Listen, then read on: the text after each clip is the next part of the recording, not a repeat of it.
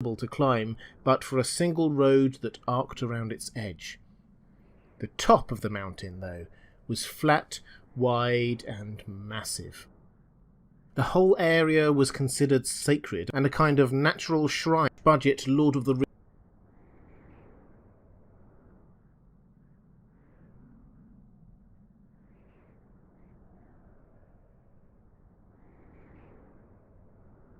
Rings TV show will be based in the Second Age of Middle-earth, which means that we will almost certainly be seeing Numenor, the most important human empire in the world at the time. It had an astonishing rise to power, then fall from grace. So, what was Numenor? What impact does it still have in Middle-earth? Hi everyone, this is Robert. Welcome to In Deep Geek. This video is brought to you by my amazing Patreon community. Over the next 2 years, this channel will be producing regular J.R.R. Tolkien and Lord of the Rings content in advance of the Amazon TV show. That's as well as our usual A Song of Ice and Fire, Westworld and Black Mirror videos. Numenor existed in the Second Age of Middle-earth, created at its beginning and destroyed at its end. By the time of the stories we know in The Lord of the Rings and The Hobbit in the Third Age, it is a near legend from 3 millennia ago, albeit one that still has a clear importance and relevance to the lives of everyone in Middle-earth. In this video, we will look at its rise and fall, as well as what makes it so important in Tolkien's world. Perhaps the best way to understand Numenor's role in Tolkien's legendarium is to say that Numenor is Tolkien's Atlantis. Indeed, he often referred to it in personal letters as Numenor Atlantis. In short, he was building a legendarium and felt that it needed some similar, ancient, wonderful, advanced, but tragically fallen and lost civilization. As Atlantis lives on in our imaginations, Numenor does in the imaginations of the denizens of Middle-earth. Let the battle begin! Being that in Tolkien's world, the long lives of some characters, particularly elves, means that they actually remember it. Its legacy lives on in a very personal way. Numenor did not exist in the First Age of Middle-earth, or the times before that, but was raised by Eru Ilúvatar, the One God, as a gift from the Valar, the kind of angelic powers over Middle-earth, to the Edain, the Fathers of Men, as a reward for them standing with the elves against Morgoth at the end of the First Age. Basically, there was a big battle, people picked sides, the Edain sided with Eru Ilúvatar, the One God, against Morgoth, the Satan figure, and when the good guys won and the bad guys were vanquished, the Fathers of Men were rewarded for their loyalty with a new homeland.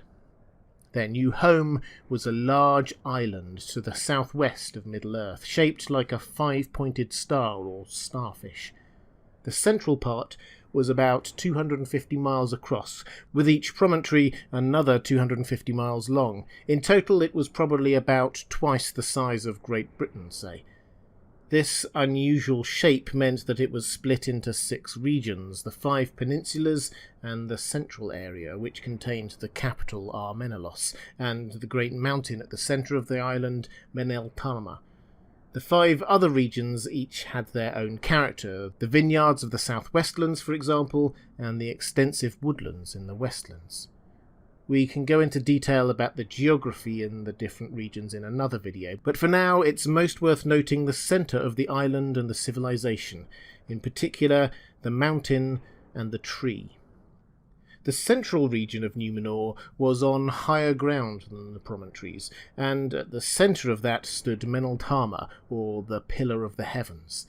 It rose gently at first, with 5 grass-covered ridges extending out towards the promontories, but closer to the summit it became nearly vertical and almost impossible to climb, but for a single road that arced around its edge. The top of the mountain, though, was flat, wide and massive. The whole area was considered sacred and a kind of natural shrine to Eru Ilúvatar. There were no buildings, no one brought any tools, and everyone who visited was silent. Normally, just the eagles were there.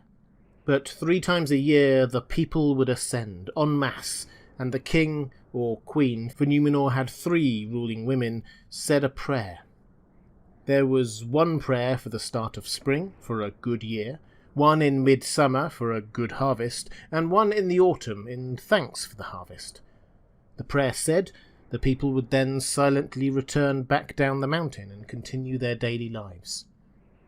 That was the mountain. The tree, Nimloth, stood outside the king's palace in Armenelos. It was known as the White Tree, and it was a gift from the elves brought by Celeborn as a symbol of the friendship between the elves and the Númenóreans. It blossomed when the sun set, and a beautiful aroma spread throughout the city each evening. And there it stood for millennia, until Sauron intervened. We'll get to that part of the story in a moment. But let's start at the beginning. Over the years that followed the island's creation, the Edain, the early men, moved there and established what became known as the Kingdom of Númenor. Now it's worth noting at this point that the Edain lived long lives, 200 to 300 years, say, and so although Númenor lasted through pretty much all of the Second Age's 3,441 years, they still only had 25 rulers, 22 kings and 3 queens. The early history of Númenor is a positive one. They lived at peace with most nations, in particular with Gil-galad, the king of the High Elves in Middle-earth. They thrived and grew and, as with so many island nations, became a ship-faring race. They explored to the north, east and south, but never to the west, because there was only one rule that the Númenóreans had to follow. When they were given Númenor, they were also given the Ban of the Valar. Númenóreans were forbidden from sailing west out of sight of the island. This was because just out of sight west of Númenor were the Undying Lands, lands that were set aside for the immortals. The Númenóreans were blessed with an abundant land, but they still needed to know their place. And they did, to start with at least. With hindsight, Númenor's descent started quite innocuously. The cracks appeared so slowly that no one really seems to have noticed. The seafaring Númenóreans made contact with the men of Middle-earth and traded with them, sharing their knowledge and expertise, but it soon became obvious that what the Númenóreans needed most of all was a supply of wood to build their boats with. Aldarion, the Mariner King, established a port on the mainland of Middle-earth that gave the Númenóreans access to the great forests of Eriador, and over the centuries that followed they started to cut them down. The Númenóreans still had strong relations with the elves at this point, sending an armada to help with the first war against Sauron, halfway through the Second Age, but it soon became apparent that Númenor was not the junior partner anymore. They were the strongest, most advanced military power in the world. Their one port in Middle-earth became a huge coastline empire. The other humans nearby were subjugated. The tree felling they had started in Eriador to support their shipbuilding shifted up a gear. Entire forests were destroyed. The elves and the Ents, of course, grew disgruntled. And the Númenóreans, over centuries, grew to resent the elves. Númenor was the most powerful civilization in the world, the most advanced and surely the most wise. Why was it that the elves were granted immortality and not them? What was the Ban of the Valar if not a mean-spirited attempt to prevent them from attaining what was rightfully theirs? Why could they not sail to the Undying Lands and gain immortality? This shift in thinking did not happen overnight, and it was never universal, but the direction of travel was inexorable. One king dropped an elven honorific from his list of titles, another banned the elven language on the island, another prohibited elves themselves from coming there. Ceremonies like the prayers to Eru Ilúvatar atop the great mountain became less popular and started being phased out. The people of Númenor started to divide themselves into 2 groups: the king's men, those who wished to abandon elvish customs and languages, and the faithful, those who sought to keep the old ways and worship of Eru Ilúvatar. Over time, the faithful became ostracized and persecuted. The end came, of course, with the coming of Sauron to Numenor. The 25th and last king of Numenor, Ar-Pharazôn, had seen the rise of Sauron and how he titled himself the King of Men and Overlord of Middle-earth. The proud Numenorians couldn't allow that to stand, so they set off once more with a mighty armada to take on Sauron's forces. Victory was swift and decisive. Sauron was captured and taken back to Numenor as a prisoner. There is some uncertainty here about whether Sauron manufactured all this or just went along with the flow, but the end result was the same. Sauron, in a beautiful and seductive form, was in Numenor with a grudge. And Numenor, now almost fully turned from the worship of Eru-Ilúvatar, was ripe for his machinations. He whispered promises and lies into the ears of influential people until even Ar-Pharazôn the king was listening to his counsel. Tempted by the promise of eternal life, the land turned to the worship of Melkor, also known as Morgoth, Sauron's former master who had been cast down at the end of the First Age. The very same person whose defeat led to the gift and creation of Numenor itself. A massive temple to Melkor was built in the capital, and human sacrifices were offered. The sacrifices were from among the faithful, of course, those dwindling few who wanted to remain friends to the elves and faithful to Eru-Ilúvatar. And the white tree, that great symbol of kingship and the eternal bond of peace between Numenor and the elves, was chopped down and burned. I said we would come back to this tree, because it's worth noting that before it was burned, Isildur, yes, that Isildur who we saw in the flashback at the start of the Lord of the Rings films, cutting the ring from Sauron's finger and then not destroying it, Isildur mounted a daring mission and salvaged a fruit from the tree at great personal cost. The seed was planted, the resultant sapling taken from Numenor to Middle-earth, and we see its descendants standing, long dead but still honoured, in Minas Tirith in the films. When, at the end of that story, another descendant tree is planted in its place, or, in the films, that same tree grows a flower finally, it is symbolic of the return of the true king to Gondor. But back to Numenor. By this time, the king Ar-Pharazôn was growing old and ever more jealous of the elves' immortality. Sauron's last insidious act here was to persuade him to build a final massive armada known as the Great Armament to invade Aman, the Undying Lands. The construction of this force took years, during which the portents grew ever darker, but Ar-Pharazôn would not be dissuaded. The armada set sail, the Númenórean force landed in the Undying Lands, and they were destroyed utterly. Eru-Ilúvatar himself broke open a great chasm in the sea to swallow up the ships, and threw down hills upon those who had already landed. Not one person survived. The land of Numenor suffered a similar fate. Great waves crashed over it, and just as it had been raised from the waters at the beginning of the age, it was plunged back beneath them at its end. Numenor, the greatest civilization humankind had known, was no more.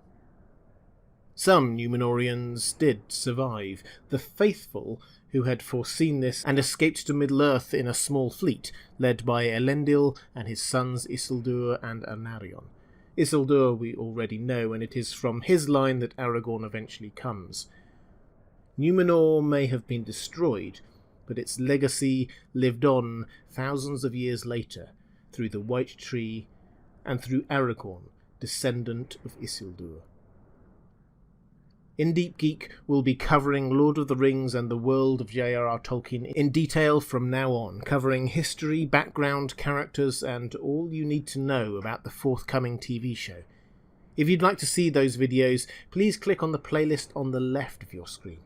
Or, if you'd like to support this channel or get access to some content I produce just for my patrons, please click on the link to my Patreon page on the right of the screen. Thanks for watching. That's all for this time. I'll see you again soon.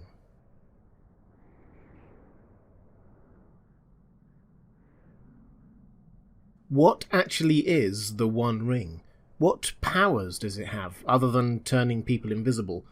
And why is it so important? Hi everyone, this is Robert. Welcome to In Deep Geek. This video is brought to you by my wonderful Patreon community.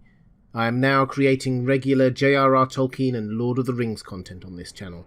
That's as well as the usual Game of Thrones, Westworld and Black Mirror videos. The One Ring is the main focus of the Lord of the Rings and is set up as being the one artifact whose ownership determines the fate of all Middle-earth.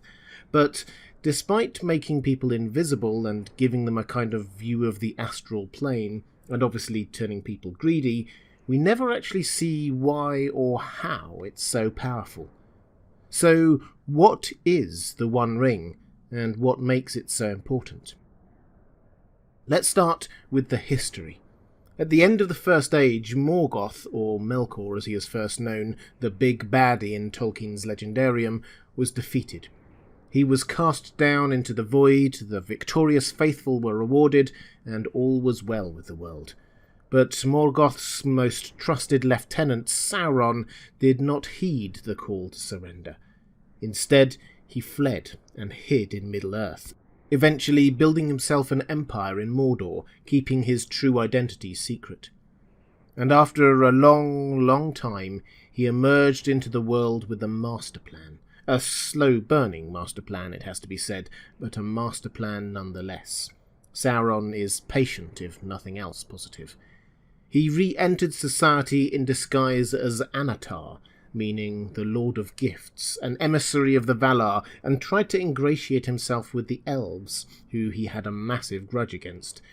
Most of the elves we've heard of, Gil-galad, Galadriel and so on, also Elrond, were suspicious, and so Sauron, Anatar, went to the elven smiths of Eregion, telling them that he had knowledge of how to make magic rings. And he did. And he shared his knowledge with them.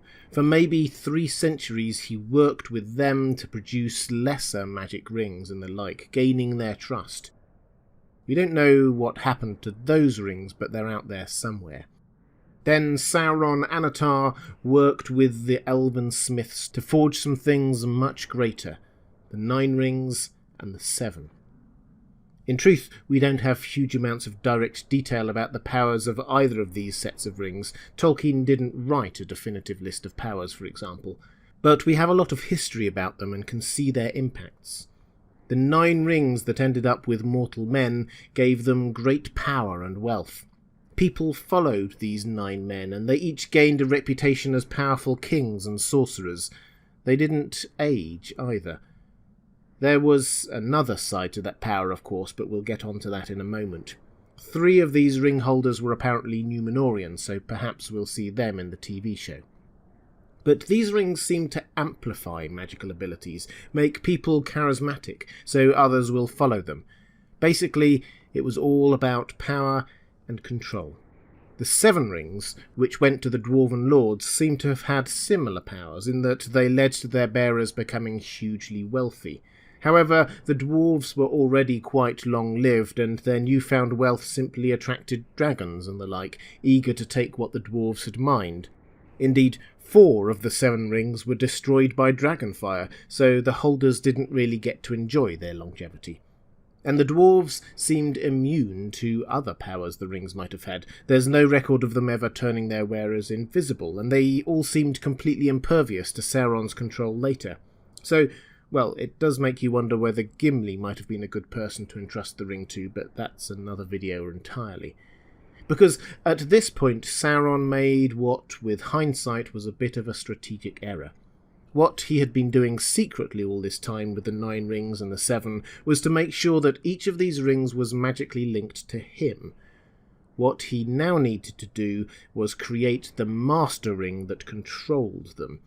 And he obviously wanted to do that in secret, so he left the elven smiths and went to Mordor to go about forging that ring of power.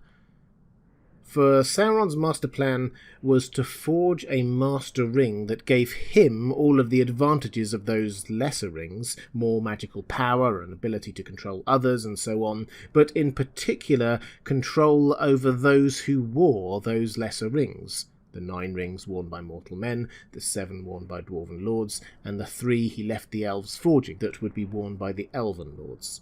He intended to control the minds of the most powerful people in the land, and in one fell swoop take control of all of Middle-earth. But this is where Sauron's strategic error seems to have come in, because yes, he seems to have underestimated the Dwarven Lord's ability to resist his controlling influence, but the bigger error seems to have been to leave before the making of those 3 rings for the Elven Lords. It meant that he had no part in their manufacture. This was all done by Celebrimbor, the Elven Master Jewelsmith. When Sauron put on the 1 ring that he had forged, hoping it would gain him control of the 9, the 7 and the 3 rings, all of which at the time were still in Eregion, the elven stronghold, it only succeeded in alerting the elves to his presence.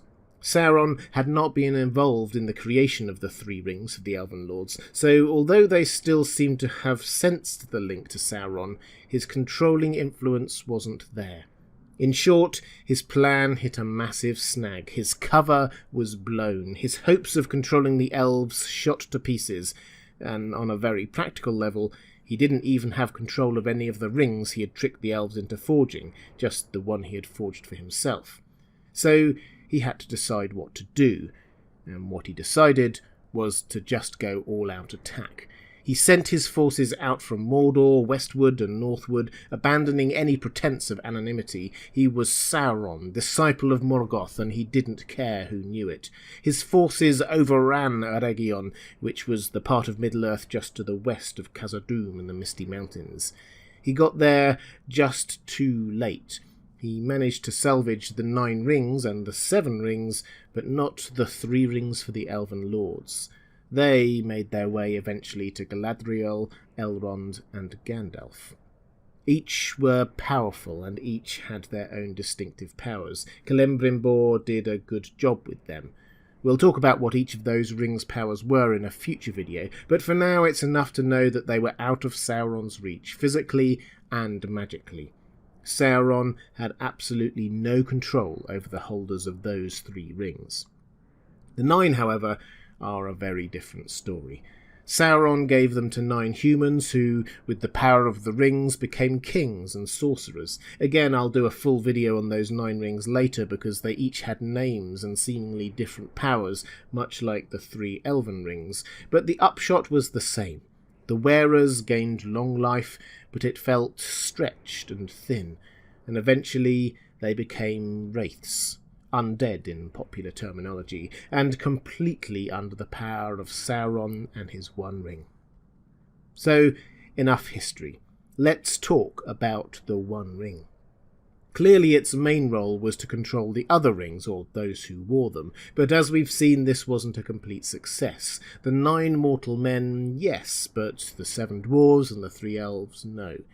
And this wasn't just a generalised control. It's not just that whoever wore the ring could control the ring wraiths. This was specific to Sauron. And the reason for that was because in forging this 1 ring, Sauron poured himself into it. Whatever word you use here, his soul, his spirit, his essence, it's the same. Sauron poured himself into that ring. For those raised on Harry Potter, it's a reasonable approximation to view this as a Horcrux. In fact, that may be where J.K. Rowling got some of her inspiration from. The ring is not Sauron, but it contains his soul. When Sauron has the ring, his power is amplified hugely. When he doesn't, he is weakened hugely. That's why when the ring is destroyed, Sauron is too. We don't know for a fact exactly what that means for those wearing the other rings under its control, the 9 ring wraiths, for example, but the clear implication is that with that link to Sauron and the 1 ring gone, the power that keeps them animate is gone too. An early draft of Lord of the Rings talks about the dissolution of the ring wraiths after the 1 ring's destruction, and I think that's as close as we're going to get to understanding the technicalities of what was going on there. The less technical version was that when the 1 ring went, so did they. Having Sauron's soul in it also explains the way that, and this came out strongly in the films, it almost seems to have a mind of its own. The ring wants to make its way back to Sauron. It slips off of Isildur's finger and evades Gollum. Sauron's soul wants to be reunited with him. Incidentally, this is why Frodo wears it on a chain around his neck. Bilbo warned him of its ability to slip off at inopportune moments. The fact that the One Ring is tied so closely to Sauron also means that when other people wear it or have it in their control, it doesn't have quite the same effect as when Sauron wears it. It does do some things, as we saw. It can make people long live, it can make them invisible and so on, but these are tainted gifts. Bilbo lives a long life, but he starts to feel that, in his words, I feel thin, sort of stretched like butter spread over too much bread. This sounds very much like what happened to the ring wraiths, stretched and thinned until they were no longer there. And putting the ring on and being invisible also seems to be double-edged. Yes, people can't see you, but it heightens the ability to sense you of those who can see the non-physical world, like the ring wraiths. At which point we should note one of the most curious but important elements of how the ring works. Its power and efficacy is seemingly contextual, meaning that it is more powerful when held by those who are already powerful or magical, and is also more powerful the closer it gets to Sauron, or perhaps the place of its forging in Mordor. It's not 100% clear.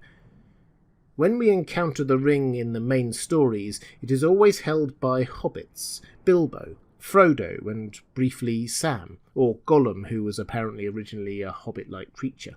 Hobbits are simple folk, not powerful and not magical, and also not particularly power-hungry. So when they have the ring, they aren't as affected as much as others might be. We see a couple of times how truly powerful people react when offered the ring. Gandalf recoils from it, and Galadriel considers the temptation to take it a great challenge, a test of her that determines her fate. Both know just how powerful they would be with the ring. We see hints of what this would be dotted around the text.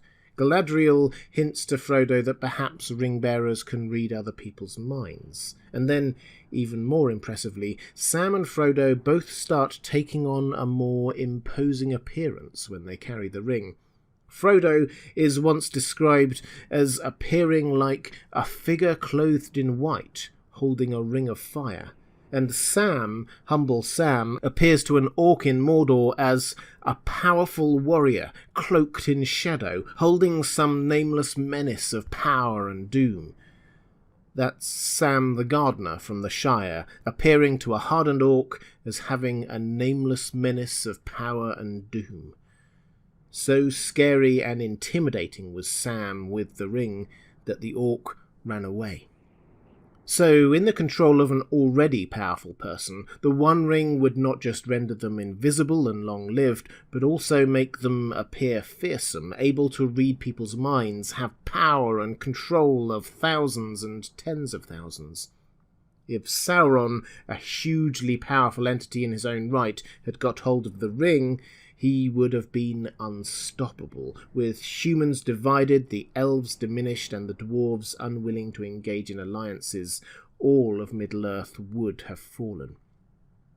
Which isn't to say that the ring makes its owner invulnerable. Sauron lost 3 wars while it was still in his possession after all, and of course there are some who are completely unaffected by its power. Tom Bombadil, for example, who put it on and took it off and made it disappear and reappear without it seeming to affect him in the slightest.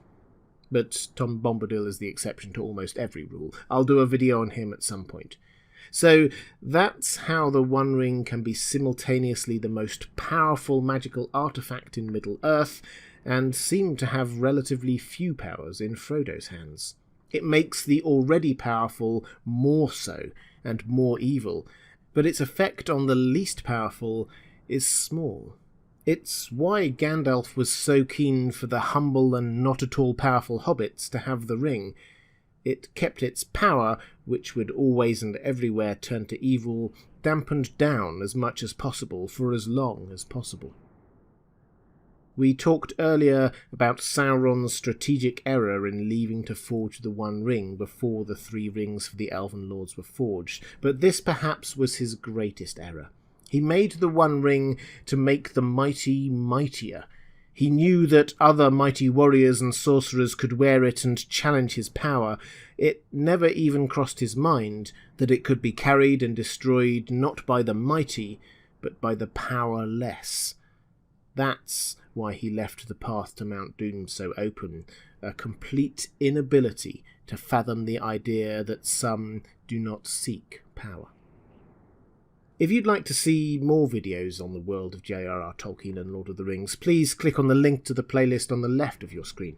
Or if you'd like to support this channel or get access to some content I produce just for my patrons, please click on the link to my Patreon page on the right of the screen. Thanks for watching, that's all for this time, and I'll see you again soon.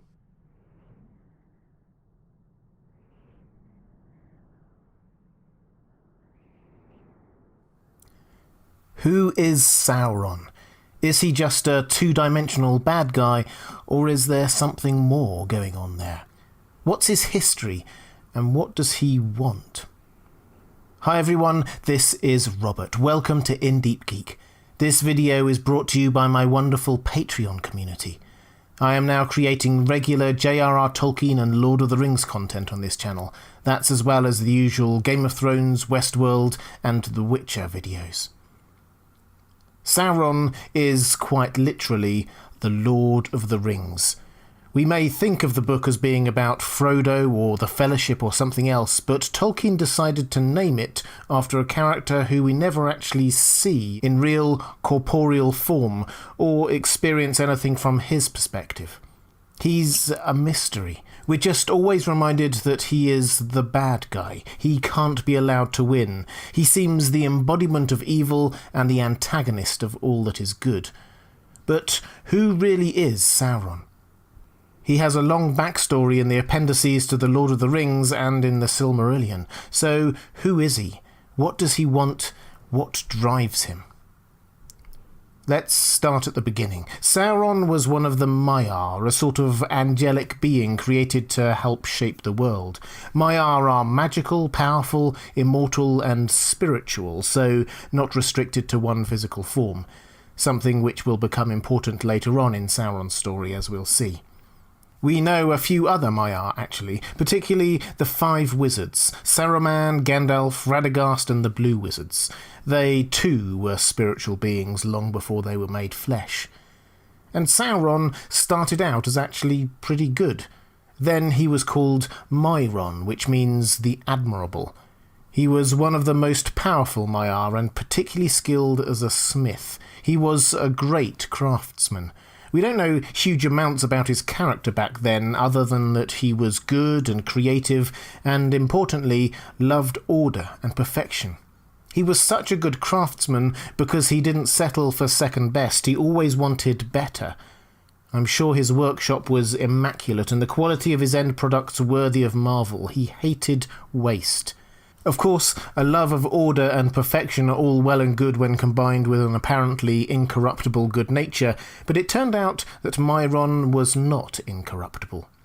Enter Morgoth, the original big bad in Tolkien's Legendarium, who saw in Mairon a potential powerful ally. He corrupted him and turned him into his most loyal lieutenant and, to start with, spy. Mairon kept his change of allegiance a secret and fed intelligence to Morgoth. It was only when Morgoth established himself in Middle-earth that Mairon declared himself, also quitting Valinor and taking his place at Morgoth's side.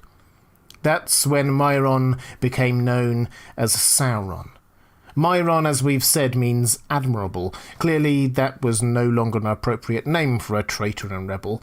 Starting with the elves, those opposed to him instead started calling him Sauron, which means the abominable, the opposite of his original name. During the wars that followed in the First Age of Middle-earth, Sauron's greatest role was in leading the fight against the elves, while his master went off to try to corrupt the newly awakened humans. Sauron was initially successful, capturing the elven island of Tol Sirion and turning it into a werewolf island. These weren't classical werewolves turning from humans to wolves and back, but instead were large wolf-like creatures with intelligent spirits trapped within them. These, however, could not protect Sauron from a challenge from the legendary Luthien and the wolfhound Huan. Sauron even disguised himself as a werewolf to try and kill Luthien, but Huan captured him. So Sauron yielded, gave up the island, and escaped, apparently disguised this time as a vampire. Again, this appears not to have been a classical vampire, but a large, intelligent, bat-like creature.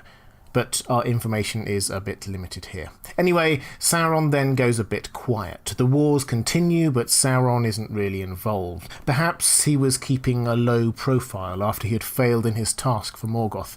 Perhaps Morgoth had lost some faith in him. Or perhaps Sauron was just licking his wounds. If you remember back to what we know of his character, a perfectionist, a completer finisher and so on, this defeat will have stung. He had been tasked with taking on the elves, and he had failed. This fits in with what we see much later, elaborate plans and plots to finally drive the elves from Middle-earth. Sauron wanted to finish what he started. Eventually, though, Morgoth was defeated, and Sauron himself begged for mercy from the victorious host of the West. This wasn't forthcoming, and rather than be taken off in chains to the utter West to be judged, he escaped. Again, he's good at escaping, is Sauron. Where exactly he went and what form he took is a bit of a mystery, because he disappears for half a millennia, and it was a full 1,000 years before he really started to do anything noticeable, building the Tower of Barad-dûr, raising armies of orcs and trolls, and corrupting the hearts of humans like the Haradrim and the Easterlings. Despite this, it's clear that he felt he still had unfinished business with the elves, which is where his cunning plan with the Rings of Power came into play. I've done a whole other video on that if you're interested in the details of the plan and exactly what powers the One Ring had, because they aren't always obvious in the books or films. But his basic plan was to disguise himself as Anatar, the Lord of Gifts, ingratiate himself with the elves, make rings of power for the most powerful people on the continent, and then make a master ring that had control over those rings. If it had all gone to plan, Sauron would have had control over humans, dwarves, and elves in one fell swoop. This may sound like quite a convoluted plan, but it is totally within character. Remember, he was a great smith and artisan, and here this is all about him making things, powerful magical items. And he was a perfectionist, someone who was about control. Trying to control people through things he made is exactly how he liked to operate. Morgoth may have been all about destroying and conquering, and Sauron wasn't averse to that when he felt it necessary, but Sauron preferred the subtle art of control. Anyway, the plan obviously didn't go to plan. The elves smelt a rat, and in any event Sauron made the fatal mistake of not being personally involved in making the 3 rings for the elves, so the direct connection to him wasn't there. When he put on the Master Ring, which should have given him control of the other rings, the elves took off their rings and hid them. He was left with no option than to launch a quick invasion of Eregion, where the rings were, in an attempt to reclaim all of them. He got the 7 for the Dwarven Lords and the 9 for the humans, but not the 3 for the elves. Although the 7 Dwarf Lords seemed largely impervious to his influence, just becoming more greedy and digging deeper and deeper into the earth in search of riches, the 9 that went to humans worked perfectly, as we saw, and Sauron slowly built his empire to span most of Middle-earth, but was eventually defeated by the Númenóreans, the great power of the time. We can probably add persistence, or perhaps sheer bloody-mindedness, to Sauron's list of qualities here, because although he had been defeated again, he didn't give up. He went back to Mordor, licked his wounds, and slowly began to build his strength back up again. Again, he took hundreds of years over it, but Sauron was undaunted, and he had a new foe he needed vengeance against, the Númenóreans. In a way, the Númenóreans weren't a completely new foe. Elros, the first king of Númenor, was the great-grandson of Luthien, who had defeated Sauron back in the First Age. Aragorn, incidentally, was from the same line much, much later, so the completionist part of Sauron would have seen defeating Numenor as something worth doing, not just because they had defeated him, but also because this was Lúthien's heir, so to speak. The Númenóreans only got their land and name because of their ancestors' role in defeating Morgoth back in the First Age. So now Sauron had to come up with a plan to defeat Numenor as well as the elves. My videos on Numenor and the Second Age detail exactly what he did, so please check them out if you're interested. But briefly, he got himself captured and taken to Numenor, where he wheedled and seduced and manoeuvred his way from the prison cell to a position of great influence over the king, Ar-Pharazôn. The Númenóreans had been slowly moving away from the elves for centuries, but Sauron's influence just accelerated this. More dramatically and disturbingly, he got them, or many of them anyway, to start worshipping Morgoth, his old master, and turn away from the worship of the one true god, Eru Ilúvatar. He eventually persuaded the king to attempt an attack on Valinor itself, in direct contradiction of the one stipulation the Númenóreans had been given by the Valar, never to sail west of Númenor. As Sauron must surely have anticipated, Eru Ilúvatar cast down fiery destruction on the Númenóreans. Not just the invading navy was destroyed, but the entire island of Númenor. Only the faithful few, anticipating what was to come, managed to escape to Middle-earth. Sauron's cunning plan to enact revenge on the Númenóreans was a success, but it was also a Pyrrhic victory. It cost Sauron more than he was expecting. He survived the destruction of Númenor, his spirit fled back to Mordor, but his body was destroyed, and with it his ability to change his shape into beautiful and seductive forms. He'd used that trick in both the Forging of the Rings and the downfall of Númenor. Again, Sauron regrouped and rebuilt, and when he discovered that some faithful Númenóreans had survived, went on the attack again. We know what happened then. We saw it in the flashback at the beginning of the Lord of the Rings films. In the decisive battle, Sauron killed Elendil and Gil-galad, his old Númenórean and elven foes, but Isildur, Elendil's son, cut the One Ring from Sauron's finger, and Sauron was defeated. Once more, Sauron's spirit fled. But by now, you know what Sauron does when he is defeated. He hides, takes on a new identity, this time becoming known as the Necromancer, hiding in Dol Guldur in southern Mirkwood, slowly rebuilds his strength, then focuses his energy on gaining his revenge on those who have wronged him. So, by the time of the Lord of the Rings, we know exactly how he likes to operate. He prefers to use the arts of influence and power to get his way, rather than immediately launch a full-scale invasion. The bulk of Sauron's force remains within Mordor throughout most of the events of the story of the Lord of the Rings. Instead, the Ringwraiths under his control search for the One Ring. He corrupts Saruman, as he had Ar-Pharazôn all those years earlier, and generally holds back until he is provoked into action. He is provoked into opening the Black Gate and sending his army forth, of course, by a challenge from Aragorn, the heir of Isildur and Elendil and Númenor, lover of Arwen, the daughter of Elrond, and niece of Elros, the first king of Númenor. It was as if the ghosts of all of Sauron's old foes were challenging him to one last confrontation. But we also have to remember that the Sauron we see in The Lord of the Rings is not the same as the Sauron we see back in the First or Second Ages. He is a broken, hollowed-out Sauron. We've already noted that he had lost his ability to choose his physical form, but with the loss of his ring, he had also lost the better part of himself. The One Ring's power came from the fact that Sauron had poured so much of himself and his power into it at its creation. Without it, he was diminished hugely. Sauron, at the time of The Lord of the Rings, is still powerful and can control many other powerful forces, the Ringwraiths for example, but his threat is not so much because of his own strength, but because his enemies have weakened so much. The elves, by this point, have been diminishing and passing into the west for some time. One of the scenes in the extended version of the Fellowship of the Ring actually shows a troop of elves on their way to the Grey Havens for this very purpose. Frodo and Sam see them when they are on their way out of the Shire.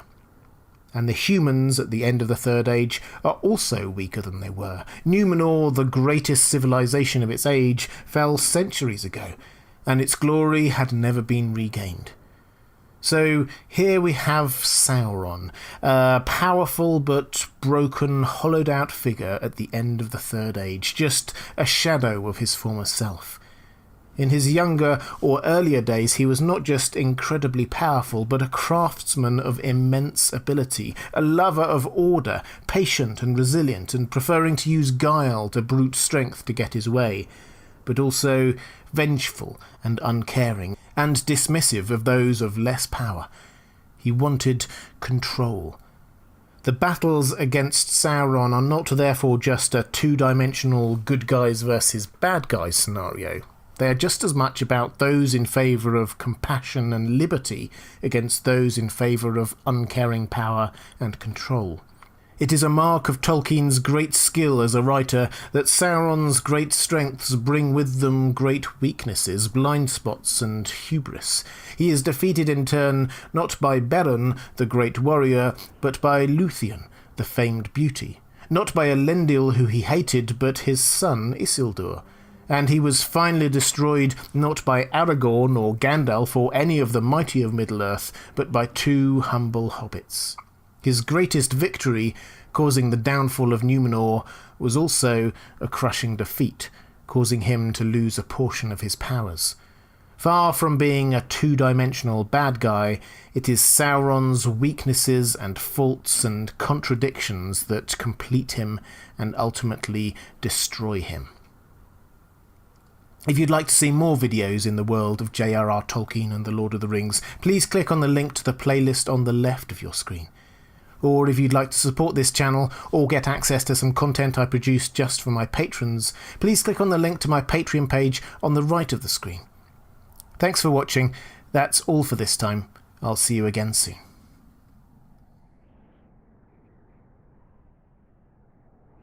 The stories of The Lord of the Rings and The Hobbit take place in the Third Age of Middle-earth. But what is the Third Age? What happened then, and why is it important? Hi everyone, this is Robert. Welcome to In Deep Geek. This video is brought to you by my wonderful Patreon community. I am now creating regular J.R.R. Tolkien and Lord of the Rings content on this channel. That's as well as the usual Game of Thrones and Westworld videos. We saw the end of the Second Age and beginning of the Third Age of Middle-earth right at the start of the Lord of the Rings films. In a flashback, we saw the downfall of Sauron, vanquished finally when Isildur cut the One Ring from his finger. Isildur, as we know, didn't then destroy the One Ring, as he definitely should have done, instead deciding to take it himself back to Gondor and rule with it. So, the first year and a bit of the Third Age was an odd one. Sauron had been defeated, but not ultimately destroyed. He had poured so much of himself into the One Ring that he lived on through it.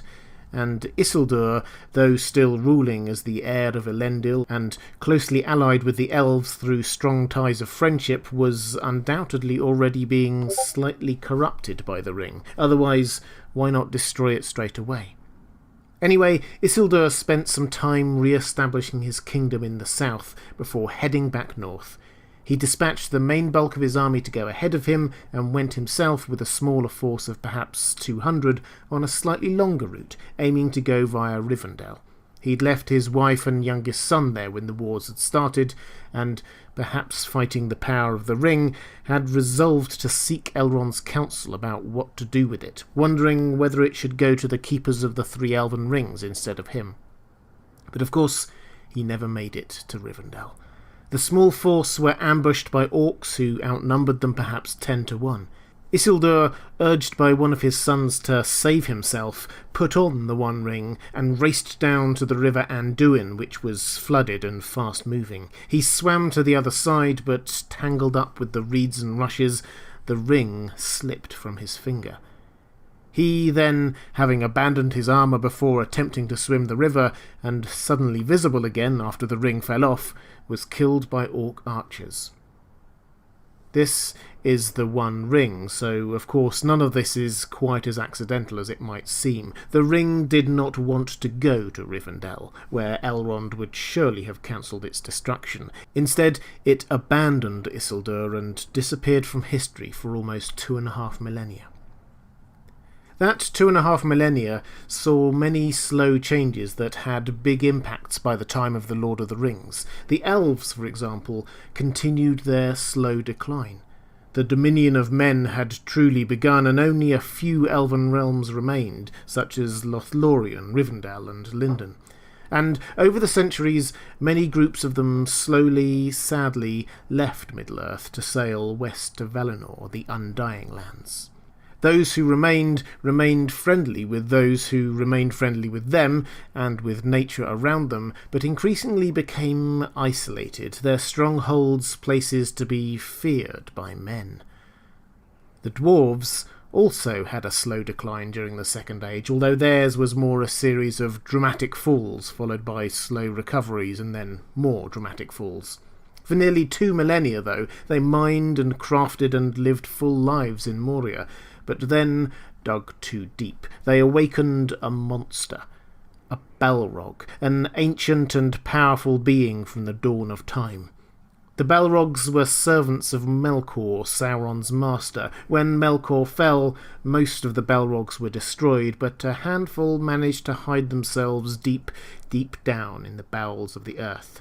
It had lain there, sealed in a chamber, until the dwarves disturbed it. The dwarves fought bravely, but were forced to abandon the Misty Mountains. After a few years of wandering, they founded a new kingdom at the Lonely Mountain, and then another in the Blue Mountains north of Mirkwood, but then both new strongholds were laid waste by dragons. Another new settlement was founded in the Iron Hills, which did survive, and as we know from the story of The Hobbit, the Lonely Mountain was eventually reclaimed, but a long war against the orcs led to huge casualties on both sides, which the dwarves never really recovered from. So by the end of the Third Age, the dwarfs, like the elves, were a shadow of their former strength, scattered across Middle-earth, still proud and indomitable, but dwindling.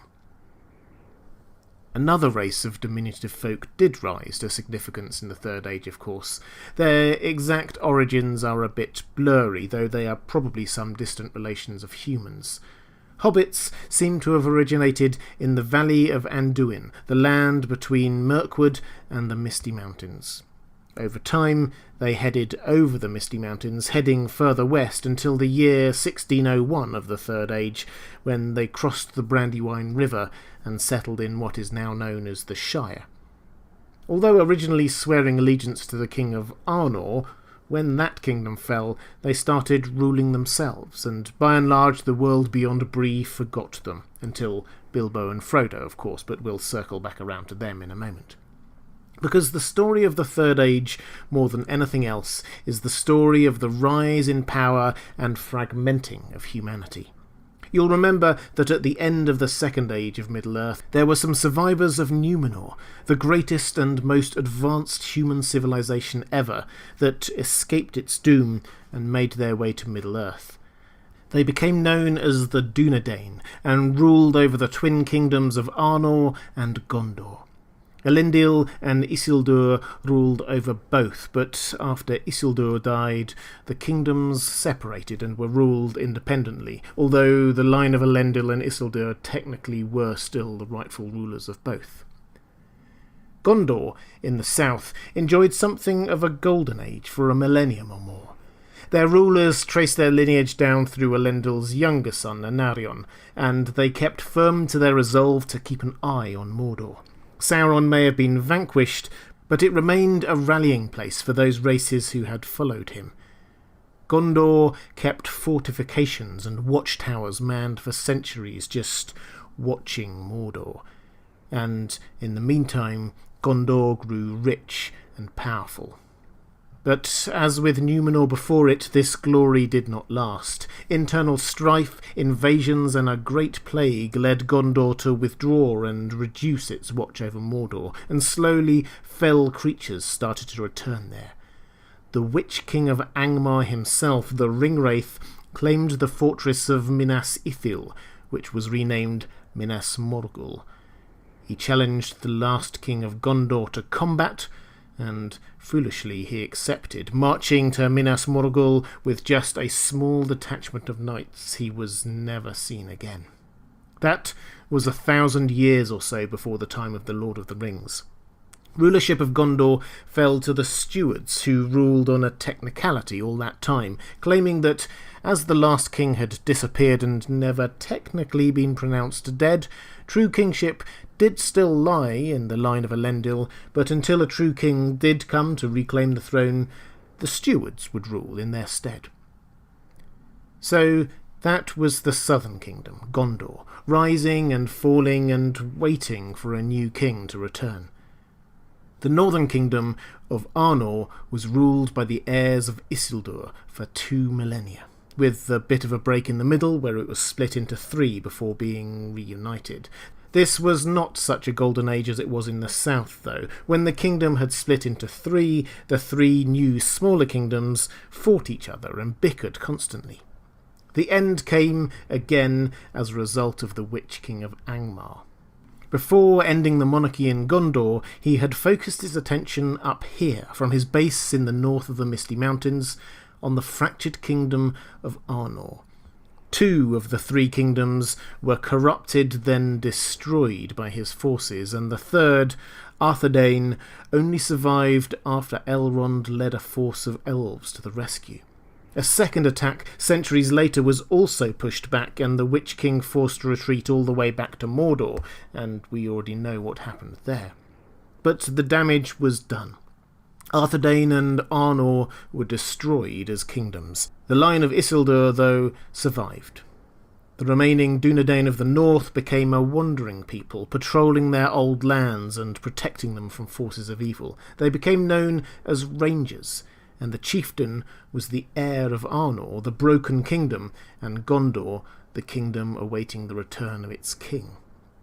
Proof of this inheritance was in the sword Narsil, the sword that was broken, High King Elendil's sword, that his son Isildur used to cut the One Ring from Sauron's finger. It was passed down through the generations of the kings of Arnor, and then the chieftains of the Rangers of the North, to Aragorn, Isildur's heir, and the rightful king of Arnor and Gondor.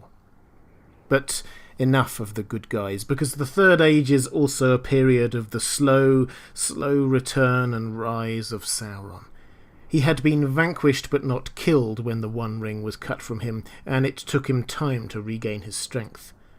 The first we hear from him is in secret at around the year 1000 of the Third Age, installing himself in southern Mirkwood, his identity known only as the Necromancer. Around this time, and probably in reaction to that, the Valar sent 5 wizards known as the Istari to Middle-earth to aid the people of Middle-earth against Sauron as he started growing back in strength. These 5 wizards were Maiar, spiritual beings of great power, but appeared to all as old men. Saruman, Gandalf, Radagast, and the 2 blue wizards. The big problem that they faced was that they did not know where Sauron was. We can see Sauron's actions, though, in secret. Corruption and darkness spread through Mirkwood. Fell beasts returned to Mordor. The Witch King of Angmar, the Ringwraith, directed his forces against the heirs of Numenor, and so on. Eventually, one of the 5 wizards, Gandalf, started getting suspicious of this necromancer and went to investigate. Sauron fled, his identity still secret, but returned later and carried on his plotting. Now, unknown to everyone, the One Ring was found by Sméagol, who kept it deep under the Misty Mountains. Gandalf, again sensing something wrong, went to Mirkwood to investigate, and this time discovered Sauron's true identity. At which point we get to answer one of those nagging questions many people have after reading The Hobbit for the first time. You may have wondered why Gandalf suddenly decided to leave Bilbo and the dwarves at Mirkwood and only reappeared much later in the story. He said he had important matters to attend to, but what could be more important than the quest to the Lonely Mountain?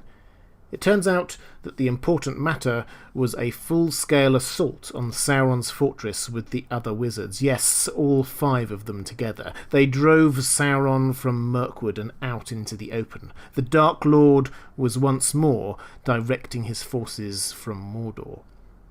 Which brings us pretty much up to the time of the Lord of the Rings. Sauron, no longer trying to keep his identity secret, speeds up his plans, sending his ringwraiths out to find the One Ring and working to corrupt Saruman.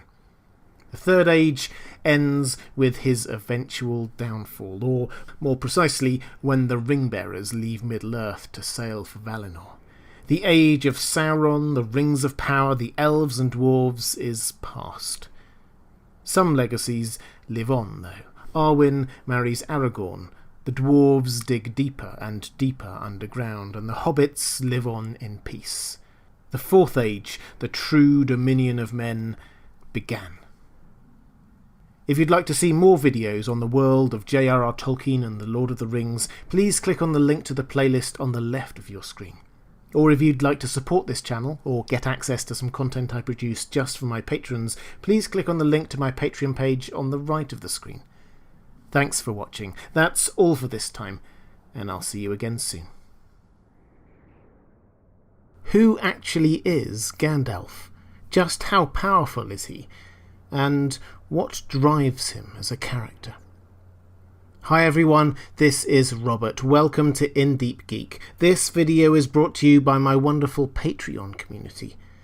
I am now creating regular J.R.R. Tolkien and Lord of the Rings content on this channel. That's as well as the usual Game of Thrones and Westworld videos. If you're interested in seeing more, please click on the subscribe button in the bottom right of your screen. The first thing to understand about Gandalf is that he isn't just the oldish man we see in The Lord of the Rings and The Hobbit, nor is he even the levelled up Gandalf the White we see in the second half of The Lord of the Rings. He is much, much more than that. In fact, Gandalf is one of the Maiar, an ancient angelic spiritual being, like Sauron and the other 4 wizards. He isn't just a man or just a wizard, but a very powerful being indeed, and one of the most powerful in all of Middle-earth. He is there on a particular mission, and has taken on a particular human form, though he isn't tied to that exact form because he is fundamentally a spiritual being rather than a physical being, a fact which will become important later. Gandalf was created right at the beginning of time, when all of creation was good, and he wasn't originally called Gandalf. In fact, for most of his life he was called Olorin, which means dreamer. And over time, as he grew and learned, he became known as wise, something which stayed with him throughout. There are also links here in his early life with light and fire, and crucially, he learned pity and patience from Nienna, the Queen of the Valar. Again, Gandalf's pity became important later when he recognised it in Bilbo's treatment of Gollum and passed that on to Frodo. It's probably worth saying that in our current language usage, pity has taken on a slightly condescending implication that it isn't intended to here.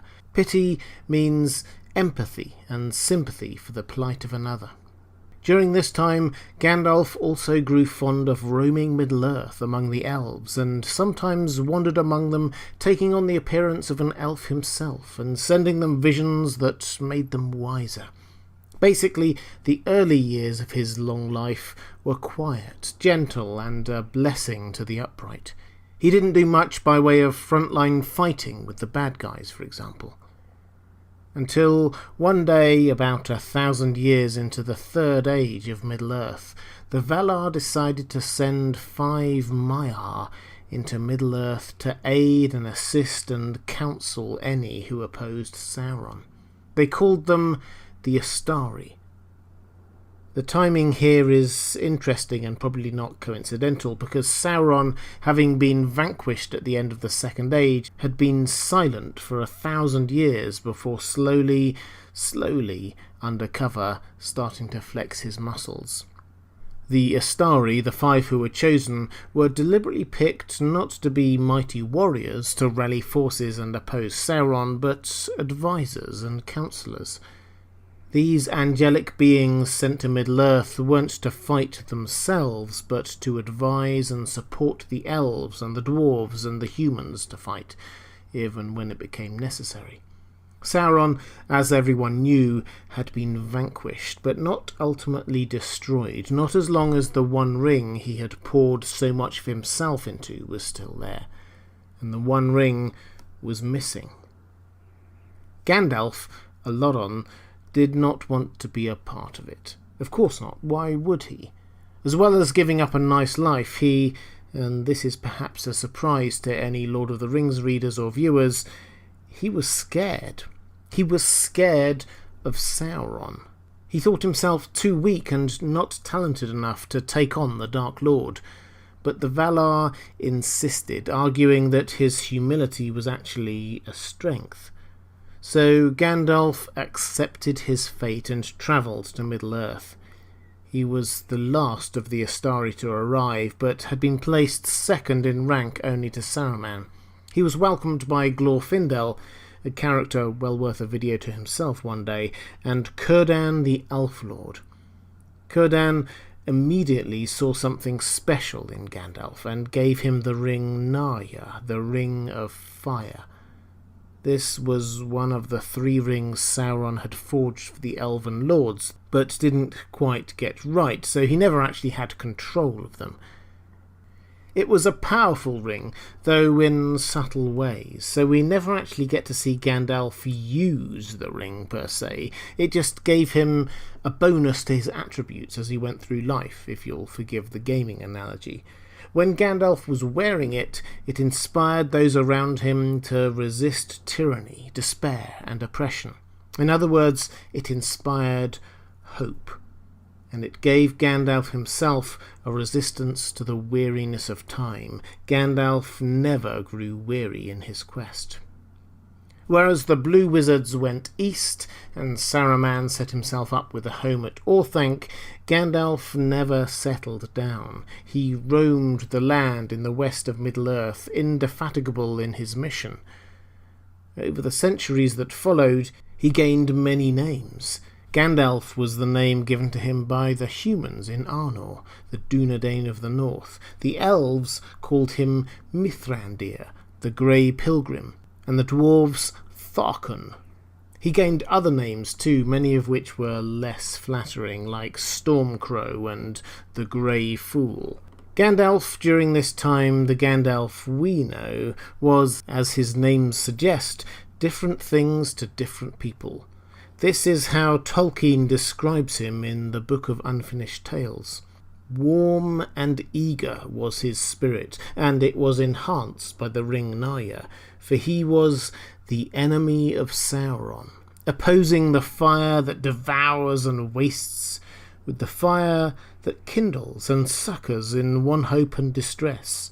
But his joy and his swift wrath were veiled in garments grey as ash, so that only those that knew him well glimpsed the flame that was within. Merry he could be, and kindly to the young and simple, yet quick at times to sharp speech and the rebuking of folly. But he was not proud, and sought neither power nor praise.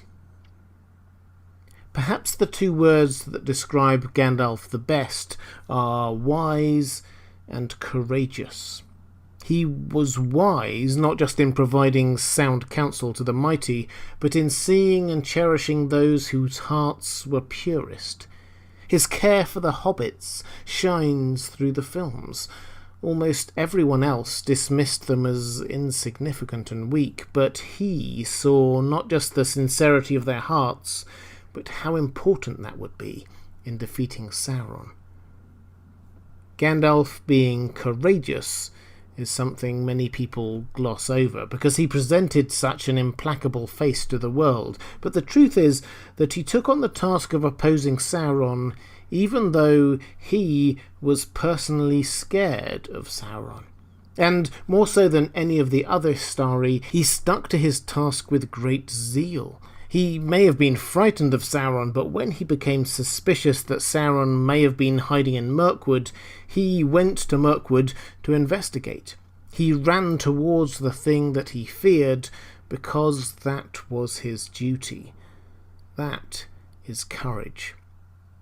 Of course, Gandalf was right. Sauron was hiding in Mirkwood, rebuilding his strength. It took a couple of attempts, but eventually Gandalf, with the help of a few others, drove Sauron from there and back to Mordor. And once Sauron was out in the open, it was just a matter of time. Time until Sauron found his One Ring and restored himself to power. Again, Gandalf went on the offensive, hunting down the One Ring, sometimes with the help of Aragorn, the Dunedain heir to the kingdoms of Arnor and Gondor. Gandalf, it has to be said, is by a long way the most proactive of the Istari in this regard. The others, well, Radagast and the Blue Wizards, not Saruman, do their part, but it is Gandalf who discovers Sauron and drives him into the open, who devotes his life for decades to discovering where the One Ring was hidden. While the elves sat in their forest kingdoms, the dwarves delved deeper underground, and humans squabbled over land and power, Gandalf was a constant, focused entirely on his mission. Even when doing things that don't seem particularly relevant to the hunt for Sauron, building good relations in the Shire, or leading the dwarves on a mission to reclaim their ancient stronghold of the Lonely Mountain, say, he always has half a mind on the wider implications of what he is doing. The quest of Erebor, for example, which we know as the story of the Hobbit, helping the dwarves reclaim the Lonely Mountain from Smaug, was not just a fun adventure for Gandalf. He was playing geopolitics. He had long feared the rise of Sauron, and was very concerned that if Sauron should rise again and strike northwest, Smaug may also rise and cause huge damage to the Free Peoples, hindering their resistance. Gandalf's solution was to encourage Thorin Oakenshield to head back to the Lonely Mountain using stealth and reclaim it that way. Again, this extra layer to what was really going on first appeared in the Unfinished Tales. So there we have Gandalf, an immortal, powerful, spiritual being taking on the form of an old man shrouded in grey to advise and encourage the people of the West to stand up to Sauron. The people around him were not as focused as he was. The other Istari were not as assiduous as he was. The elves and dwarves and humans were ignoring the threat. His allies were the faithful, Aragorn and the Dunedain, and the humble, the hobbits. Many point to Gandalf's death and resurrection when he faced the Balrog but survived as some sort of cheating the laws of fiction. But that's only if you view him as a human defying death. That wasn't Gandalf. He was more than that. He was scared of Sauron, but accepted his role in opposing him, doing more than anyone else to drive him in the open, and then rally the forces against him. When he came back from death, it wasn't cheating. He was a spiritual being losing his physical form and choosing another, and he chose to carry on facing up to Sauron, the person he feared more than any other. That isn't cheating, that is bravery, pure, selfless heroism. That is Gandalf. If you'd like to see more videos on the world of J.R.R. Tolkien and the Lord of the Rings, please click on the link to the playlist on the left of your screen. Or if you'd like to support this channel or get access to some content I produce just for my patrons, please click on the link to my Patreon page on the right of the screen. Thanks for watching. That's all for this time, and I'll see you again soon. In a hole in the ground there lived a hobbit. And so begins one of the greatest works of fiction in the English language. But What exactly are hobbits? And are they just small humans or something more? And will we see them in the Amazon Lord of the Rings TV show? Hi everyone, this is Robert. Welcome to In Deep Geek. This video is brought to you by my wonderful Patreon community. I am now creating regular J.R.R. Tolkien and Lord of the Rings content on this channel. That's as well as the usual Game of Thrones and Westworld videos. If you're interested in seeing more, please click on the subscribe button in the bottom right of your screen and the bell icon. The main protagonists in The Lord of the Rings and The Hobbit are hobbits. They might be stories of great battles and mighty heroes, but it is the humble hobbits who prove most valuable. Other than Gandalf and Aragorn and a few others, when they get to know them, they are usually overlooked, figuratively and literally, and underestimated. People often treat them as simple and childlike, like humans but smaller and less important. So, are they just small humans? Well, no, they are definitely a separate race, but are indeed related to humans and very like them. In describing this, Tolkien variously uses phrases like related, a branch of, and a variety of humans. He never gets into the exact link, but we're encouraged to think of hobbits as like humans without being exactly the same. Perhaps in many ways they are idealised humans. Certainly the Shire is, in Tolkien's mind, a sort of idealised rural landscape encouraging a simple, contented lifestyle of home and hearth and family. Not that the hobbits started in the Shire. Their earliest records have them living alongside humans much more, not sheltered in their own world, cut off from everything else. They were found in the Valley of Anduin, that land between the Misty Mountains and what is now called Mirkwood, but then was known as the Greenwood. There were three clear types of hobbit at the time. The Harfoots, who lived in hobbit holes cut into the side of hills, and are most similar to what we think of as hobbits with furry feet and the like. The Stoors, who lived in marshy land and were stockier and happier in water. And the Fallowhides, who lived in the woods, were slightly taller on average and a bit more adventurous. These varieties of hobbits carried on to the time of the Lord of the Rings, though less distinct after a couple of millennia of intermarriage. Interestingly, there's a link here to Gollum, or Sméagol as he was then. We are told that he, or Déagol, found the One Ring in the Anduin River, which obviously flows through the Anduin Valley, and in a letter Tolkien said that Sméagol had been a Stoor, that marsh-dwelling type of hobbit, which makes sense when you think of him paddling along in rivers and the like, and how much he enjoyed eating fish. So Sméagol's ancestors had stayed in the Anduin Valley long after the majority of the hobbits had left. Also, while we are this deep in history, let's cover off whether we might be seeing any hobbits in the Amazon Lord of the Rings TV show. Probably not, is the answer, as that will be set in the Second Age of Middle-earth, and the earliest records we have of hobbits are 1,000 years after that, living in the Valley of Anduin, far from Númenor. I suppose some ancestors of those early hobbits might have been there or somewhere hidden away from the history books, but they didn't play a major role, and we certainly won't be seeing any of the hobbit characters that we know. The great exodus of the hobbits from the Valley of Anduin happened sometime around the year 1050 of the Third Age. The hobbit race headed westwards over the Misty Mountains over several years in groups large and small. The reasons are never made clear, but the timing is suggestive. At around this time, Sauron returned in secret to Middle-earth, setting up a base in Greenwood the Great, right next to where the hobbits were, known only as the Necromancer. His influence started to spread, and the forest became populated by dark and sinister forces. Orcs and giant spiders took hold. The elves who had once ruled over all of Greenwood the Great retreated to a stronghold in the north of the forest. The forest itself became known as Mirkwood, and the hobbits, or most of them at least, headed west, seeking safety on the other side of the Misty Mountains. They initially settled around Bree and the human-occupied areas east of the Brandywine River, but in 1601 of the Third Age, which became known as Year 1 of the Shire Reckoning, they headed over the Brandywine and settled permanently in what we now know as the Shire.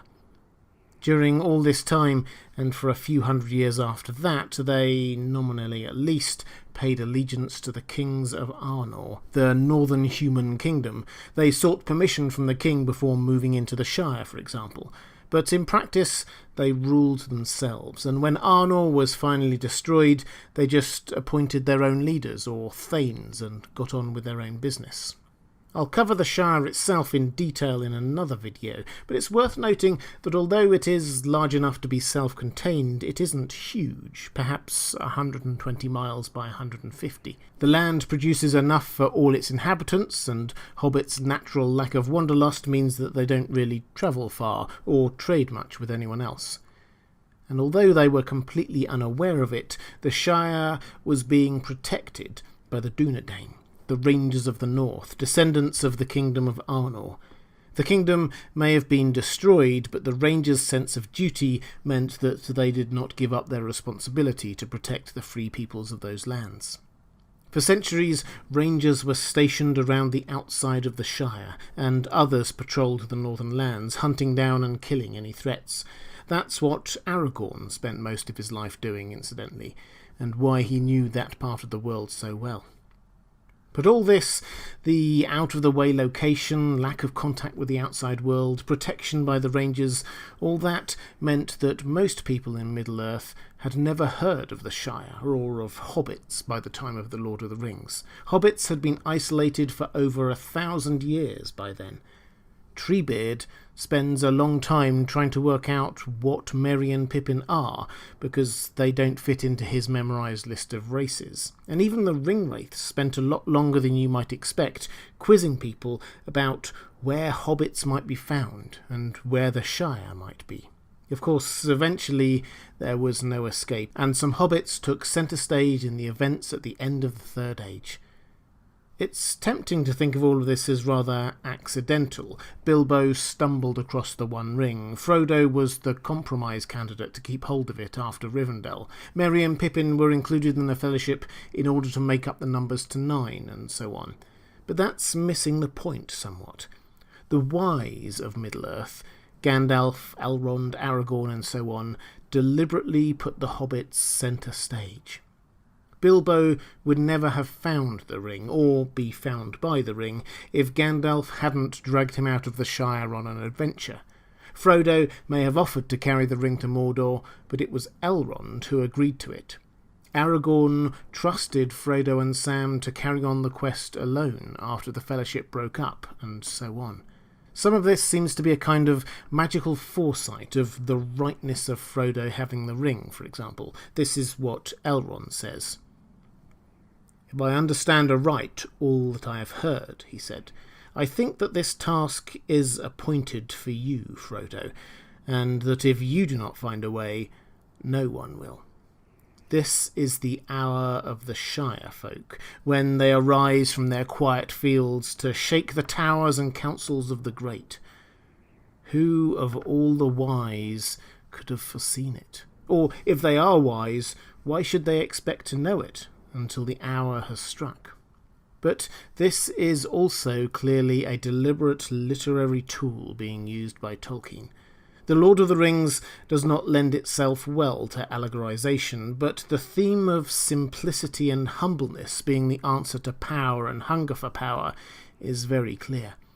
This is most obvious in how he describes the One Ring. It is more powerful and more corrupting when held by the already powerful.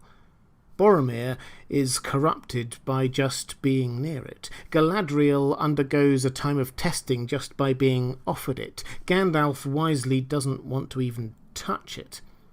It is the hobbits' humility that protects them and makes them more resistant to it. They are the perfect race to carry it. Sauron's focus on power and strength is his undoing. He simply could not envisage creatures like hobbits making their way to Mount Doom, still less that they might want to destroy something through which they could do so much.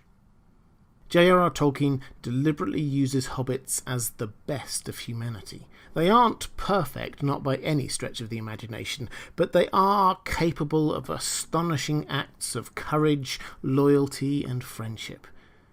Their way of life may not have been advanced, but it was happy and contented. We are supposed to look to hobbits and be challenged by them. What is it that we should truly aspire to? Power over others and strength in arms? Or friendships, family, and doing the right thing regardless? If you'd like to see more videos on the world of J.R.R. Tolkien and Lord of the Rings, please click on the link to the playlist on the left of your screen. Or if you'd like to support this channel or get access to some content I produce just for my patrons, please click on the link to my Patreon page on the right of the screen. Thanks for watching. That's all for this time, and I'll see you again soon. Who is Tom Bombadil? He's one of the most powerful characters in the Lord of the Rings world, and yet also one of the most enigmatic. So, who is he? And whose side is he on, if anyone's? Hi everyone, this is Robert. Welcome to In Deep Geek. This video is brought to you by my wonderful Patreon community. I am now creating regular J.R.R. Tolkien and Lord of the Rings content on this channel. That's as well as the usual Game of Thrones and Westworld videos. If you're interested in seeing more, please click on the subscribe button in the bottom right of your screen and the bell icon. Tom Bombadil is one of the most enigmatic characters in the Lord of the Rings. He was left out of the films and has been similarly omitted from most other adaptations, to the frustration of some fans and delight of others, but it's easy to understand why. He doesn't fit.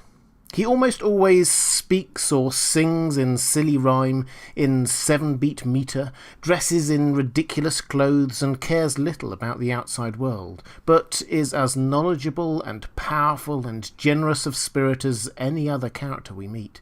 He talks about matters of great importance, but almost always in a whimsical, joking way. And he helps the hobbits freely without ever really taking their side. As I said, he doesn't fit easily into the often otherwise clear good versus evil battle of the Lord of the Rings. The history of the character is very different to that of the other characters we know, who mostly evolved through the process of writing The Hobbit and The Lord of the Rings.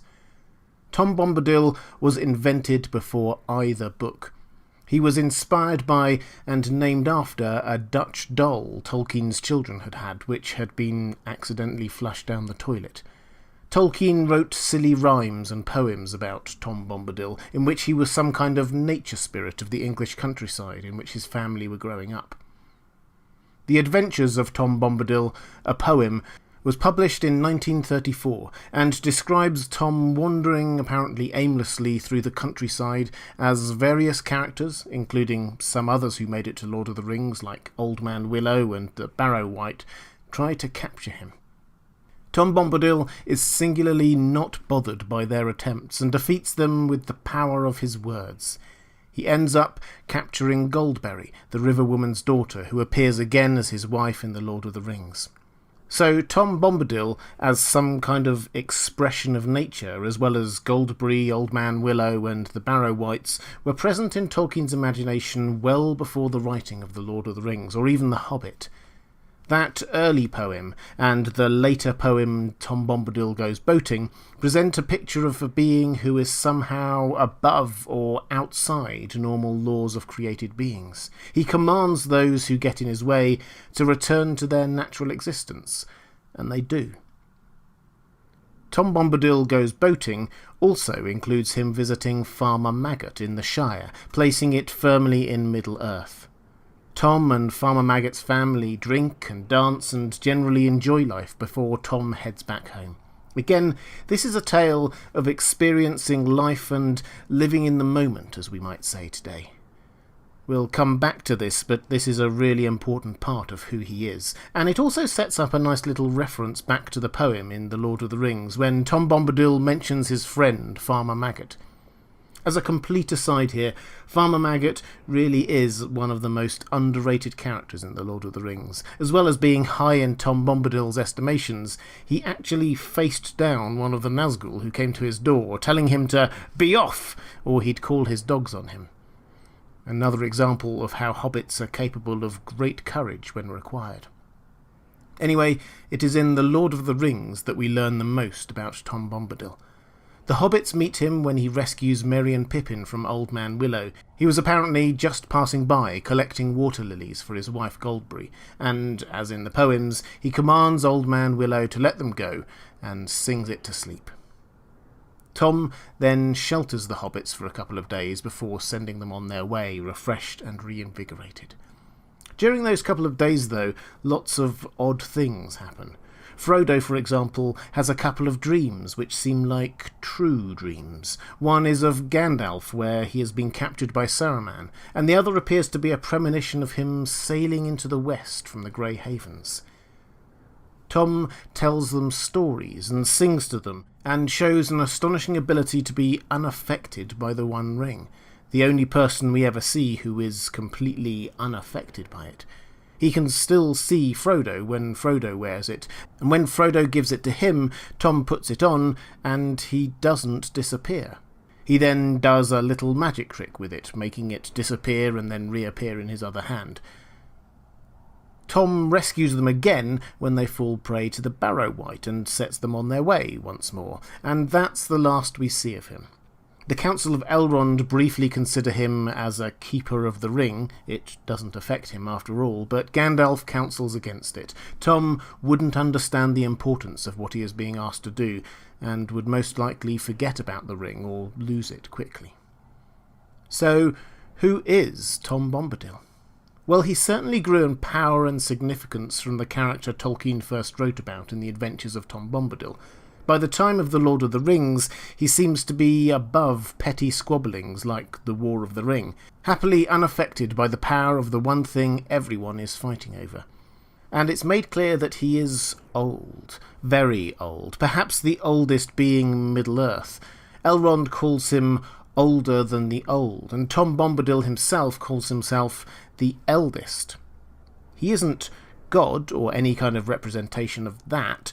Tolkien was very clear on that. He's something else entirely. This is what Tolkien wrote in a letter to a reader. Tom Bombadil is not an important person to the narrative. I suppose he has some importance as a comment. I mean, I do not really write like that. He is just an invention, and he represents something that I feel important.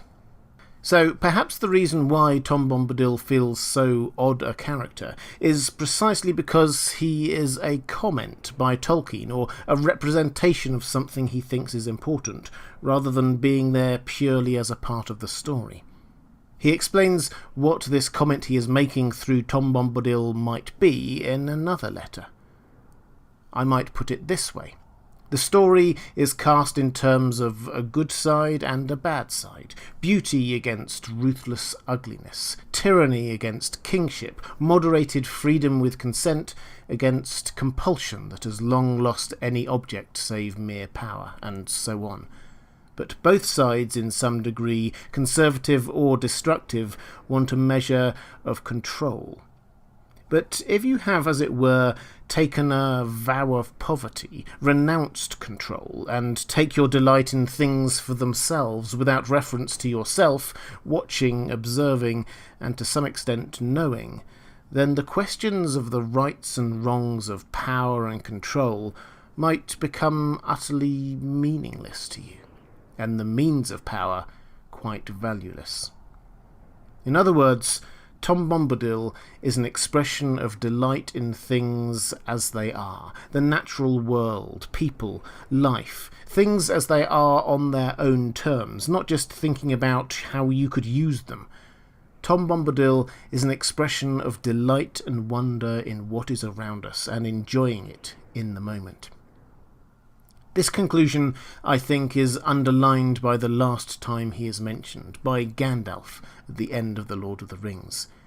Gandalf's life's mission in Middle-earth is complete. He and the other Istari were sent to Middle-earth to advise and encourage the free peoples of that land against Sauron. And with Sauron now gone, Gandalf will also return home to the Undying Lands. All that is left for him to do is say his farewells, and his priority is not to pay a last visit to the Shire, say, but to visit Tom Bombadil.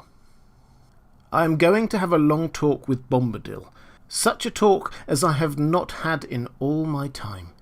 He is a moss gatherer, and I have been a stone doomed to rolling, but my rolling days are ending, and now we shall have much to say to one another. While Gandalf was out doing things, advising kings, leading missions and fighting the good fight, he had no point of reference with Tom Bombadil. Gandalf was all about doing, whereas Tom Bombadil was and is all about being. Now they will have much to say to one another and simply enjoy each other's company. Tom Bombadil is an enigma, deliberately placed by Tolkien because he is both unimportant to the plot — the films work perfectly well without his presence — and incredibly important to understanding the meaning. Tolkien wants us to know that striving, fighting darkness and doing the right thing are important, but they are not everything. Sometimes we need to just sing silly songs to our friends, enjoy the natural world around us, and just be like Tom Bombadil. If you'd like to see more videos on the world of J.R.R. Tolkien and the Lord of the Rings, please click on the link to the playlist on the left of your screen. Or if you'd like to support this channel or get access to some content I produce just for my patrons, please click on the link to my Patreon page on the right of the screen.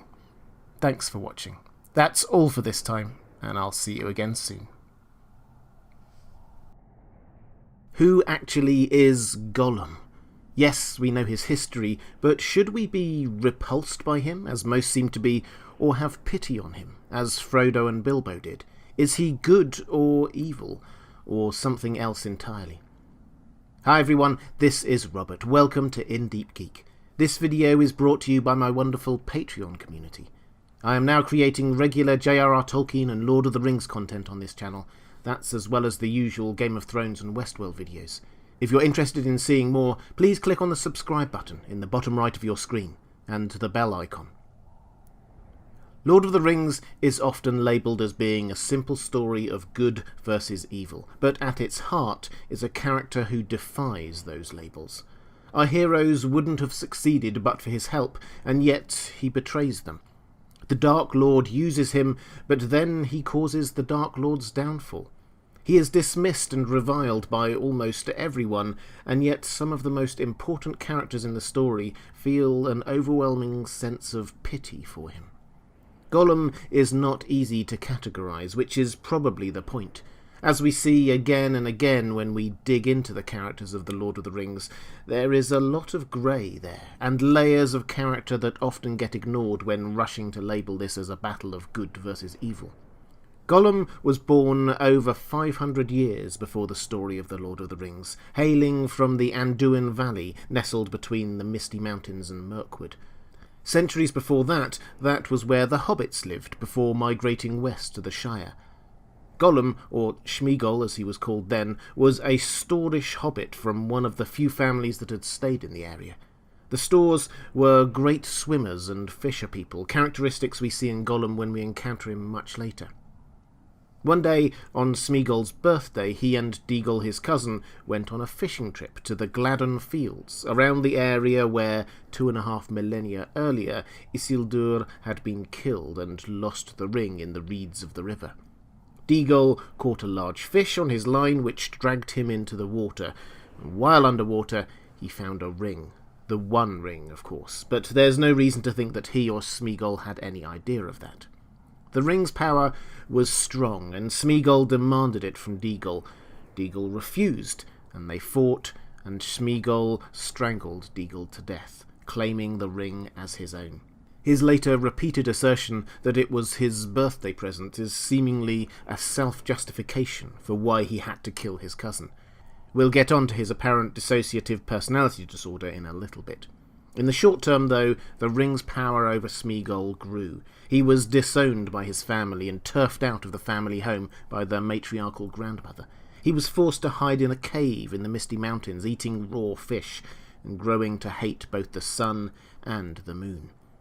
The ring, as it does, stretched out his life, focusing it in on the ring itself and just survival.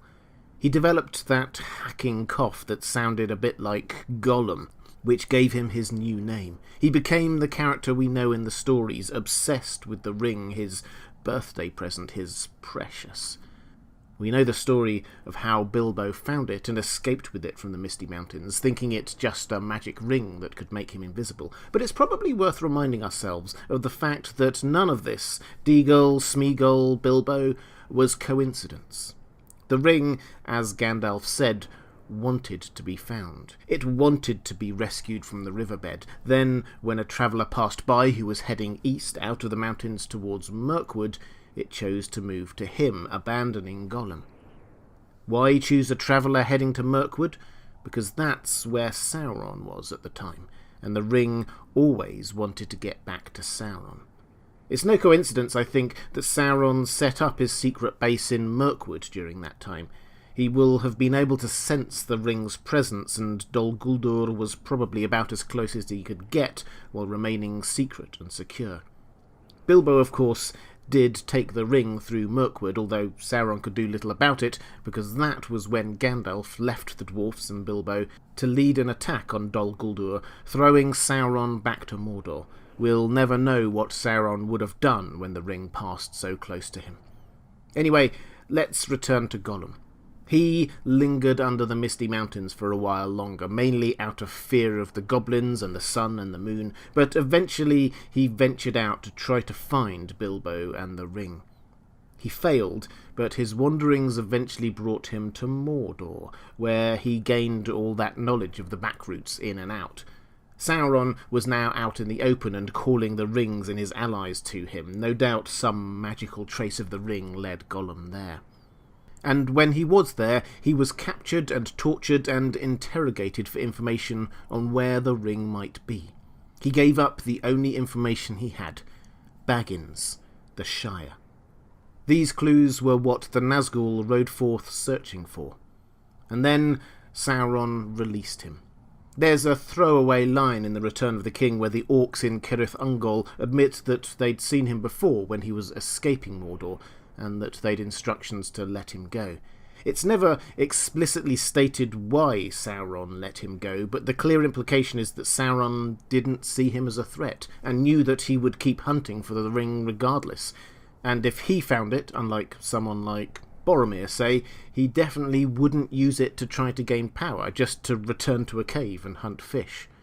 So Gollum roamed the land again, searching for the ring, and was caught by Gandalf and Aragorn during that period before the main events of The Lord of the Rings, where Gandalf is suspicious of the origins of Bilbo's ring, and goes studying, searching, and trying to patch together a history of the One Ring. Gandalf gets Gollum's story from him, and leaves him with the elves in Mirkwood, although Gollum manages to escape with the help of some orcs, presumably again under orders from Sauron. He goes hunting again for the ring, and ends up back under the Misty Mountains in Moria, where he discovers the Fellowship, following them at a distance until it's just Frodo and Sam left. Just going through this short history, we have to acknowledge that Gollum is a remarkable figure. Despite being hated by pretty much everyone he met, Bilbo, Frodo and Gandalf are pretty much the only people to show him any kindness. He is a survivor. He survived torture by Sauron, escaped imprisonment by the elves, made his way largely undiscovered through places like Moria, Mirkwood and Mordor, and even managed to get some kind of understanding with Shelob that she wouldn't kill him, and Shelob tries to kill everyone. It's as if his fate was inextricably linked with that of the ring, and the very magical, and those also strongly connected to the ring, could sense it. As Gandalf said to Frodo, before Frodo had ever met Gollum, he is bound up with the fate of the ring. My heart tells me that he has some part to play yet, for good or ill, before the end. And among the wise and the kind of heart, the overwhelming response to Gollum is not just disdain or disgust, but pity. Frodo says, "Do you mean to say that you and the elves have let him live on after all those horrible deeds? Now, at any rate, he is as bad as an orc, and just an enemy. He deserves death." Deserves it? I dare say he does. Many that live deserve death, and some that die deserve life. Can you give it to them? Then do not be too eager to deal out death in judgment, for even the very wise cannot see all ends. I have not much hope that Gollum can be cured before he dies, but there is a chance of it. And he is bound up with the fate of the ring. My heart tells me that he has some part to play yet, for good or ill, before the end. And when that comes, the pity of Bilbo may rule the fate of many, yours not least. In any case, we did not kill him. He is very old and very wretched. The wood elves have him in prison, but they treat him with such kindness as they can find in their wise hearts. The word pity here has perhaps lost a little of its meaning over the years since Tolkien wrote this. It isn't just feeling sorry for someone in a rather condescending way. It is about compassion and mercy and kindness. And that perhaps brings us to the heart of Tolkien's message here. Gollum did need to survive for the ring to be destroyed, and that only happened because of compassion. Love from Bilbo, Gandalf, the elves, Frodo, and even Sam. Yes, we all know Sam disliked and distrusted Gollum, but at the very end, when Frodo was taking the last steps up Mount Doom and Sam is holding back Gollum, he has a chance to kill him, and doesn't. Sam's hand wavered. His mind was hot with wrath and the memory of evil. It would be just to slay this treacherous, murderous creature, just and many times deserved, and also it seemed the only safe thing to do. But deep in his heart there was something that restrained him. He could not strike this thing lying in the dust, forlorn, ruinous, utterly wretched. Sam lets him go. Gollum lives, circles around and confronts Frodo in the heart of Mount Doom. Sam's pity also ruled the fate of many. The cause of this pity and compassion does vary. For the elves it seems to come from their inherent goodness. For Gandalf, a sense that Gollum still had a role to play. And for the ring-bearers, Frodo and Sam, it seems that they saw a bit of themselves in Gollum. As Sam thinks, he himself, though only for a little while, had borne the ring, and now dimly he guessed the agony of Gollum's shrivelled mind and body, enslaved to that ring, unable to find peace or relief ever in life again. There is no doubt that Gollum was wretched. We mentioned earlier his dissociative personality disorder, splitting into Smeagol and Gollum. This isn't just a cool character trait, it's showing us how he views himself, his hatred of himself and his burning need to survive, his obsession with the ring and how he pities himself for it. He didn't want to be who he is. The ring took him over. Sometimes we see glimpses of who he once was, capering about and laughing at jokes, but this is always covered in a cloak of who he has had to be. He flinches at sudden movements and despises sunlight and normal food. We get reminded from time to time of the power of the ring over Bilbo and Frodo. Bilbo gives us that speech about how he feels like he's been stretched like butter over too much bread, and Frodo talks often of how it is weighing him down. It is a burden that never leaves you, even when you no longer have the ring. They only had the ring for a few years, but Gollum had it for centuries. The weight of it on him will have been immense. Finally, I think we need to recognise something that often goes unrecognised with Gollum. He could have used that ring to become powerful. He could have built a small kingdom for himself under the Misty Mountains, or perhaps even more. But it seems that lust for power just wasn't within him. The limit of his ambitions was only ever to fish and eat and enjoy simple things in life. I'm sure his hobbit heritage must have played a part in that, but although it may seem a minor detail, it tells us a lot about who he, or Smeagol, is at heart. He may have been driven to terrible deeds by the power of the ring, but that wasn't him, not really. Andy Serkis talked about playing Gollum and Smeagol as being like playing a good person overtaken by addiction. I think that's a pretty good analogy. So, what should our response be to Gollum? Gollum is there at the centre of the story, beginning and end. It is from him that the ring has come when we first encounter it, and it is he who has it when we last see it. It is he who destroys the ring and ends the threat to Middle-earth. And more than any other character, we are encouraged repeatedly to consider what role they have to play, for good or ill, and how people react to him, with repulsion or mercy. And perhaps that is it. Perhaps it is our reaction to him that is important. It was pity and compassion that got Gollum to where he needed to be. Bilbo's, Gandalf's, the elves, Frodo's, and finally Sam's.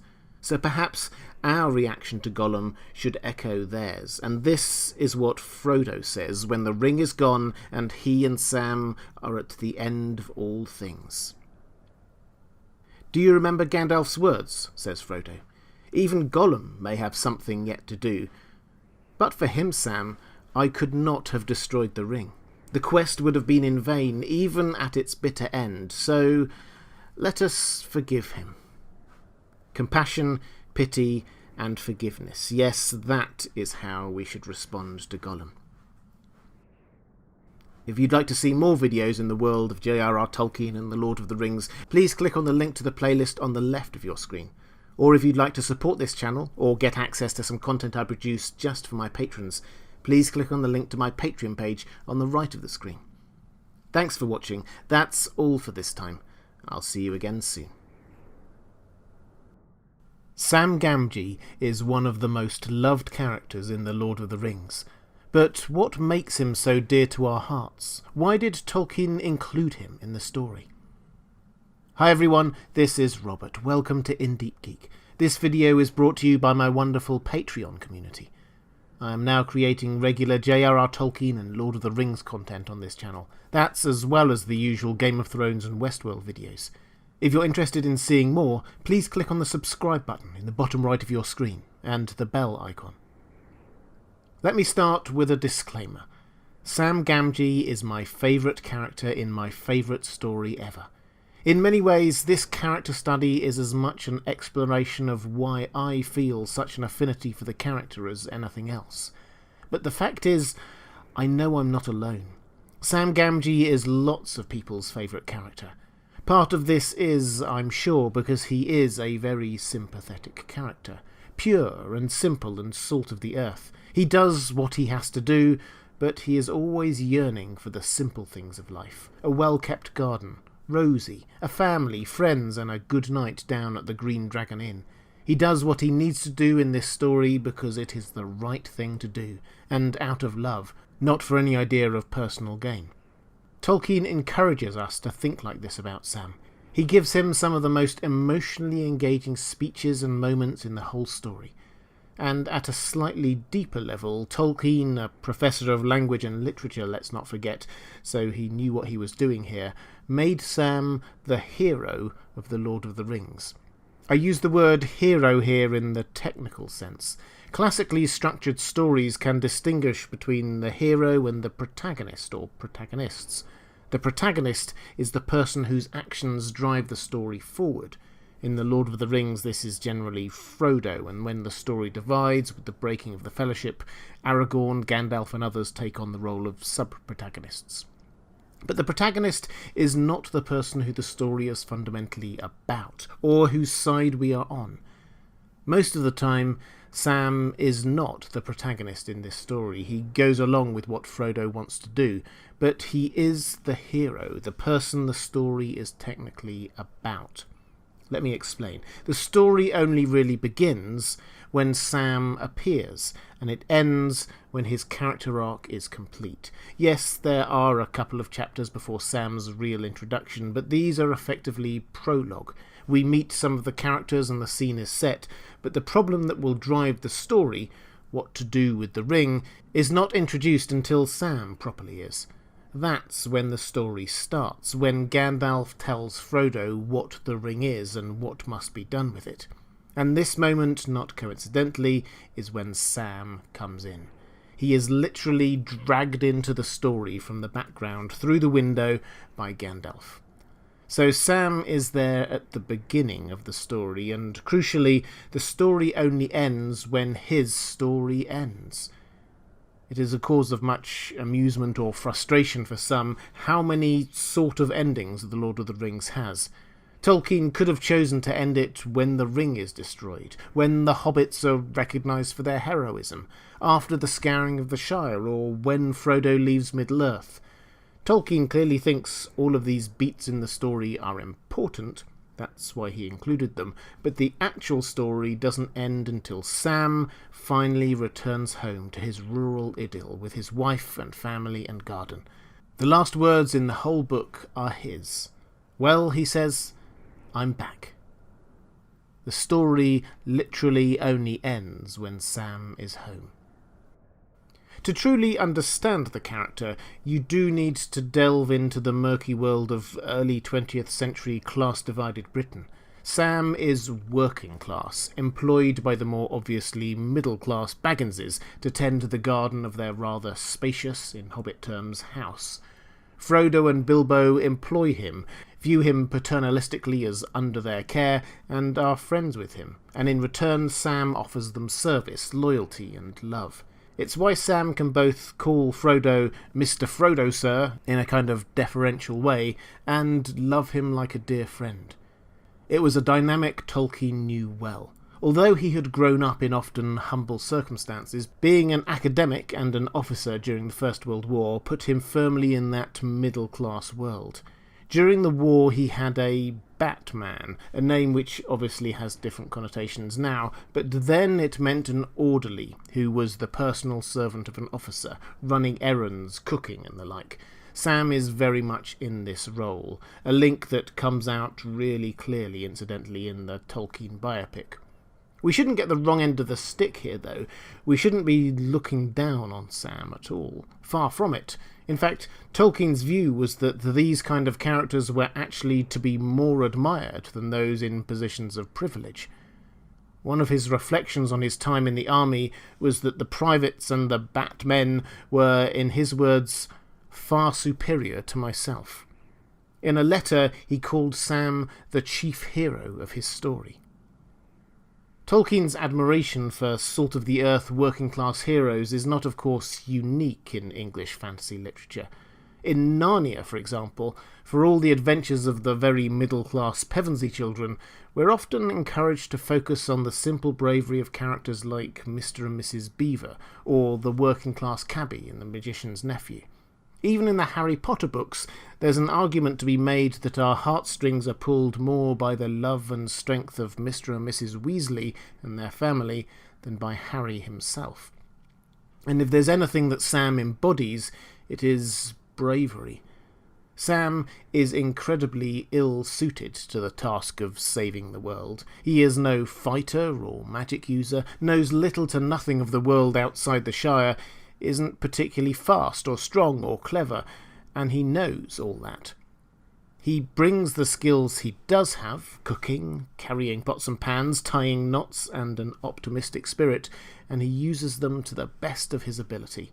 Without each of those things, Frodo and the quest would have failed.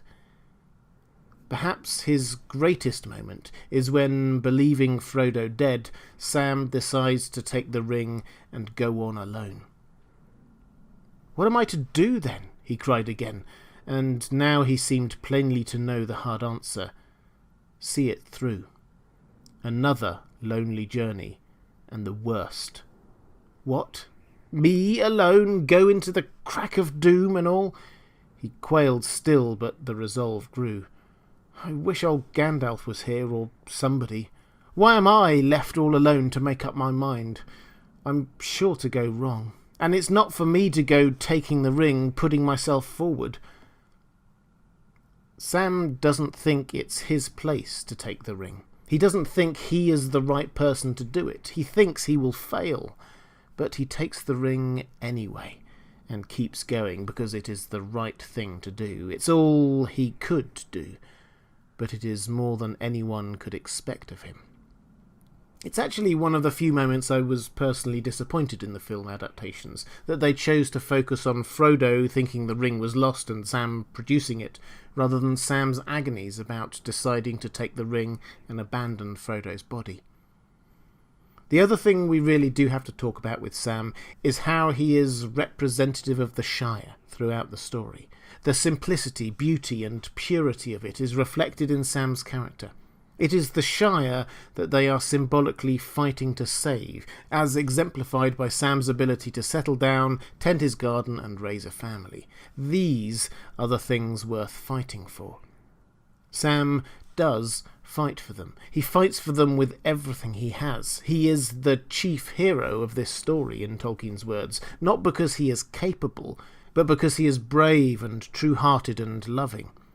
At the end, even Frodo fails. Sam doesn't. We know deep down that without Sam the quest would have been lost many times over. It is only fitting reward that Sam, at the end of it all, gets what he deserves. Aragorn takes on the responsibility of rulership. Frodo has been damaged too much by what happened to enjoy the fruits of his labours, but Sam marries Rosie. He raises a full and happy family. He has a wonderful garden to tend and a simple, contented life to lead. That's all he ever wanted, and it is everything he ever deserved.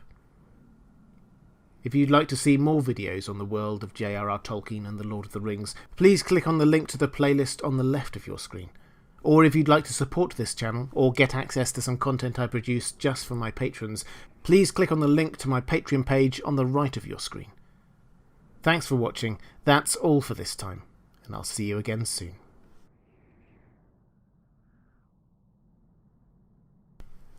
What is the Scouring of the Shire? Why is it so important to the plot of The Lord of the Rings, and why might it also be important to the conclusion of A Song of Ice and Fire? Hi everyone, this is Robert. Welcome to In Deep Geek. This video is brought to you by my wonderful Patreon community. I am now creating regular J.R.R. Tolkien and Lord of the Rings content on this channel. That's as well as the usual The Song of Ice and Fire videos. If you're interested in seeing more, please click on the subscribe button in the bottom right of your screen and the bell icon. As regular viewers of this channel know, I am a massive fan of both The Lord of the Rings and A Song of Ice and Fire. Occasionally, I get to talk about both at the same time. This is one of those occasions. The Scouring of the Shire, the penultimate chapter of The Lord of the Rings, is both integral to understanding what The Lord of the Rings is about, and, George R.R. Martin promises us, integral to our understanding of how A Song of Ice and Fire will end.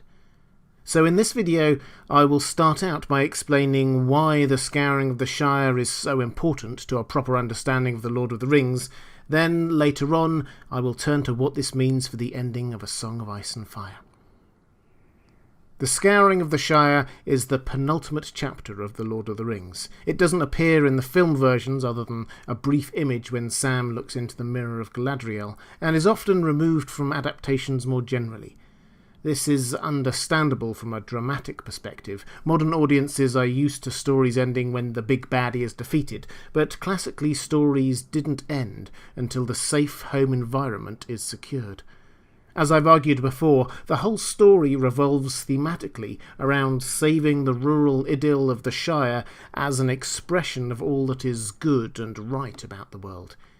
Yes, that requires the ring to be destroyed, but it also requires our heroes to return and make sure all is well there, so natural life can resume. Tolkien planned this from the start. When the hobbits return, all is not well. They must use what skills and strengths they have learned in their quest to restore the Shire to what it ought to be. Perhaps more than any other chapter in the story, this is a moral chapter. The characters we have followed have grown, literally as well as figuratively, and now they use the skills and courage they learned in the outside world to restore the beauty of their own world. Character growth is on display here. We can see how our heroes have changed, and now they get to use all that growth without the help of Gandalf or Aragorn or gifts from Galadriel. The hobbits return to the Shire on their own, and they are greeted by the sheriffs, a new police force for the Shire.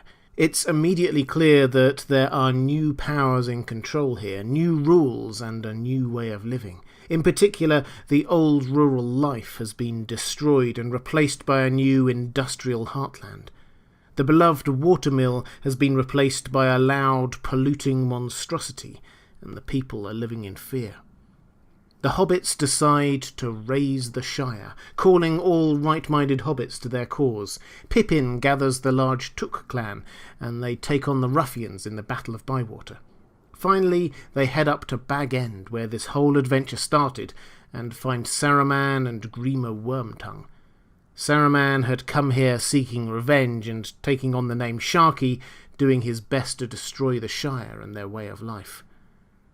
Frodo has mercy and lets him go, but Grima kills him, and hobbit archers kill Grima, and the last action of the War of the Ring comes to an end. Yes, this last battle is small. The hobbits have never been powerful, and Saruman has lost all of his power by this point, but its emotional power is huge. Finally, all can be set right. Fatty Bolger, whose heroism we often forget, is greeted like the hero he is. Lobelia Sackville Baggins, the small-time villain of the first chapter or two of this story, gains her redemption, and Sam gets to replant the Shire, making it even more beautiful than it was before. Tolkien wants us to know how important this chapter is, how the Shire needs to be set right for the whole story to work. In the middle of the devastation, Sam, the moral heartbeat of the whole story, says, "This is worse than Mordor. Much worse in a way. It comes home to you, as they say, because it is home, and you remember it before it was all ruined." This chapter is important because of where it is and who the protagonists are here. What would be the point of destroying the ring if the Shire wasn't saved? How can our heroes' journey be complete if they cannot return home? How can we truly see the changes in them until they can show them in their own backyard? It echoes countless epic narratives that are not complete until everything is set right, from the Odyssey to Aladdin. The scouring of the Shire is probably also the most personal part of the story for Tolkien himself. The Shire, Tolkien admits, is a romanticised version of the world he grew up in, late 19th century Warwickshire in England. As he was writing The Lord of the Rings, he saw a newspaper article about the mill and woodland where he had grown up. He said this about the scouring of the Shire: "It has indeed some basis in experience, though slender. The country in which I lived in childhood was being shabbily destroyed before I was 10. Recently, I saw in a paper a picture of the last decrepitude of the once thriving corn mill, Sarehole Mill, beside its pool that long ago seemed to me so important." Tolkien saw the industrialisation and decrepitude of the rural world he grew up in and didn't like it. The Lord of the Rings is not an analogy or a critique of the modern world, but this is the closest Tolkien comes to transposing his sadness about the loss of innocence, youth and the natural world into his own created world. As a personal aside here, I know Sarehole Mill well, and I'm delighted to let you know that it is now back fully restored as a working mill and museum. The river beside it is still running, and children play in its forecourt. I would highly recommend a visit if you were ever nearby.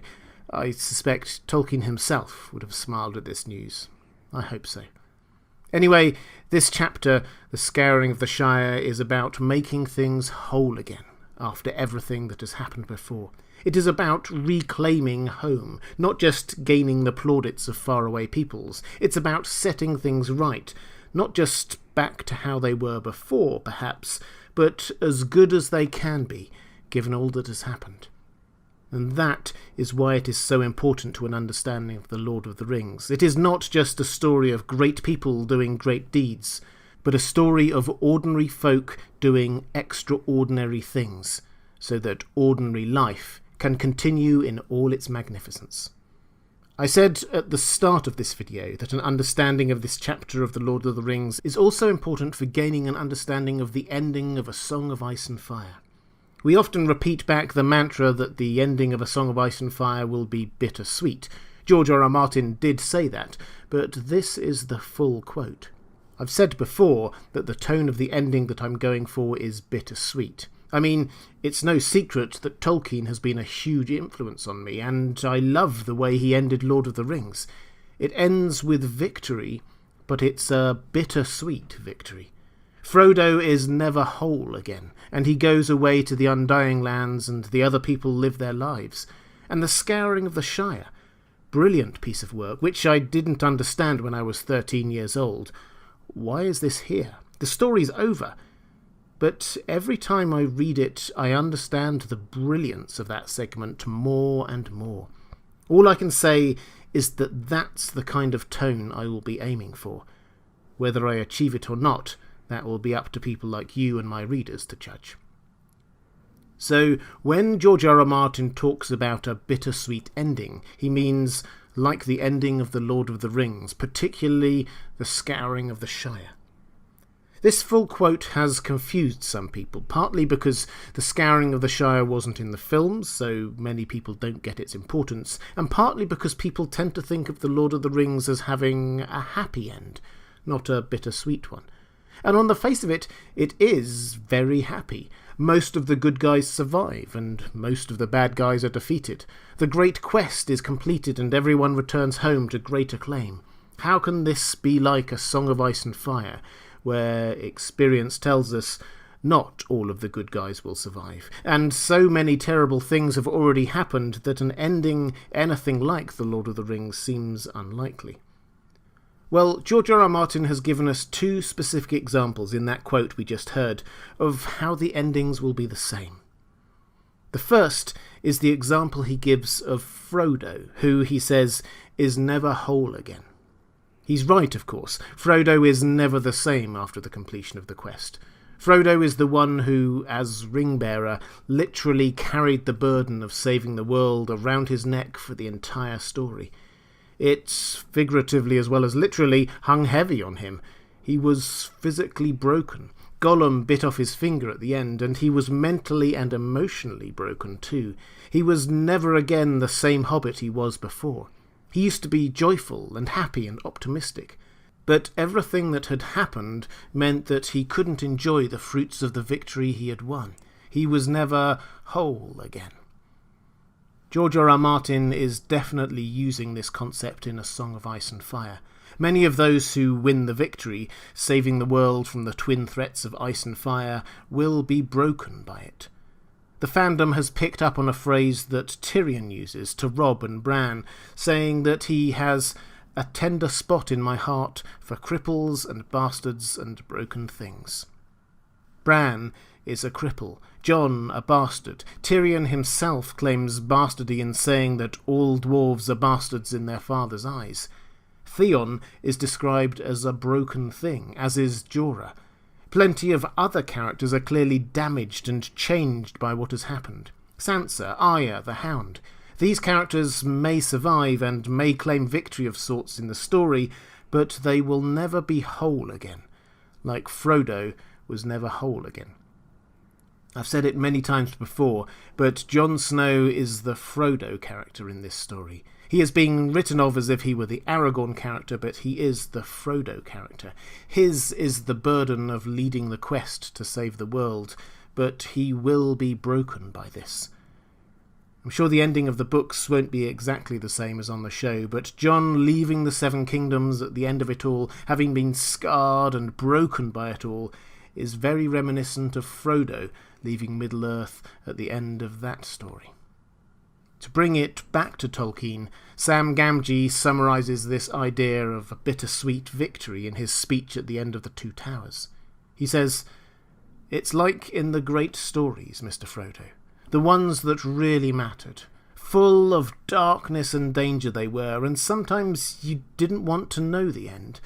Because how could the end be happy? How could the world go back to the way it was when so much bad had happened? For Tolkien purists, yes, that's the version of Sam's speech from the film rather than the book, but I think it summarises it brilliantly. In A Song of Ice and Fire, the world won't go back to the way it was. There will be a victory of sorts, but it will be bittersweet. The second example George R.R. Martin gives from The Lord of the Rings to explain what he means by a bittersweet ending is the Scouring of the Shadow. Let the battle begin! Brilliant. Tolkien scholars and literary students tend to agree with this opinion, as do I, whereas casual readers tend to disagree with this view, finding it hard to understand what role it has in the story. We talked about that in the first part of this video, about how this shows the hobbits, broken, changed, but stronger and more capable for it, returning home to set things right again, or as right as they can be. An old villain, Saruman, is there, and must be defeated by the broken heroes before the symbolically important work replanting the Shire and so on can begin.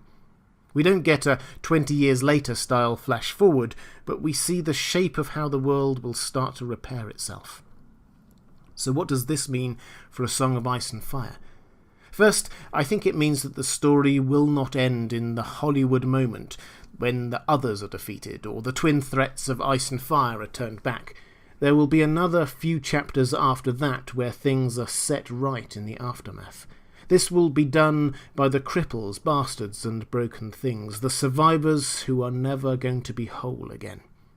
They will need to face down a villain or two who are now established in home and have to be rooted out.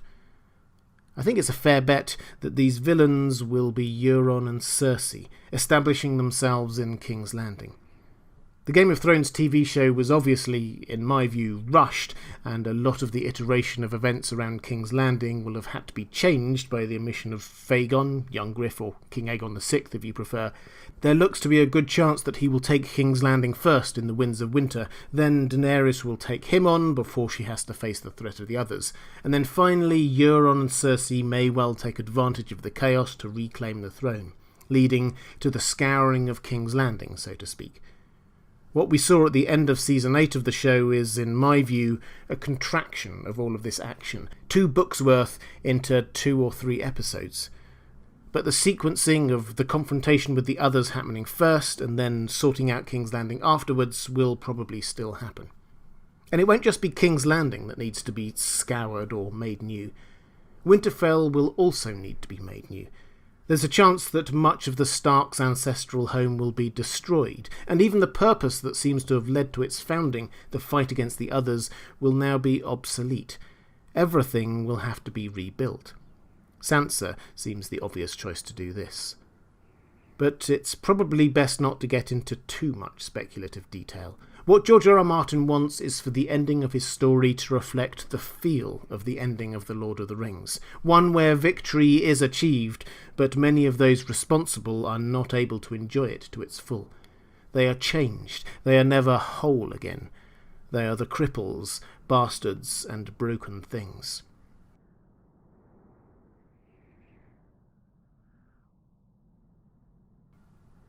If you'd like to see more videos on the world of J.R.R. Tolkien and The Lord of the Rings, please click on the link to the playlist on the left of your screen.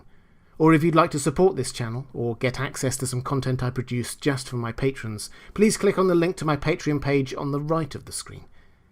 Thanks for watching. That's all for this time, and I'll see you again soon.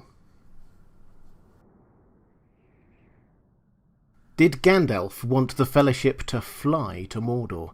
Did he want them to use the eagles?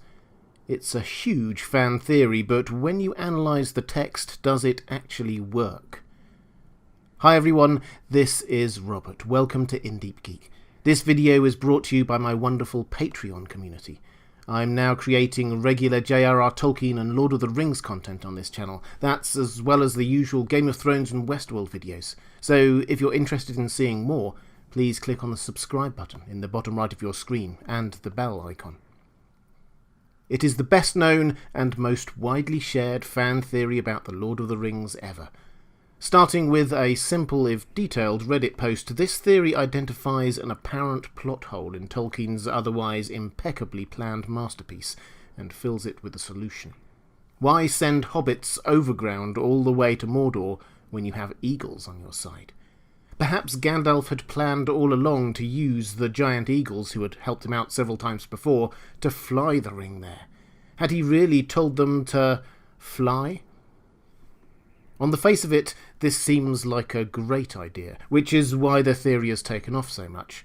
Rather than having two rather low-powered hobbits try to sneak into the enemy's heavily defended backyard, you could use the eagles on a fast-moving stealth raid. They rescued Gandalf from Isengard, and in The Hobbit they rescued all of Gandalf's party en route to the Lonely Mountain, so we know they're friendly with Gandalf. They could swoop in and just drop the ring into the cracks of Doom, or drop a crack team of commandos just outside the door and let them do it. Why not? Well, yes, from what we see in the movies and a basic understanding of the plot, that does seem to make sense, but let's see what the books actually say. Let's start by analysing the idea that this was Gandalf's plan all along. There appear to be two main bits of evidence used to support this. First, there's the idea that he was trying to steer the Fellowship towards the Eagle's Eyrie. We aren't told exactly where the Eyrie is, but it's somewhere on the eastern side of the Misty Mountains and close by the High Pass. Gandalf's original thought on how to take the Fellowship over the Misty Mountains was the High Pass near the Eyrie, so there's that. The second bit of evidence often used is Gandalf's last words to the Fellowship. "Fly, you fools," he says, before the Balrog pulls him down into the depths of the earth. Okay, so let's start with this idea that Gandalf wanted to take the Fellowship close by the Eyrie. This is not backed up by the text at all, I'm afraid. He spends long hours in conversation with Aragorn in Rivendell, and later discussing which way to go, suggesting alternative ways to the High Pass. In fact, the High Pass, the one which goes closest to the Eagles, is rejected as an idea quite quickly due to the weather, and by the time they leave Rivendell, they have decided not to go that way at all, instead heading over 100 miles south to the Redhorn Pass. In short, Gandalf does not ever actually try to take them that way. Instead, they turn away from that route very quickly and head away from it. When they get to the Redhorn Pass and can't cross, Gandalf even admits that he had always suspected they may have to head through Moria. And to be honest, even the implication that Gandalf is some kind of autocratic leader in charge of the Fellowship is also not backed up by the books. The film cut down the Council of Elrond a lot. It's understandable. In the books it is a great section, but often interrupted by songs and feasts and breaks of a couple of months while they are waiting for news from abroad. But while they are in Rivendell, and the ring quest is agreed upon, Elrond is clearly in charge, not Gandalf. Only Frodo, as ring-bearer, is given any actual commission or role in the Fellowship. Everyone else, including Gandalf, is just charged to travel along and help or not help as they will. Although Gandalf is clearly respected by the rest of the Fellowship, he doesn't tell them where to go, and the only way he does seem to push for, through Moria, is a long way from the Eagles. If his plan was to use the Eagles, he kept very quiet about it, didn't tell anyone in the Fellowship about it, and deliberately tried to hide it by taking them a different route. To put it mildly, this doesn't sound like Gandalf. He simply is not a manipulative, lying kind of person. In fact, he is often blunt and truthful to a fault. Theoden says that he is ever a herald of woe, and it's noticeable that the moment he is sure what the One Ring is, he tells Frodo and Sam without sugarcoating it at all. He doesn't hide the truth from them, or anyone. If using the Eagles was Gandalf's plan, why didn't he tell anyone or suggest it to Elrond? Of course he would have said something, but no. There is no evidence that this was Gandalf's plan, and no evidence that he actually ever tried to take the Fellowship anywhere near the Eagles. The second argument that Gandalf wanted the Fellowship to use the Eagles, and the most widely cited, is that his last words to them are, "Fly, you fools." Did he literally mean for them to fly? I have to admit to loving this as an idea, but unfortunately it really doesn't stack up. We're asked to believe that after telling no one that this was his plan, when he finally decided to tell them, he didn't say, use the eagles or fly to Mordor or anything clear like that, instead saying, "Fly, you fools," which literally everyone in the Fellowship interpreted as "get out of here quickly." And even a cursory look at Tolkien's and Gandalf's language usage tells us that fly is just an old-fashioned way of saying move fast. I started checking through the books for references, and there really are too many to repeat here. The hobbits used fly 3 or 4 times to describe their escape from the Shire. Glorfindel tells the hobbits to fly because the Nazgul are approaching. Gandalf himself uses it to tell a wolf to be off. And to top it all, just in this section we're looking at now, Gandalf is described as flying down some steps, Aragorn and Boromir are described as flying across some open ground, Gandalf tells the Fellowship to fly over the bridge of Khazad-dûm, and so on. This isn't some coded message, it's just Tolkien's and Gandalf's favourite way of saying, move quickly. It was quite common phraseology back when the book was written, but it just sounds a bit odd to our ears today. Okay, so now we've covered off the idea that this was somehow Gandalf's secret plan. It clearly wasn't. Let's look at whether it would have been a good plan anyway. Well, first, let's do away with any idea that this would have been some kind of stealth mission.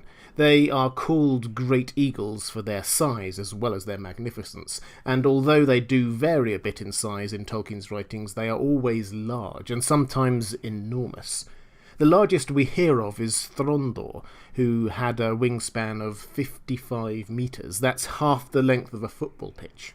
Imagine a convocation of eagles, yes, wonderfully, that is the collective noun for a group of eagles, lots of eagles that size. You would see them for miles around, particularly as the skies around Mordor were being guarded by Nazgul on their fell beasts.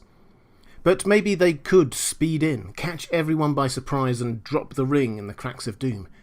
Well, again, unfortunately not, because the eagles wouldn't be able to get to the actual cracks themselves, just the mountainside outside. We're told that the entrance to the cracks is at the end of a long cave or tunnel that bored into the mountain's smoking cone. You can walk down to it, but not fly there. Fair enough. So maybe the eagles could carry the Fellowship to just outside the door, drop them off there, and let them fight their way in. Sam and Frodo got in easily enough on their own after all. That's true, they did, but they only got through so easily because Sauron had diverted the large force normally stationed there to face Aragorn, who he thought had the ring and was about to attack Mordor. And that false assumption was only possible because Sauron had previously seen Pippin through the Palantir at Orthanc and assumed he was the hobbit with the ring. In short, the only way for a small group to get into the cracks of doom was the chain of events that actually happened. Just dropping some people in there without Pippin and Aragorn's later adventures happening would have been simply to drop people into the middle of a hostile army. Not a clever plan at all. And while we're at it, we're making huge assumptions that the eagles would even want to and be able to carry people all that way. Tolkien explicitly tells us that they wouldn't, much earlier in the story, when Gandalf was being carried away from Orthanc by Gwaihir, the Lord of the Eagles. "How far can you bear me?" I said to Gwaihir. "Many leagues," said he, "but not to the ends of the earth. I was sent to bear tidings, not burdens." The eagles, who are, let's not forget, more than just eagles, they are servants of Manwë, the king of the Valar, are observers and bearers of news rather than primarily active participants in Middle-earth. They aren't there to carry people around from one place to another. Gandalf will have understood that when Gwaihir said he wasn't sent to bear burdens. He will have included the burden of the ring in that. The ring is always referred to as a burden. But the more important issue here is that even if the eagles wanted to carry the Fellowship to Mordor, and even if they managed to get them there, and even if the Fellowship managed to fight their way in there, who would have the strength to throw the ring into the cracks of doom? The closer the ring got into Mordor, the stronger it became. Eventually even Frodo's will failed. It took control of Boromir a long way away. It's all very well that Aragorn is the heir of Isildur, but we know that Isildur's will also failed all those years ago when he tried to destroy the ring there. Perhaps Legolas or Gimli could have tried, but could they really have done better than Frodo, with the ring using every bit of its power to stop itself from being destroyed? Gandalf didn't dare even touch the ring. There are no certainties here at all. No, the more you look at it, the more it seems that the only and best way for the ring to be destroyed was the way it was. Frodo and Sam carrying it through Mordor, Aragorn distracting Sauron's attention, and Gollum ultimately destroying the ring by accident, not design. And I actually think the wisest of Middle-earth had an inkling that this might be the case. This was why no one suggested the Eagles plan. I'm not saying that Gandalf or Elrond or whoever knew exactly what would happen, but they seemed to have a feel for what must be. This is what Elrond said when talking to Frodo. "If I understand aright all that I have heard," he said, "I think that this task is appointed for you, Frodo, and that if you do not find a way, no one will. This is the hour of the Shire folk, when they arise from their quiet fields to shake the towers and castles of the dread. Who of all the wise let the battle begin? Or if they are wise, why should they expect to know it until the hour has struck?" Elrond senses that this is Frodo's task, not something for all of the Fellowship. They should help however they can, but it is upon him to carry the ring. And Gandalf seems to have a similar feeling about Gollum. I have not much hope that Gollum can be cured before he dies, but there is a chance of it, and he is bound up with the fate of the ring. My heart tells me that he has some part to play yet, for good or ill, before the end, and when that comes, the pity of Bilbo may rule the fate of many, yours not least. Gandalf knows somehow that Gollum will play an important role later in this quest, connected with Frodo, and Galadriel seems to sense that even if the Fellowship, as was the case when they were in Lothlorien, did not know which path they would take, it was already fated for them, and hints that the Fellowship may break and they may tread different paths. Maybe the paths that you each shall tread are already laid before your feet, though you do not see them. Elrond, Gandalf and Galadriel each seem to sense parts of what was to come, even if they did not see the whole picture. So let's summarise this. It was never Gandalf's plan to use the Eagles to get to Mordor. He never tried to take the Fellowship anywhere near the Eagles. The Eagles wouldn't want to do it anyway, and even if they had, the plan would probably fail anyway. The only way to destroy the ring was pretty much if events panned out exactly as they did.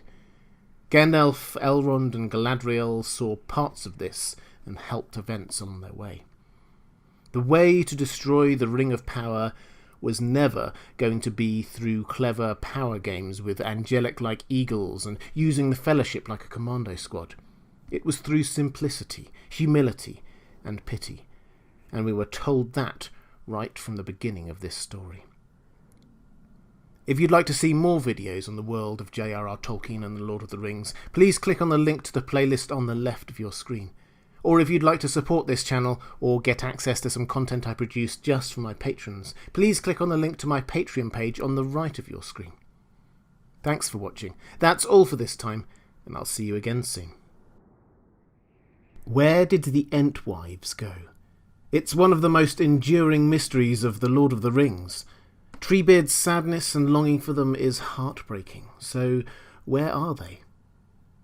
Hi everyone, this is Robert. Welcome to In Deep Geek. This video is brought to you by my wonderful Patreon community. From now on, I'll bring you regular J.R.R. Tolkien and Lord of the Rings content on this channel, as well as the best of other great fantasy and science fiction, like A Song of Ice and Fire and Westworld. If you're interested in seeing more of that, please click the subscribe button in the bottom right of your screen and the bell icon. The Ents are one of the most memorable and loved races we meet in Lord of the Rings. They are slow-moving, slow-thinking and slow-acting, but filled with a sense of justice and right and wrong, and underline the centrality of nature in Tolkien's writings. But at the heart of their story, there is tragedy. The Ents are sad, deeply sad, because the Entwives went away many years ago and haven't returned. In order to understand what this means, let's recap on the history of the Ents, who they are, and who the Entwives are. The Ents are an old race, one of the oldest in Middle-earth. They first came into being when Orlais, one of the Valar, the angelic powers of Tolkien's Legendarium, told his wife Yavanna about the new race he had created, dwarves. Yavanna was concerned, for she was known as the lover of all things that grow in the earth, and she probably rightly thought that they will delve in the earth, and the things that grow and live upon the earth they will not heed. Many a tree shall feel the bite of their iron without pity. She went to Manwë, the king of the Valar, begging for the trees to have some protection. The Ents were therefore added into the Song of Creation, although there's more than a hint that they may have already been there as part of Eru Ilúvatar's ineffable plan. Anyway, the Ents were created and were known as the Shepherds of the Trees. They were there to protect them from all perils, not just dwarves, although the ancient enmity there may well explain Gimli's initial innate dislike of Fangorn Forest. Anyway, the Ents were created pretty much as we saw them in The Lord of the Rings, although over time they did become more tree-like, even slower and sleepier, and bearing ever closer resemblances to the trees they each shepherded. The elves taught them to speak, a gift the Ents were hugely appreciative of, although they seemed less appreciative of the way the elves would then constantly talk to them. So the trees and the forests were protected by the Ents, and it seems that the Entwives were with them for a long time, joining together for the creation of Entings, baby Ents. Not that we see any of them in the main story, but feel free to imagine baby Groot. That's what I do, anyway. Treebeard just describes them as being more bendable. But of course, with no Entwives, there are no more Entings, and the Ent race is slowly dying, or more accurately, slowly becoming that which they once shepherded. The parting of the ways between the Ents and the Entwives seems to have been caused by different interests or purposes for existing. The Ents, we know, were all about the trees and the forest. Their shepherding of the trees was rather laissez-faire, it seems, preferring nature wherever possible to go its own way, for the forest to evolve and change as the centuries passed. The Entwives, on the other hand, had a slightly more proactive approach. They liked to grow and tend and nurture, so they moved out of the forest to what is now known as the Brown Land, which is sort of between Mordor and Mirkwood. At the time, though, it was a rich and fertile land, and there they taught humans how to garden and farm and cultivate nature. Although this might seem like quite a big move, the Entwives just leaving the Ents for another part of the world entirely, the split seems to have been largely amicable. The Ents travelled to see the Entwives every now and then, and all was still good. The problem came, as it so often does, with Sauron. During the War of the Last Alliance, which took place at the end of the Second Age, the allied army of elves and humans marched towards Mordor. Sauron was fighting a defensive battle and adopted a scorched earth policy to hamper his opponent's advance.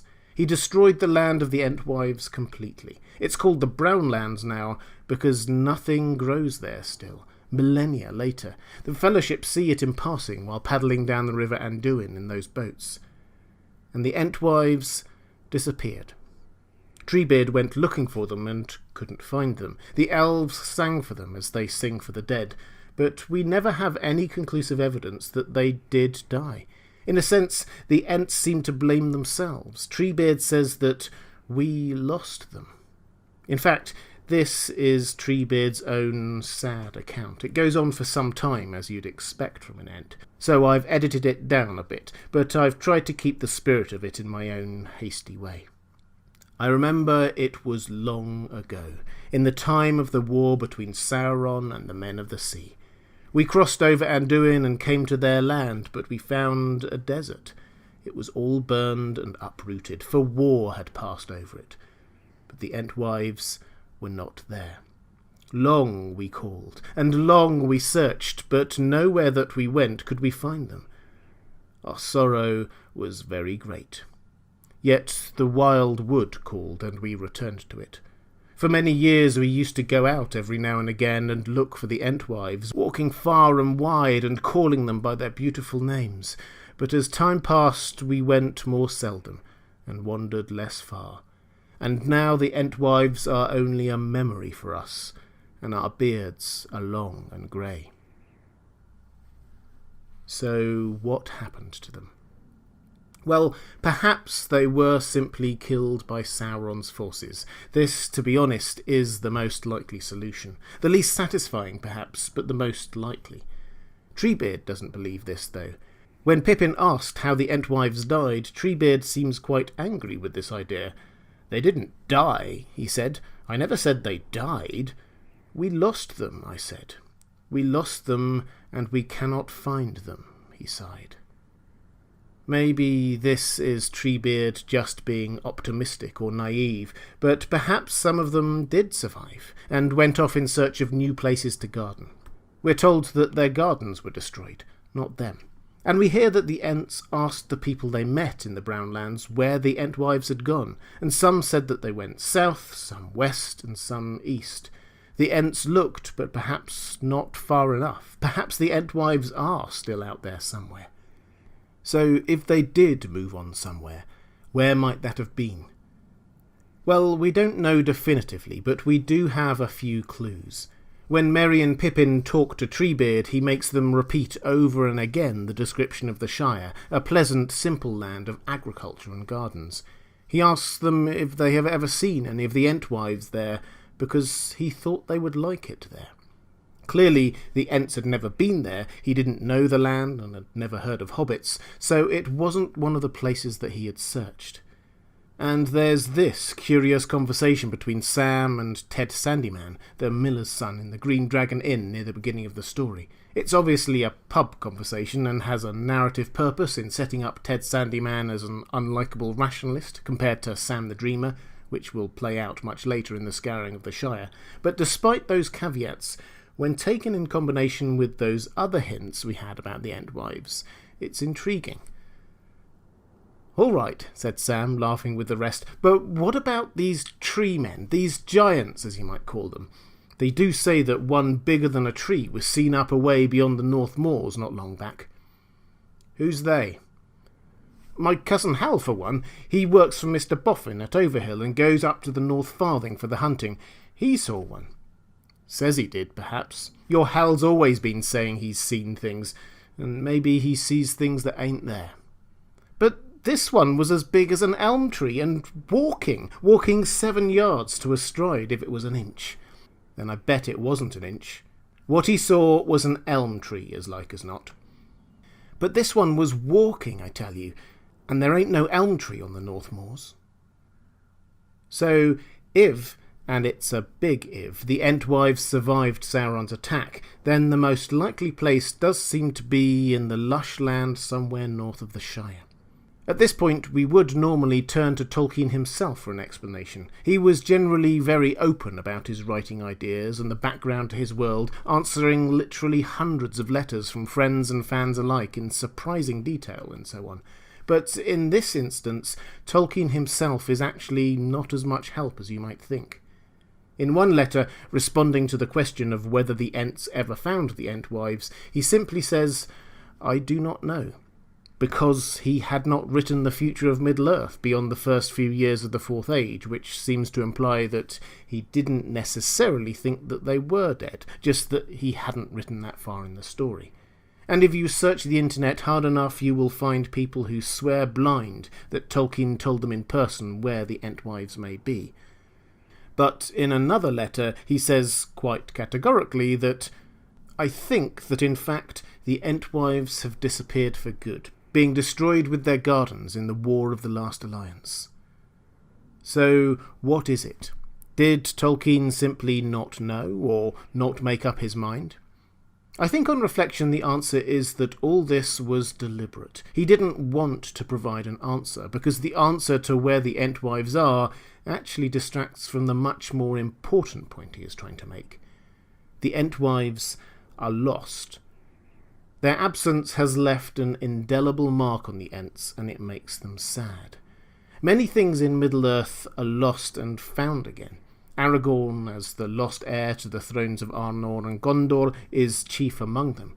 The Shire is lost to the forces of industrialization and then replanted by Sam, and so on. But for Tolkien, not all lost things can be found, or renewed, or replaced. Some are just gone.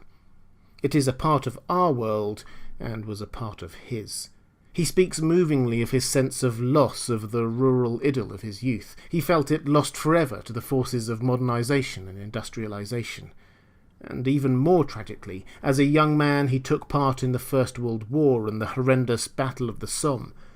By the end of that war, as he wrote in the foreword to The Lord of the Rings, all but one of my close friends were dead. Tolkien knew loss keenly. How could he create a world that reflected our own at a deep level without it also having loss at its heart? The ending of The Lord of the Rings is bittersweet. We see Aragorn made king and the bad guy vanquished and all the rest of it, but Frodo is never whole again. Galadriel talks about how she must diminish and pass into the west, and the Ents live on with their deep sense of loss of the Entwives. We have no hope to give them. Tolkien deliberately doesn't ever give them hope. The Entwives are gone, and the Ents just have to carry on, mourning their loss. If that thought makes you sad, or feeling a sense of loss, then that is exactly what Tolkien intended. The Ents lost the Entwives. They call out their names, but there will be no reunion for them. Not in this world, anyway. To wonder where they are is to miss the point. The point is simply that they are lost, as are some things in our lives. But life goes on for the Ents, as do our lives. If you'd like to see more videos on the world of J.R.R. Tolkien and The Lord of the Rings, please click on the link to the playlist on the left of your screen. Or if you'd like to support this channel or get access to some content I produce just for my patrons, please click on the link to my Patreon page on the right of the screen. Thanks for watching. That's all for this time. I'll see you again soon. What are the 3 elven rings? What magical powers do they have? And why are they good, not evil and under Sauron's control? Hi everyone, this is Robert. Welcome to In Deep Geek. This video is brought to you by my wonderful Patreon community. From now on, I'll bring you regular J.R.R. Tolkien and Lord of the Rings content on this channel, as well as the best of other great fantasy and science fiction, like A Song of Ice and Fire. If you're interested in seeing more of that, please click on the subscribe button in the bottom right of your screen, and the bell icon. The 3 elven rings are one of the most important subplots in The Lord of the Rings, even though we only see their owners fully revealed at the very end of the story. It's often lost amidst the emotion of Frodo, Bilbo, Gandalf and the rest sailing west, but Tolkien brings our attention to them one after the other in that chapter, and it's supposed to be a moment of revelation for the reader, an explanation of why things turned out as they did, because those 3 people, Gandalf, Galadriel and Elrond, possessed those 3 elven rings, Narya, Nenya and Vilya. But why? What made them so powerful? And if these were Sauron's rings, why were their owners not under his control? Let's dig into the history to find out. The forging of the Rings of Power was a cunning plan by Sauron in the Second Age to try to gain control over the elves. He disguised himself as Anatar, the Lord of Gifts. He offered the elves knowledge and skills in crafting, something Sauron was actually very good at. Elrond and Gil-galad refused his offer, but Celebrimbor, an elven master smith, took Anatar in and learned from him over 3 centuries. This was quite a long-term plan by Sauron. During that time, they forged the 9 rings that ended up in the hands of humans, and the 7 which ended up with the Dwarven Lords. But Sauron, needing a bit of space and secrecy to forge the 1 ring to control all of the others, nipped back to Mordor to make that, leaving Celebrimbor to make the final 3 rings that ended up with the elves. At which point, with the forging of the 1 ring using the Black Speech and Sauron putting it on, Celebrimbor realised what had been happening. He went to Galadriel for advice. She recommended destroying all of the rings, but Celebrimbor couldn't bring himself to do that, destroying his masterpieces. So he gave one of the 3 rings that he had forged to Galadriel to keep safe, and the other 2 went to Gil-galad, who passed one of them on to Círdan. When Sauron invaded Eregion and captured Celebrimbor, demanding he hand over the rings, Celebrimbor refused to say where the final 3 elven rings were. To bring the story up to date, Gil-galad gave his one to Elrond, and Círdan gave his to Gandalf when he appeared in Middle-earth. So by the time of The Lord of the Rings, that's where they are, with Gandalf, Elrond, and Galadriel. It's often asserted that the reason these rings are safe from Sauron and can be used for good is because they weren't forged by him personally, unlike the other rings, but by Celebrimbor on his own. While that is true, it's not the whole truth. The rings are still linked to Sauron and the One Ring. It's just that for that control to take effect, Sauron has to be wearing the One Ring. That's why the elves did not wear the rings while Sauron had the One Ring, but once the ring had been lost, they all felt able to put them on and use their powers. What Celebrimbor did was to use the skills and techniques that he had been taught by Sauron, hence the link to the ring and Sauron still being there, but imbued them with positive magical effects rather than the more power-hungry ones placed in the other rings. Another interesting twist is that whereas the One Ring makes its wearer invisible, the 3 rings, when worn, can make themselves invisible. That's why we never hear a description of Gandalf's ring through the story or Elrond's. People can't see them. Interestingly, when the Fellowship made their way to Lothlorien and met Galadriel, Frodo did see the ring Nenya on Galadriel's finger. She says this is only possible because he is both the ring-bearer and has seen the Eye of Sauron, underlining once more the link between the 3 rings and the One Ring. Sam, who also looked, said that he could just see a star twinkling between her fingers. So what are the 3 rings, and what powers do they have? Celebrimbor gave each of them different powers, and in each case these were important, vital even to the story, although their effects are often hidden from most people's eyes. One was associated with fire, one water, and one air. Let's start with Gandalf's ring, Narya, the Ring of Fire. As we saw earlier, it was entrusted by Gil-galad to Círdan, the elf lord who watched over the Grey Havens, and he gave it to Gandalf. We get this account of him handing it over in the appendices to The Lord of the Rings. Círdan later surrendered his ring to Mithrandir, for Círdan saw further and deeper than any other in Middle-earth, and he welcomed Mithrandir at the Grey Havens, knowing whence he came and whither he would return. "Take this ring, master," he said, "for your labours will be heavy, but it will support you in the weariness that you have taken upon yourself, for this is the Ring of Fire, and with it you may rekindle hearts in a world that grows chill." Rekindling hearts in a world that grows chill is a wonderful phrase. It suggests that the main magic around this ring is one of encouragement, putting hope in people's hearts, helping them resist tyranny and despair. This is one of those things that is hard to see most of the time, but it's easy to acknowledge that Gandalf is a strengthening and reassuring presence throughout The Lord of the Rings and The Hobbit. And just look at how despairing everyone was when he was lost fighting that Balrog. Yes, they'd just lost a valuable member of the team, but it was more than that. It was as if something even more powerful had been taken from them. Aragorn even says, "We must do without hope now," as if Gandalf was the one who brought hope. That hope and encouragement also seems to have aided Gandalf himself personally, giving him resistance to the weariness of time. As we see, Gandalf does not tire or waver in his task in Middle-earth as, say, Saruman does, despite many setbacks. This is despite the fact that Gandalf never wanted to come to Middle-earth and do the task he was given, primarily because he was afraid of Sauron. It's a curious detail in the background to Gandalf's character. Check out my video on him if you are interested. But we never see even a hint of this in the main story, perhaps due to Narya's magic. This resistance to the rigours of time seems to be something all 3 elven rings share, as we'll see. The second ring, Nenya, the Ring of Water, was given by Celebrimbor to Galadriel, and she kept it throughout the ages. We're told that it was made of mithril, with a white stone made of adamant set into it. Frodo sees it on Galadriel's hand after looking in her mirror, and we read this.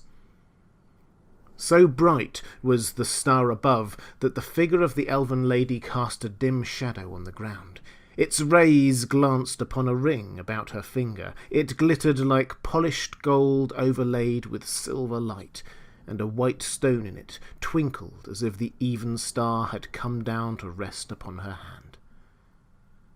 We're told that it has powers of preservation, protection, and concealment from evil, and Galadriel used it to protect and preserve Lothlorien. The bit about protection isn't so much about military protection. Elrond was clear that that was not the purpose of any of the three rings, and Lothlorien did get raided by orcs and the like from time to time, but it did seem to hide it from the gaze of would-be invaders, and shroud it from Sauron himself. It's hinted that the Forest Kingdom would only fall if Sauron had personally attacked it, and Galadriel seems to have used this power to make Lothlorien beautiful and peaceful, and everything a community of elves should be. This, of course, explains how Lothlorien appears so ethereal, so serene, so beautiful. More so than Rivendell, and much more so than the Woodland Realm, the other two elf enclaves we see. Nenya is playing its part to preserve the elves and their life in Middle-earth far beyond what it would otherwise be. One by one, the elves are feeling the call to head west to Valinor. Their time in Middle-earth is coming to an end. The time of humanities is about to begin, but Lothlorien is a shining beacon defying this tide through the power of the ring Nenya. This, of course, adds a tragic twist to Galadriel helping Frodo and the Fellowship on their way. For if the One Ring is destroyed as per the plan, Nenya's power, as with all of the other rings of power, would come to an end, and Lothlorien would fade. She tells Frodo as much. Do you not see now, wherefore your coming to us is as the footsteps of doom? For if you fail, then we are laid bare to the enemy. Yet if you succeed, then our power is diminished, and Lothlorien will fade, and the tides of time will sweep it away. We must depart into the west, or dwindle to a rustic folk of dell and cave, slowly to forget and be forgotten. It is a melancholy thought, and it is indeed what happens. After the ring was destroyed, Nenya lost its power, and Lothlorien faded. Its people left one after another. It fell deserted and ruined, left to the forest. We last hear of it in the year 121 of the Fourth Age, when, after Aragorn's death, Arwen goes there to die. The third ring is Vilya, the Ring of Air. This was the ring that Celebrimbor gave to Gil-galad, and Gil-galad then gave to Elrond. So Elrond had it and was using its power all the way through the Third Age, including, of course, the main stories of The Lord of the Rings and The Hobbit. We're told that Vilya was made of gold and had a large blue stone set into it. It was the mightiest of the three rings, which is probably fitting, given that it was originally held by Gil-galad, the Lord of the High Elves and King of the Eldar. But unlike the other two rings, we are never specifically told what powers it actually had. We're left to see what Elrond does and impute backwards what the ring's powers might be. Well, to an extent, it seems to have had some of the powers of the other two rings. In the Silmarillion, Rivendell is described as a refuge for the weary and the oppressed, and a treasury of good counsel and wise law. This sounds a lot like how Gandalf uses Narya to give hope and encouragement to those who need it. And as with Nenya and Lothlorien, once Vilya had ceased to work with the destruction of the One Ring, Rivendell also fell slowly to ruin, as if the magic preserving it had died. By the year 120 of the Fourth Age, Aragorn said to Arwen that none now walk in the gardens of Elrond. But it is perhaps in the power of healing that we see its greatest strength. We are told that Celebrimbor forged the three rings to help heal and preserve. We've seen the preserving aspect of this a lot, but not so much the healing. Elrond, however, the bearer of Vilya, is acknowledged as, in Gandalf's words, the master of healing. This is probably best seen in what happens with Frodo's wound after he got stabbed by that Morgul knife. Aragorn instantly realises that he cannot heal Frodo. Glorfindel admits that it is beyond his abilities, and even Gandalf, that beacon of hope and encouragement, admits that when he saw the wound, he had little hope that Frodo would survive. But Elrond did heal him. There's also probably an element here of Vilya granting magical control over air, as it is the Ring of Air. Naya, the Ring of Fire, seems to allow Gandalf to do easy bits of fire magic, like those fireworks in the Shire, making campfires during blizzards and so on. Galadriel, the owner of the Ring of Water, has her mirror, which is of course water, and so it makes sense that Vilya does provide some air magic, even if we don't see it. Perhaps when the river comes crashing down on the Black Riders outside Rivendell, that was caused by the wind rather than just water magic. We don't know. So we have the three rings that are powerful, tied to the one ring, but opposite it in many ways. The One Ring and the other rings Sauron had a hand in forging, for that matter, were all about power. Sauron's power and the individual power of whoever wore those rings. The three elven rings were made to help others, not those who wore them, healing, encouraging, and preserving others. And it is not a coincidence, I'm sure, that the three who wore those rings were the three who take on the mantle of guiding and protecting and pushing Frodo in the right way. Gandalf trusting Frodo as the ring-bearer at the start of the journey, Elrond commissioning him to take it to Mordor, and Galadriel gifting him and Sam the tools they needed to finish the job. The three of them also seem to be the ones who, while everyone else is arguing about what should be done, seem to sense something of the future for Frodo and the Fellowship and what was to happen with the One Ring. Elrond says that, "I think this task was appointed for you, Frodo, and if you do not find a way, no one will." Gandalf rather prophetically says that he senses Gollum has some part yet to play, for good or ill, and Galadriel gives Frodo the phial of light from Eärendil's star so he would have it when all other lights go out. Given it saved his life more than once, it is a prescient gift. But most of all, Tolkien uses these three rings to underline one of the central themes of The Lord of the Rings. The way to confront the power-hungry is not to also be power-hungry, but to be its opposite, to prioritise helping others. Some of the most powerful and important magic that happens anywhere in The Lord of the Rings happens so subtly through these rings that many readers don't ever realise it is happening. We just do not see how powerful they are. The most powerful don't need to show off their power, and they definitely don't need to use it to gain even more power for themselves. If you'd like to see more videos on the world of J.R.R. Tolkien and The Lord of the Rings, please click on the link to the playlist on the left of your screen. Or if you'd like to support this channel, or get access to some content I produce just for my patrons, please click on the link to my Patreon page on the right of your screen. Thanks for watching. That's all for this time, and I'll see you again soon. Who is Legolas? Is he more than just the stereotypical elf most see him as? What was Tolkien's purpose in having this character? Hi everyone, this is Robert. Welcome to In Deep Geek. This video is brought to you with the support of Skillshare, the online learning platform.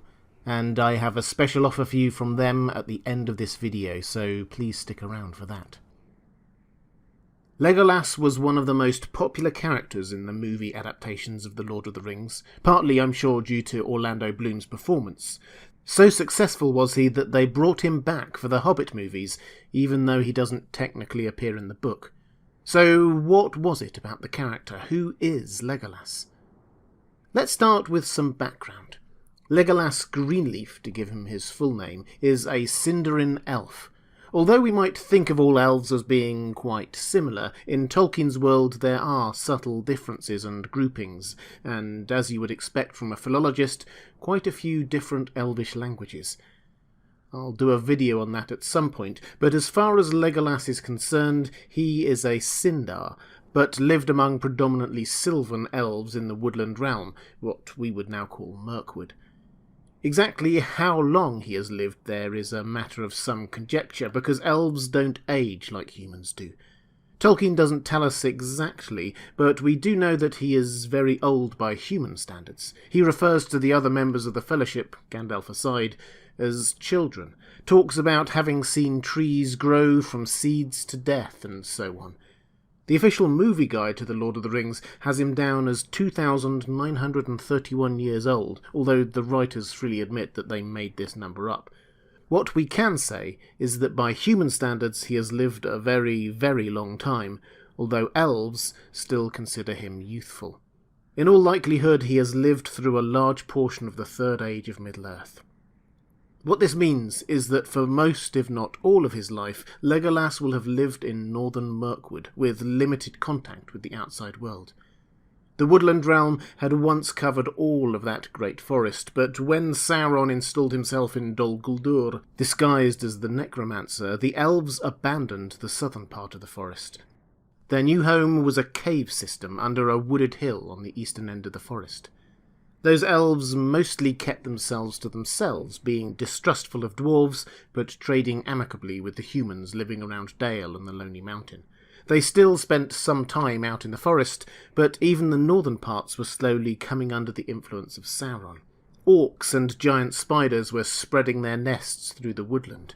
The once mighty woodland kingdom was looking less and less mighty by the year. We first encounter this enclave of elves in The Hobbit. The dwarves and Bilbo head off along the forest path through Mirkwood. They see the fires and sounds of the Council of Elves, stray off the path, and get themselves caught. Legolas will almost certainly have been there at the time, even if he isn't mentioned, so although the movies took some liberties in making Legolas such a central character in the Hobbit movies, they weren't completely making it up. The Elf King we see there isn't named in The Hobbit, but he is Thranduil, and he is Legolas's father. Yes, Legolas is effectively, although it's not his actual title, Prince of the Elves of the Woodland Realm. Legolas is not just a random elf, he is the son of a king. After the dwarves escaped, and after Smaug was killed by Bard, the elves, presumably again with Legolas among them, came to the aid of the humans of Dale, their trading partners. They demanded a share of the wealth of Erebor from the dwarves who were once their prisoners, and now were residents of the mountain. It was only the arrival of Gandalf, and then a common foe in the goblins and wargs, that prevented the two sides going to war with one another.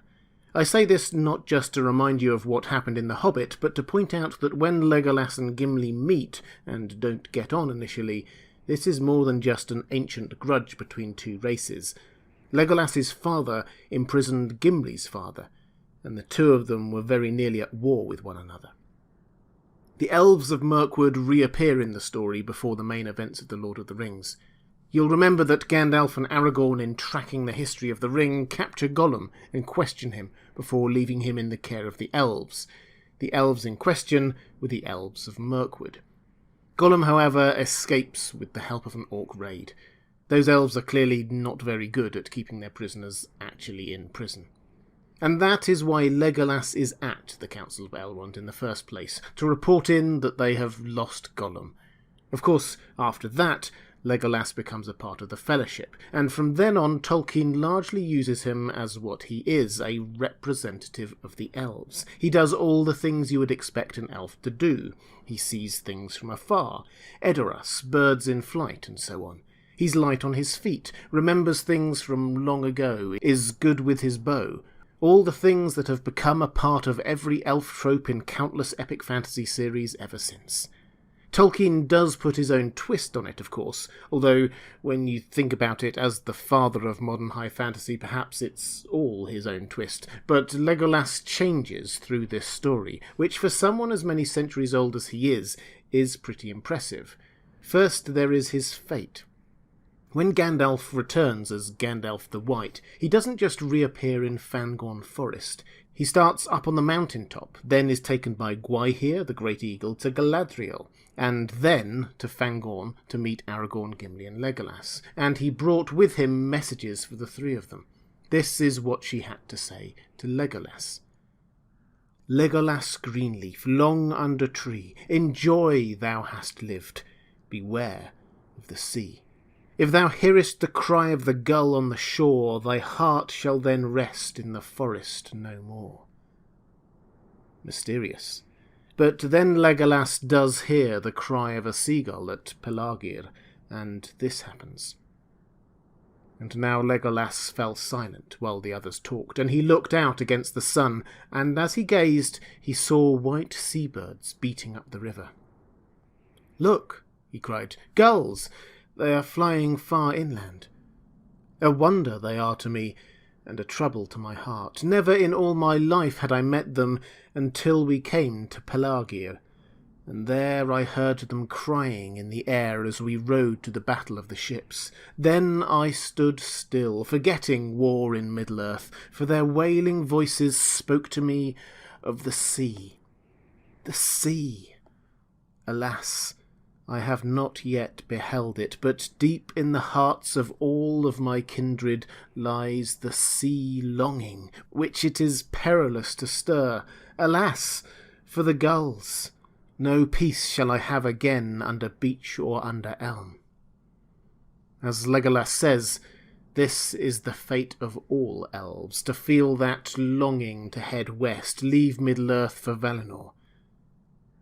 The second twist Tolkien brings to Legolas the elf is that the thing that keeps him in Middle-earth for a while longer after the end of the War of the Ring is his friendship with a dwarf, Gimli. Their original distrust came from both racial and family enmities, but Gimli's clear admiration for the Lady Galadriel brought them closer, and they really bonded over a shared mutual interest, killing orcs at Helm's Deep. For the record, Gimli did win their little competition there. Sorry, Legolas fans.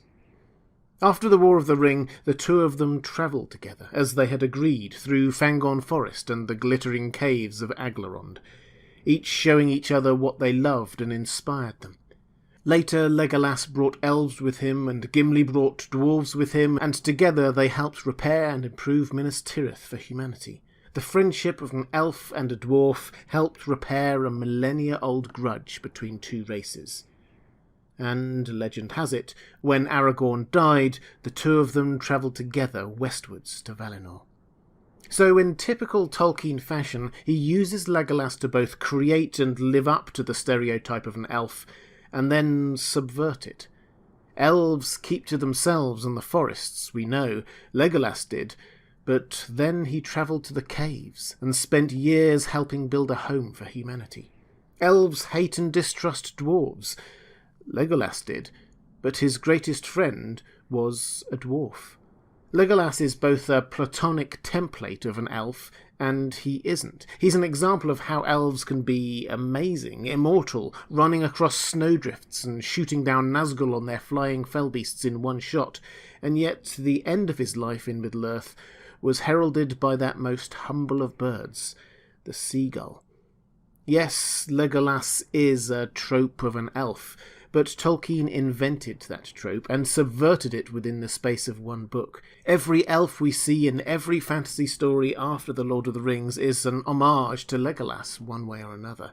Rarely has a character some decry as two-dimensional had such an impact on so many other stories. When you think of an elf in fantasy fiction, you think of Legolas. But I told you I'd say a bit more about Skillshare, who sponsored this video. Skillshare is an online learning community with thousands of inspiring classes for creative and curious people. You can explore new skills, deepen existing passions, and get lost in creativity. I use Skillshare myself to fire up my own creativity. I've been watching Storytelling 101, Character, Conflict, Context and Craft by Daniel Jose Older, the best-selling author, which I'm finding really useful as I analyse the books of Tolkien, George R. R. Martin and others. There are also ad-free classes across a whole range of other creative areas like photography, art, and how to start your own business. And that's all for only $10 a month.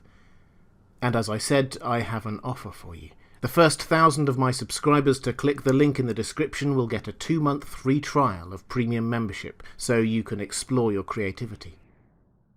If you'd like to see more videos on the world of J.R.R. Tolkien and the Lord of the Rings, please click on the link to the playlist on the left of your screen. Or if you'd like to support this channel or get access to some content I produce just for my patrons, please click on the link to my Patreon page on the right of the screen. Thanks for watching. That's all for this time, and I'll see you again soon. Who are the dead men of Dunharrow? Why did they help Aragorn? And where did they go afterwards? Hi everyone, this is Robert. Welcome to In Deep Geek. This video is brought to you by my wonderful Patreon community. From now on, I'll be bringing you regular J.R.R. Tolkien and Lord of the Rings content on this channel, as well as the best of other great fantasy and science fiction, like A Song of Ice and Fire. If you're interested in seeing more of that, please click on the subscribe button in the bottom right of your screen and the bell icon. To understand what's going on here with the dead men of Dunharrow, we need to go way back, thousands of years into the Second Age of Middle-earth. Humanity's greatest civilization, Numenor, with its island kingdom, held sway over the seas and some coastal regions of the mainland. But during what became known as the Dark Years, most of the south and east of the map that we know of now as Middle-earth was under the rule of Sauron. The elves remember that time as the Days of Flight, when they fled from Sauron's dark rule. To many, he seemed unstoppable. Some who only heard of him in whispers and legends, but could see his influence everywhere, started seeing him as some kind of dark god, controlling their fate from afar. Among these were the men of the White Mountains. The White Mountains are those mountains that stretch east-west across Middle-earth, ending at Minas Tirith. The men of the White Mountains were, in Tolkien's words, primitive, but I don't think we should judge them too harshly. Sauron was apparently immortal, and apparently the undisputed lord of much of Middle-earth. People lived and died by his word. He was a dark lord indeed. But Sauron did fall. His fall brought an end to the mighty kingdom of Numenor, though some did escape, the faithful. They established post-Numenorian kingdoms in Middle-earth, Gondor and Arnor. The rule of Gondor extended over the White Mountains, and the men of the mountains swore fealty to their new overlords. The king of the mountains met Isildur, the high king of the Numenorian realms, in exile at a place called Erech, a hill far west of Minas Tirith. There was a stone there, black, spherical, and 6 feet in diameter, that Isildur had brought with him from Numenor to represent his authority. The king of the mountains swore fealty to Isildur. But then Sauron returned. The last alliance of elves and men was formed, and Isildur called those who had sworn fealty to him to join the cause. They all did, except one. The men of the mountains refused to honour their promise to Isildur. They had once worshipped Sauron, and would not fight against him, even if it meant breaking a solemn vow of fealty. Isildur cursed the men of the mountains for breaking their vows. He said, "Thou shalt be the last king, and if the West prove mightier than thy black master, this curse I lay upon thee and thy folk, to rest never until your oath is fulfilled. For this war will last through years uncounted, and you shall be summoned once again ere the end." In other words, that king and those soldiers who refuse to honour their oath to come to the aid of the rightful king of Gondor will find no rest until they do just that, answer the call of the rightful heir of Isildur to fight against Sauron.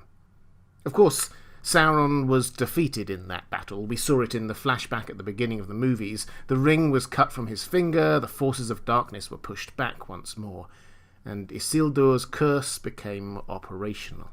The wraiths or spirits of those men of the mountains stayed in their home of the White Mountains, specifically the caves under the Dwimmerberg, one of the mountains. Over the centuries to follow, this whole area became seen as being cursed. A sighting of the wraiths in the valley of Harrowdale was a harbinger of troubled times, and the narrow mountain pass that led past their home became known as the Paths of the Dead. No one ever went there. We should probably note in passing that the strength of this curse, binding the souls of these men there for over 3 millennia, is probably not so much a reflection of any magical powers that Isildur may have had, but of the importance of oaths and oath-breaking in Tolkien's world. There's enough here for another video on that very subject, but suffice it to say here that breaking a solemn oath like this, made on a sacred stone, is enough for this curse to be very effective. And so the dead men of Dunharrow were left there, cursed for almost the entire Third Age of Middle-earth. They had retreated to those caverns for fear of Isildur's wrath, and now they had to wait for Isildur's heir to call on them to fulfill their oath. At which point we need to fast forward to the kingdom of Arnor, for that is where Isildur's heirs ended up, and an otherwise rather obscure seer called Malbeth, who came out with this prophecy. Over the land there lies a long shadow, westward reaching wings of darkness. The tower trembles to the tombs of kings. Doom approaches. The dead awaken, for the hour is come for the oath-breakers. At the stone of Erech they shall stand again, and hear there a horn in the hills ringing. Whose shall the horn be? Who shall call them from their grey twilight, the forgotten people, the heir of him to whom the oath they swore? From the north shall he come, need shall drive him, he shall pass the door to the paths of the dead. This was still some few hundred years before the events of The Lord of the Rings, but Elrond remembered it. Aragorn knew the prophecy too, and when Elrond through his sons reminded Aragorn of it, he knew what he needed to do. He was the heir of Isildur, and it was his place to call on the dead to finally honour their oath. That, of course, is what happened. Aragorn travelled through the paths of the dead with Legolas and Gimli and Elrond's twin sons. He called on the dead to follow him and led them out of the caverns, up through the hills to the hill of Erech and to that black spherical stone where they had made their oath to Isildur. Aragorn dismounted, and standing by the stone he cried in a great voice, "Oath-breakers, why have ye come?" And a voice was heard out of the night that answered him as if from far away. "To fulfil our oath and have peace." Then Aragorn said, "The hour is come at last. Now I go to Pelargir upon Anduin, and ye shall come after me. And when all this land is clean of the servants of Sauron, I will hold the oath fulfilled, and ye shall have peace, and depart for ever. For I am Elessar, Isildur's heir of Gondor." And with that he bade Halbarad unfurl the great standard which he had brought, and behold, it was black, and if there was any device upon it, it was hidden in the darkness. Then there was silence, and not a whisper nor a sigh was heard.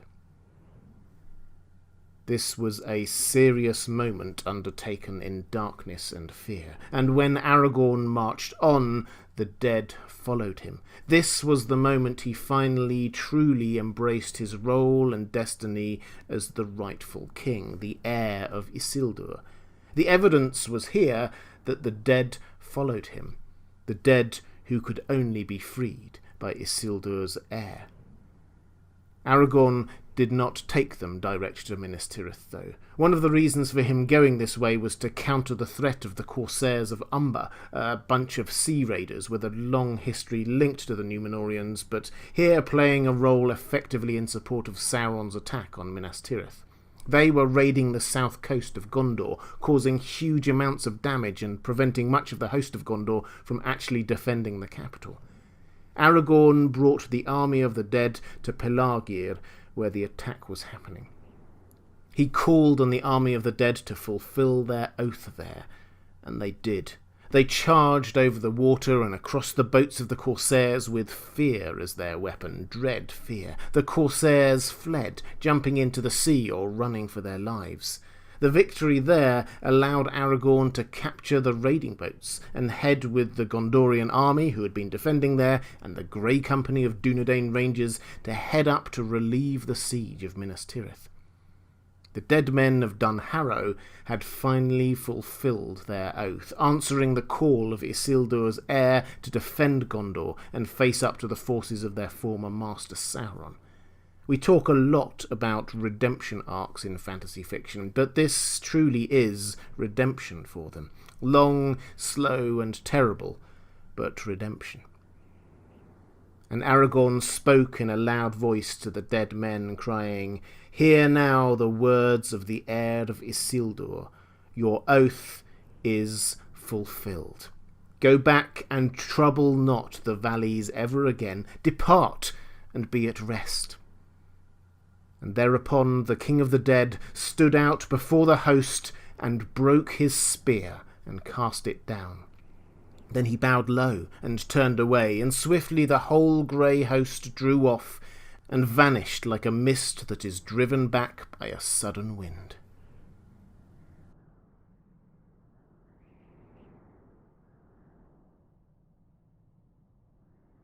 If you'd like to see more videos in the world of J.R.R. Tolkien and Lord of the Rings, please click on the link to the playlist on the left of your screen.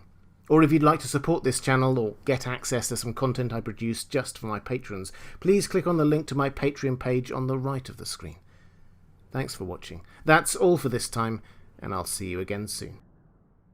What happened in the War of the Ring, the backdrop to the story of the Lord of the Rings? We hear of armies marching, massive battles happening across Middle-earth, great acts of heroism and destruction. So, what happened in the War of the Ring? Hi everyone, this is Robert. Welcome to In Deep Geek. This video is brought to you by my wonderful Patreon community. From now on, I'll be bringing you regular J.R.R. Tolkien and Lord of the Rings content on this channel, as well as the best of other great fantasy and science fiction, like A Song of Ice and Fire. If you're interested in seeing more of that, please click the subscribe button in the bottom right of your screen, and the bell icon. The story of the Lord of the Rings is told through the eyes of the members of the Fellowship, together and apart, the small group whose story started in the Shire and ended at Mount Doom and at the gates of Mordor.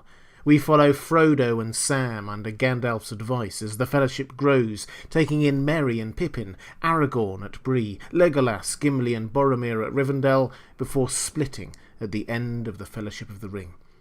We then follow these characters in their various journeys. It's all about individual people's stories, and we see events through their eyes, which is definitely Tolkien's plan and what makes the story so personal. But as you read it, you're aware that bigger events are unfolding in the background. The continent is at war, plans and strategies are hatched, armies are on the march, great battles are being fought.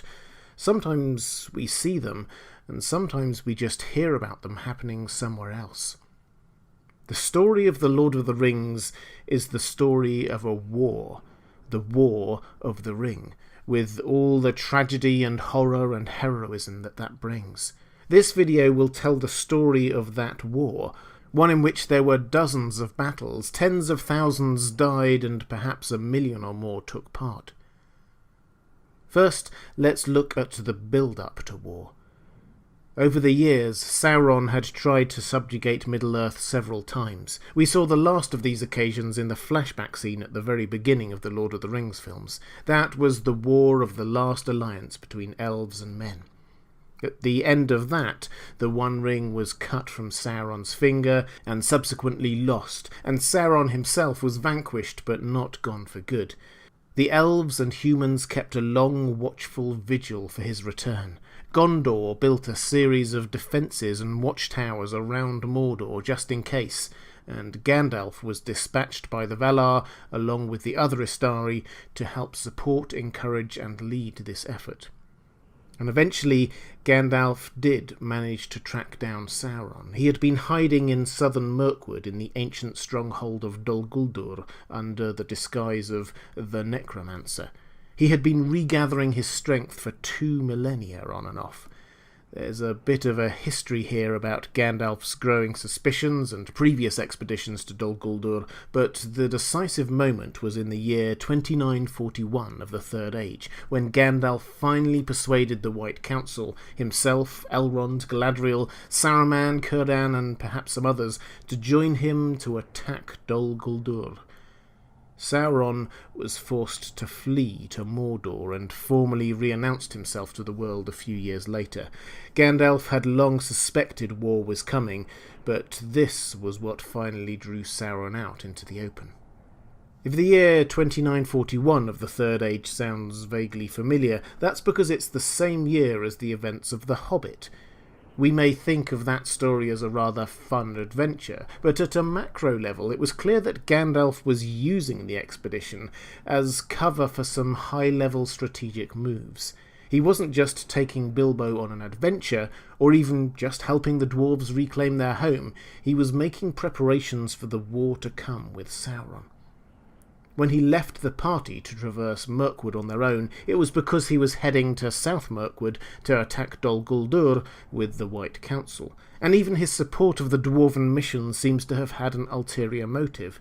Gandalf knew war was coming, and didn't want a creature of chaos like Smaug on the loose that Sauron would surely provoke and use to terrorise the humans, dwarves and elves in that part of the world.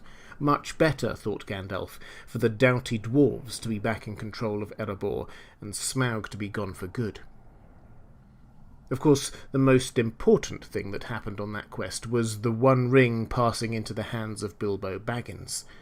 Gandalf had his suspicions about it, but at the time no one really understood the significance of what happened. I do wonder, in passing, whether the One Ring took the opportunity to go to Bilbo, sensing he would have to pass through Mirkwood, closer to Sauron. But Gandalf and co. disrupted any plans Sauron might have had to claim it by attacking Dol Guldur. Sauron will surely have sensed Bilbo putting the ring on all those times. Either way, the ring made its way to the Shire, and both sides spent the next few decades slowly preparing for war. Gandalf spent a long time researching the history of the ring, and Sauron started to amass his own forces. He called the 9 ring-wraiths back to him in Mordor. They hadn't been quiet all that time, incidentally. The Witch King in particular had spent a very long time destroying and undermining Arnor and Gondor, the kingdoms descended from the Númenóreans, Sauron's old enemies. Sauron also sent his forces searching for the 7 rings the dwarf lords had, and found 3 of them by the time of the war, was constantly looking for the 3 elven rings, although they were shielded from him, and put a lot of energy into trying to find the One Ring, even to the extent of sending out the Nazgûl to find it. Sauron taking his time building his army means that it was huge by the start of the war. As well as his own orcs, there were trolls, half-trolls from Far Harad, wargs, men from Harad, Easterlings from Rhûn, naval support from the Corsairs of Umber, basically most of the east and south of the map of Middle-earth that we know swore fealty to Sauron. The armies were led by the Nazgûl, who were incredibly powerful and very hard to kill, and of course they also had those Oliphants, as the hobbits called them, those huge elephant-like creatures. Against that were the elves, who were severely depleted in numbers, dwarves who had also fallen from the height of their powers, and humans.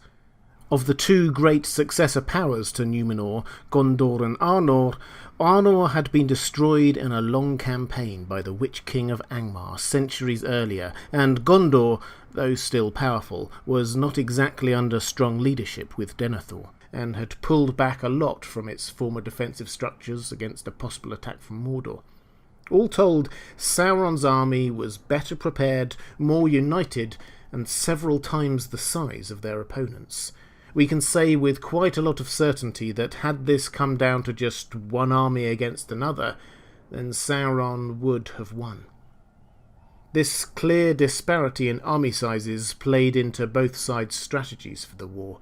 Gandalf, Elrond, Galadriel and co. clearly decided that they couldn't just march on Mordor and expect to win, hence the stealth mission to destroy the ring, a reliance on surprise attacks and pincer movements at places like the Hornburg and the Pelennor Fields, and high-risk gambles like Aragorn's rallying of the army of the dead.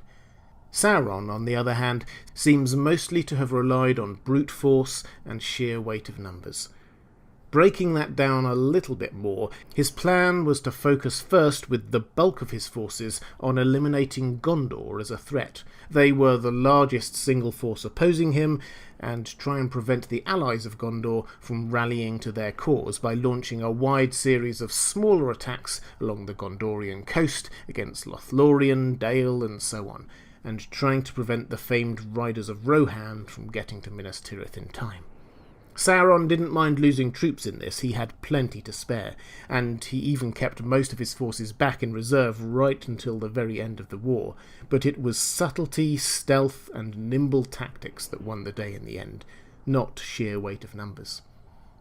Anyway, all of this brings us to the acknowledged first real battle of the War of the Ring, Sauron's attack on Osgiliath on June the 20th, 3018 of the Third Age. To put this into the context of the main story, at this point Gandalf had told Frodo about the One Ring, but Frodo had yet to leave Bag End. Things were still very calm in the Shire. Anyway, Osgiliath was a strategically important city, and a symbolically important one too. For a long time it was the capital of Gondor before Minas Tirith. However, at the time of the War of the Ring, it was largely abandoned, although a Gondorian garrison was often placed there to protect the main bridge that crossed the wide Anduin River. Osgiliath was attacked by a small army from Mordor led by the Nazgûl. Boromir and Faramir led the resistance for Gondor and ended up pushing the enemy back and destroying the bridge over the Anduin, so a bit of a draw all in all. That initial battle over, Sauron went back to gathering his forces for a while and sent the Nazgûl out on the quiet to try and find the ring. Boromir, meanwhile, headed off to the Council of Elrond, and Faramir stayed in the area of Ithilien north of Osgiliath with some rangers doing a kind of guerrilla warfare against any of Sauron's forces who ventured that far out. Frodo and Sam find him there doing just that much later in the story when they pass by that way. Although it might seem like a bit of a damp squib to start a war, Sauron's intention at this point seems not so much to be kick-starting his invasion as just testing out Gondor's defences and trying to misdirect his opponents.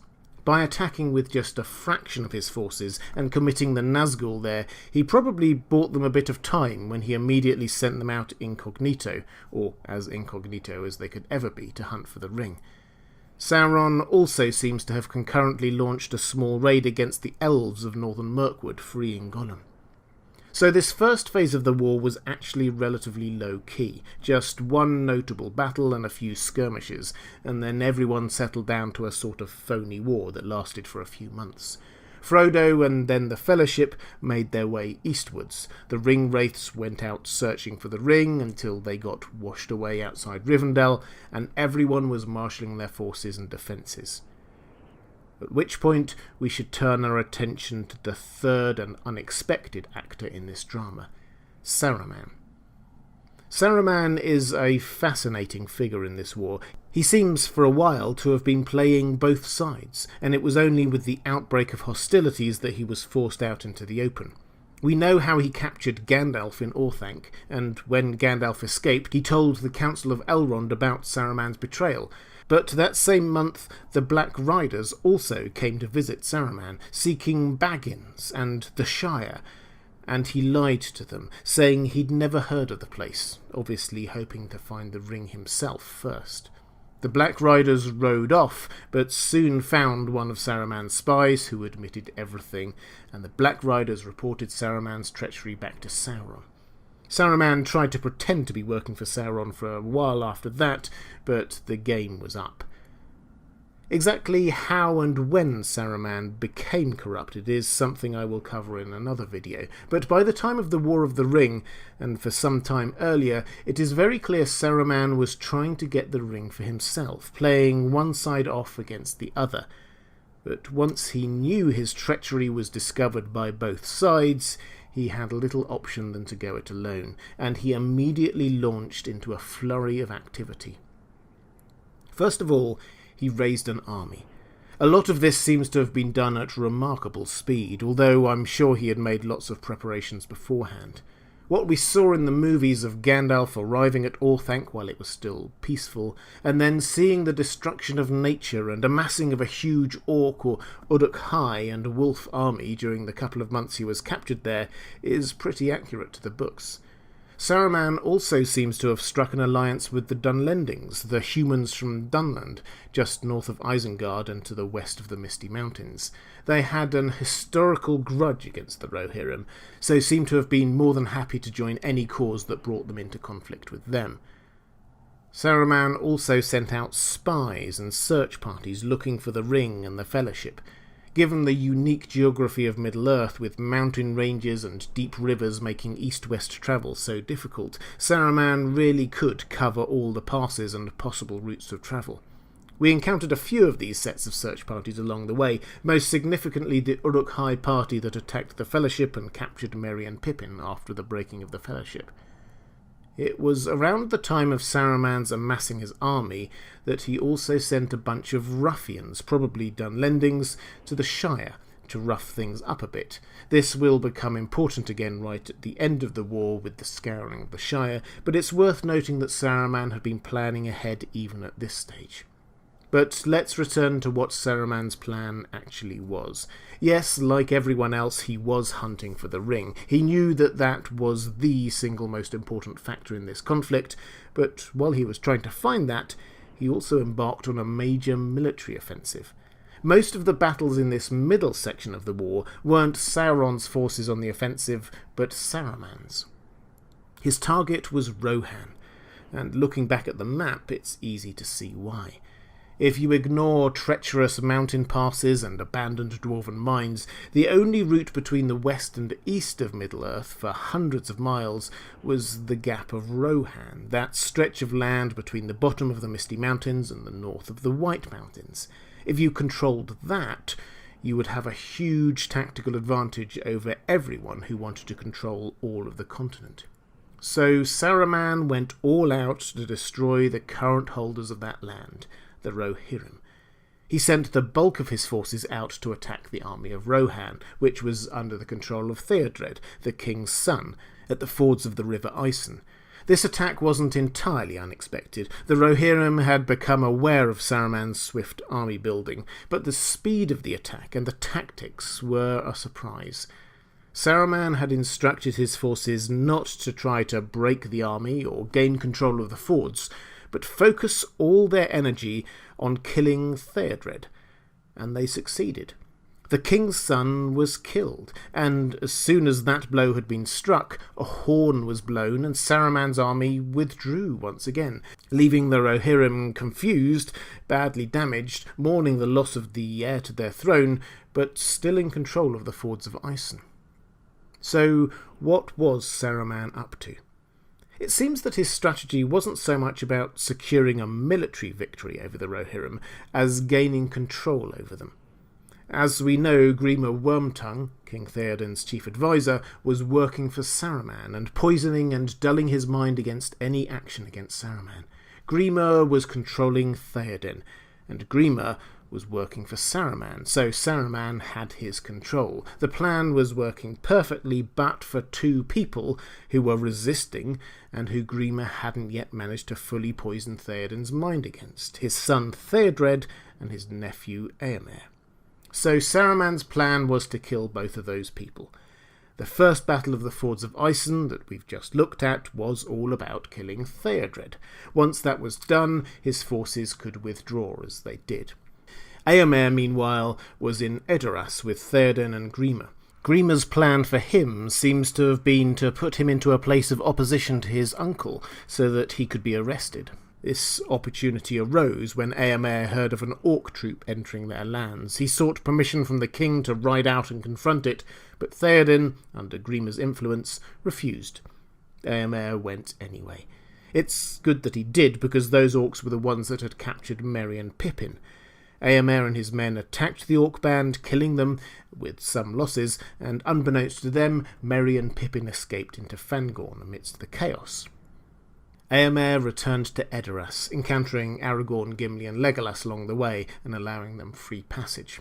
Eomer was open about disobeying the king's orders, and allowing strangers in the land to go free without the king's permission, and was imprisoned by Grima. So everything at this stage was going right for Saruman.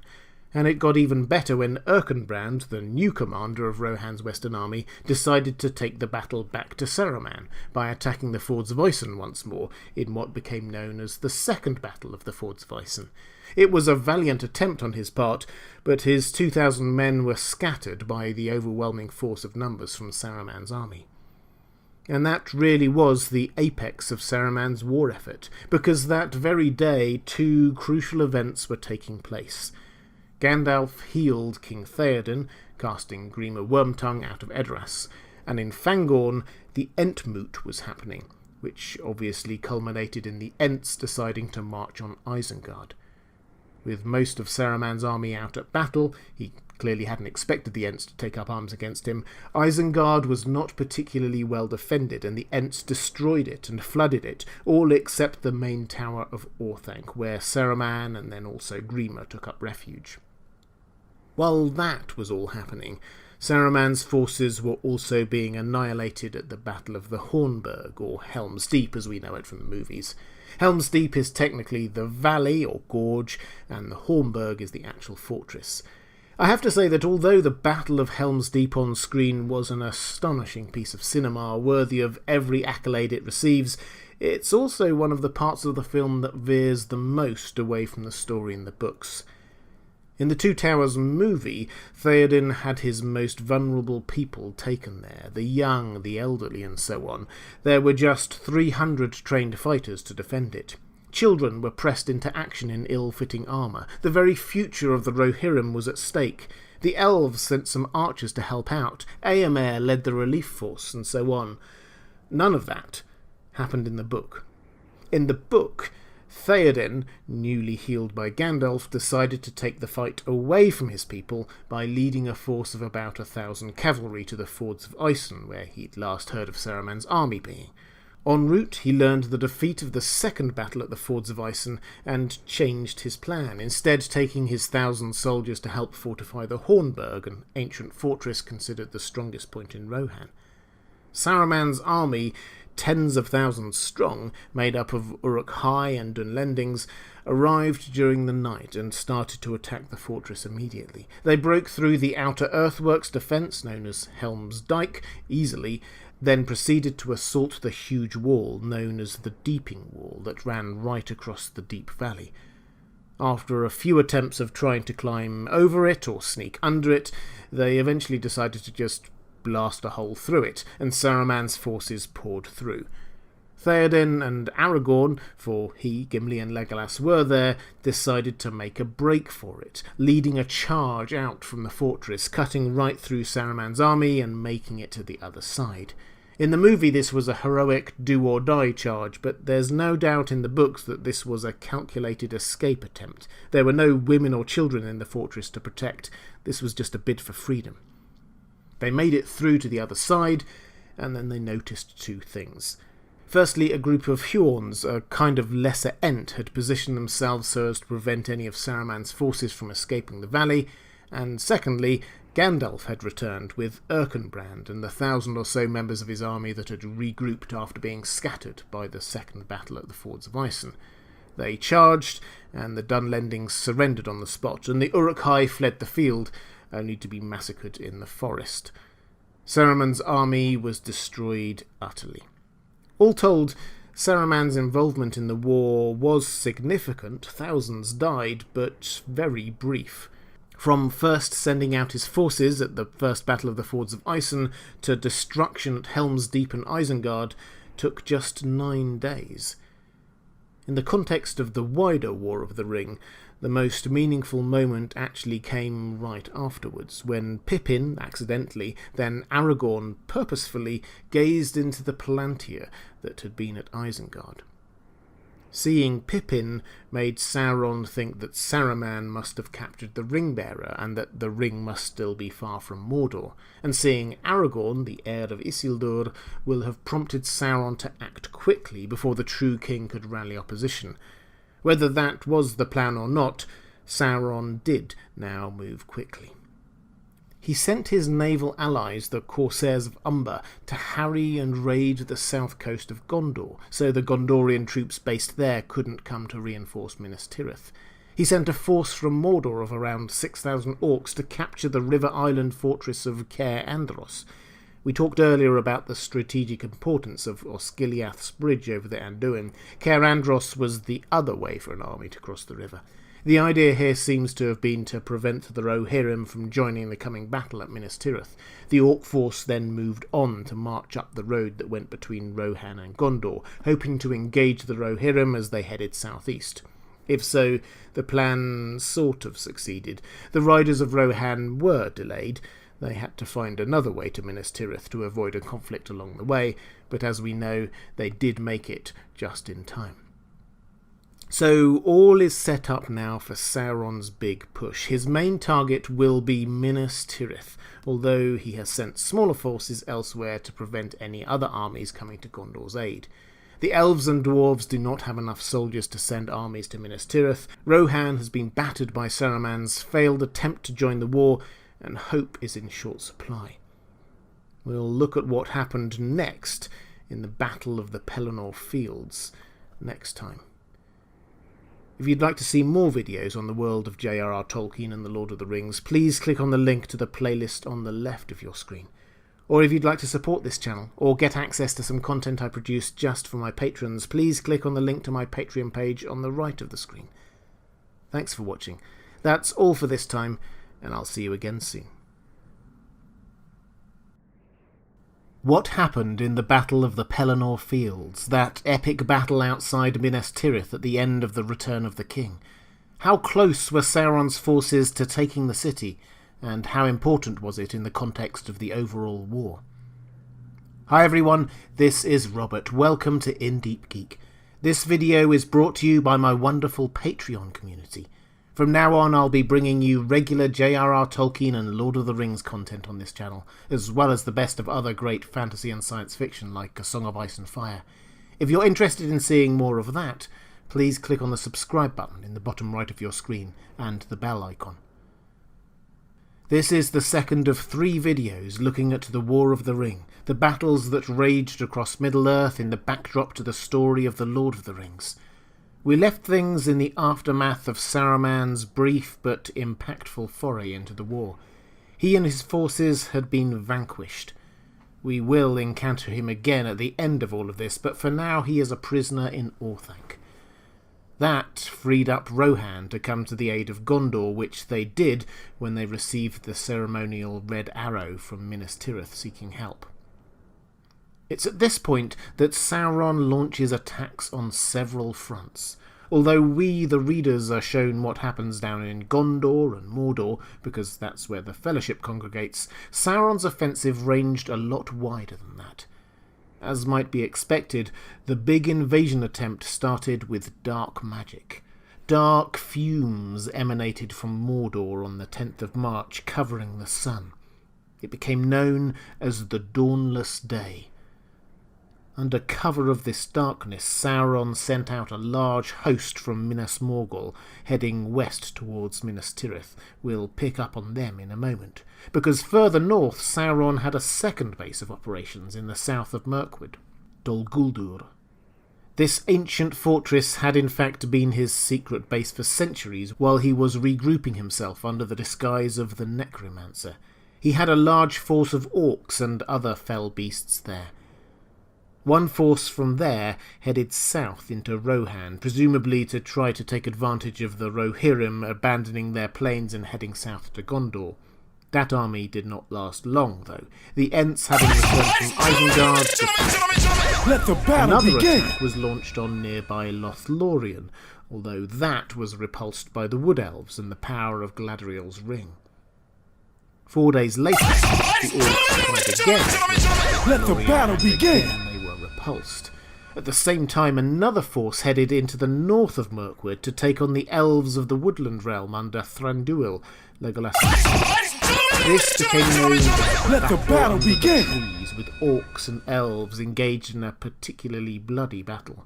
Again, though, the elves triumphed and started pushing southwards into the parts of Mirkwood that they had abandoned. Let the battle begin! Over the previous centuries. So 4 battles fought and 4 lost for Sauron. Not a promising start to the northern campaign for him. But before we leap to conclusions about his tactical ineptitude or orcs being rubbish warriors, they may be, but bear with me, we should try to understand what Sauron was actually trying to do with all these small-scale skirmishes.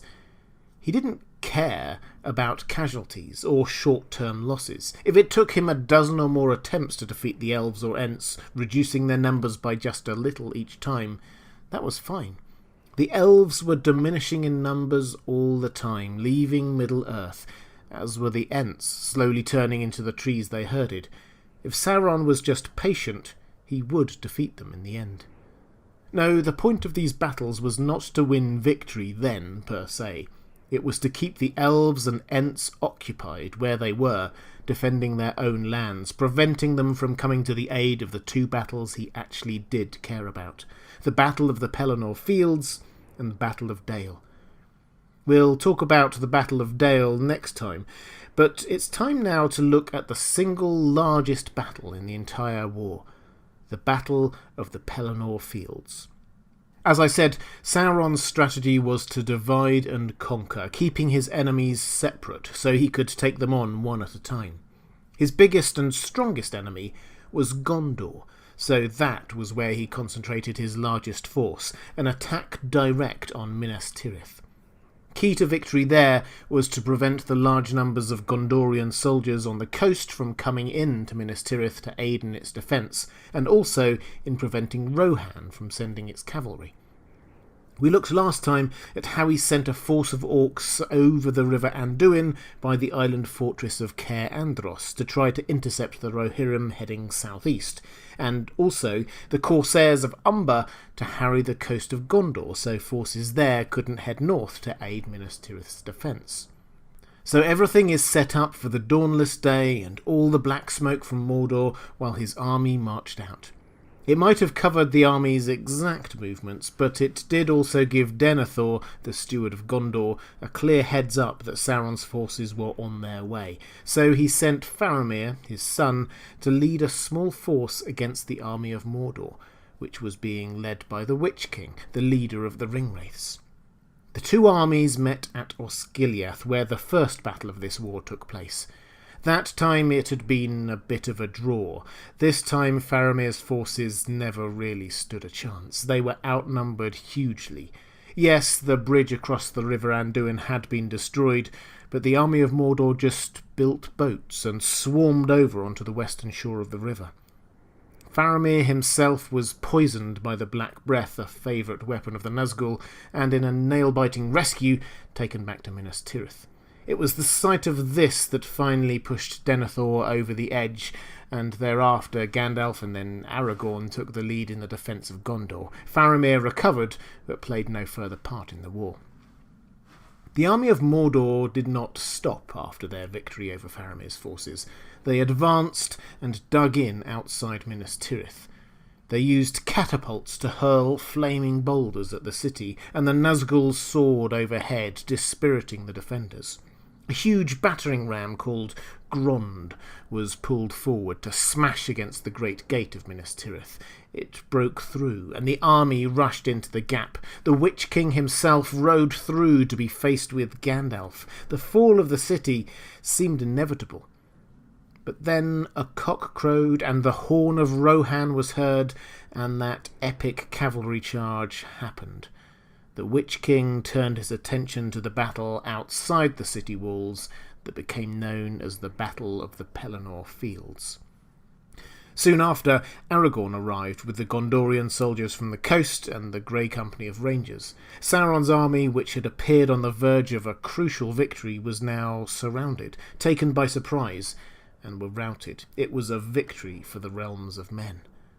So what went wrong with Sauron's plan here? He had sent out forces specifically to prevent this kind of outflanking manoeuvre. Let's start with the Rohirrim, attacking from the north. We last saw King Theoden after the Battle of the Hornburg. The group of named characters who were gathered around there in Isengard quickly split up once more, leaving Saruman in his tower guarded by Treebeard. Gandalf and Pippin headed down to Minas Tirith. Merry stayed with the Rohirrim and smuggled himself into the army along with Éowyn, and Theoden received a red arrow from Minas Tirith, which was the traditional way for Gondor to call for aid. Yes, they lit the beacons as well, but it was the ceremonial presentation of the red arrow that prompted Theoden into action. He gathered together what forces he had and took them southeast. While they were travelling, they heard a report of an orc host heading toward them, the one Sauron had sent to slow their progress. They were heading down the only main path to Minas Tirith, so a conflict and delays seemed inevitable. However, luckily, the wild men of the woods, who are a fascinating group, a full explanation of whom is beyond the scope of this video, offered to lead the Rohirrim through their forest instead. They thereby evaded the orcs and arrived at Minas Tirith just in time. The charge of the Rohirrim when they arrived was, of course, devastating. But Sauron's force was large, perhaps 5 times the size of the combined forces of Gondor and Rohan, and after the initial surprise they pushed back, led by the Witch King of Angmar himself. He sought out King Theoden, and Theoden was mortally wounded when his horse fell on him, crushing him. The Witch King moved in for the kill, to be faced by a lone soldier who he mocked, "No living man may hinder me," at which point Éowyn removed her helm to reveal herself no man at all. Éowyn generally gets the credit for killing the Witch King, but Merry played his part too. He is a hobbit, so technically not a man either. Éowyn slew the fell beast the Witch King was riding. Merry stabbed the Witch King with the ancient sword he had picked up in the Barrow Downs all that time ago. It was a relic of the war between Arnor and Angmar, and contained spells against the Witch King specifically. Then Éowyn struck the final blow. The Witch King was dead, but so was Theoden, and Éowyn and Merry were both incapacitated. And the tide of the battle turned once more. Éomer led another charge, but the Muakil, those massive elephants, lumbered forward, panicking the horses. The riders of Rohan were being slaughtered and scattered, and Éomer himself had to retreat to a hill, circling his men and preparing to die. To make matters worse, the black sails of the corsairs could be seen sailing up the river to join the battle. All seemed lost again. Of course, these reinforcements weren't the corsairs at all. It was Aragorn, the Grey Company, and the army from the Gondorian coast.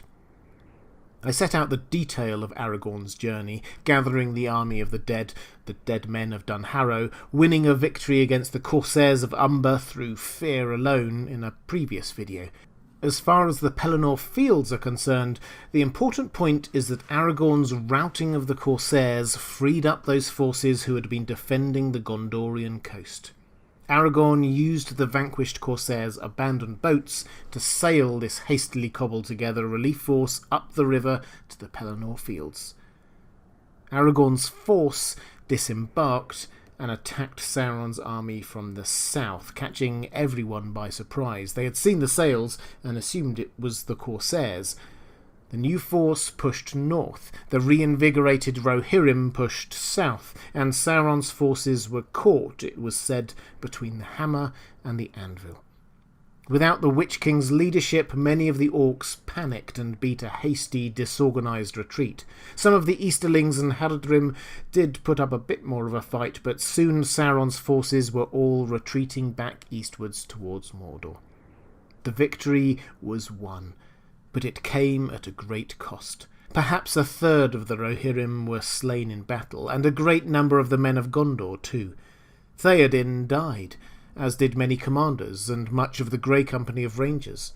Denethor took his own life, Faramir, Éowyn and Merry were badly injured, and Minas Tirith itself had been damaged seriously. On the other side, the Witch King was gone, as well as the Oliphaunts and a large number of orcs and men. Not that Sauron would worry about them per se, he still had an even larger force in reserve. So this was a victory for Gondor and Rohan, a famous victory, but one at great cost. It averted even greater catastrophe, rather than put them into a strong position for the rest of the war. They had some decisions to make about what to do next. Put bluntly, they couldn't afford even another victory this costly. So next time we'll look at the very end of the war, how Aragorn's high-risk strategy paid off. If you'd like to see more videos on the world of J.R.R. Tolkien and the Lord of the Rings, please click on the link to the playlist on the left of your screen. Or if you'd like to support this channel, or get access to some content I produce just for my patrons, please click on the link to my Patreon page on the right of the screen. Thanks for watching. That's all for this time, and I'll see you again soon. Okay, this goes both ways. I could have asked why the elves hate the dwarves. The feeling is mutual. But why do dwarves and elves hate each other? Hi everyone, this is Robert. Welcome to In Deep Geek. This video is brought to you with support from Skillshare, the online learning platform. And I have a special offer for you from them at the end of this video, so please stick around for that. From now on, I'll be bringing you regular J.R.R. Tolkien and Lord of the Rings content on this channel, as well as the best of other great fantasy and science fiction, like A Song of Ice and Fire. If you're interested in seeing more of that, please click on the subscribe button in the bottom right of your screen, and the bell icon. The enmity between elves and dwarves is a fantasy staple. It appears all through The Lord of the Rings until Legolas and Gimli strike up their friendship. And as you might expect from Tolkien, it has a very clear history and there are grievances on both sides. So why is there this mutual grudge? First of all, I should clarify that not all elves hate all dwarves, and not all dwarves hate all elves. J.R.R. Tolkien created a wide variety of different kinds of elves and dwarves, different languages, cultures, histories, and so on. There have been plenty of times when elves and dwarves have actually got on really well. Just to take one example, the Great West Door of Moria that the Fellowship pass through in The Lord of the Rings is a joint build between dwarves and elves to aid trade and fellowship between the two races. That's why the password to this dwarven stronghold is in Elvish, the Elvish word for friend. When we're talking about a grudge between elves and dwarves, we are talking mostly about the Sindar and Sylvan elves, and most dwarves. Dwarves are good at grudges. If we're looking for a starting point for the grudge, though, we should probably note that the two races were created separately and differently. This doesn't excuse their antipathy, but it does perhaps part explain it. The elves, as we know, love the forests and nature above ground. The dwarves love life below ground. The natural friction between their two natures was apparent from the start. That's why the Ents were created, after all, to protect the forest from dwarves, and those like them chopping them down for crafting materials. But the first real problem seems to have been with what happened to the petty dwarves. The petty dwarves were a branch of the dwarves, slightly smaller and less sociable, but apparently less likely to carve their homes deep under mountains. They split from the rest of the dwarves and established their home in Beleriand. Then the elves arrived, and, not to beat around the bush on this, they killed them. All of them virtually, in a rather horrific act of ethnic cleansing, hunting them down like animals. Even the rather derogatory name, petty dwarves, was invented by the elves. This did not start the relationship between the elves and the dwarfs off on the best of bases. But the real antipathy between them started 6,700 years before the time of the Lord of the Rings. That may seem like a long time ago, But let's not forget that dwarves live for a long time, and elves live for a very long time. Some of the characters we see in The Lord of the Rings were actually still alive at the start of this grudge. It all starts with King Thingol of Doriath, an elven king who came into possession of two great treasures: a Silmaril, one of the 3 legendary gems of unparalleled beauty whose story we read about in the Silmarillion, and Norglemir, the Necklace of the Dwarves, the most famed artefact of the dwarves in Elder times. Thingol had the idea to have the Silmaril set in Norglemir. This would undoubtedly create an item of such beauty the world had never seen, and, as fate would have it, a troop of dwarves were then at that very time in Menegroth, his home. He offered them a high price to do the smithing he needed, and waited impatiently for them to finish. The dwarves, however, grew greedy, and once they had finished their work, refused to hand it over. The Norglemir was a dwarven artefact, they argued, stolen from them in the first place. It was theirs. Thingol reacted angrily, insulting them and, as we read in the Silmarillion, bade them with shameful words be gone unrequited out of Doriath.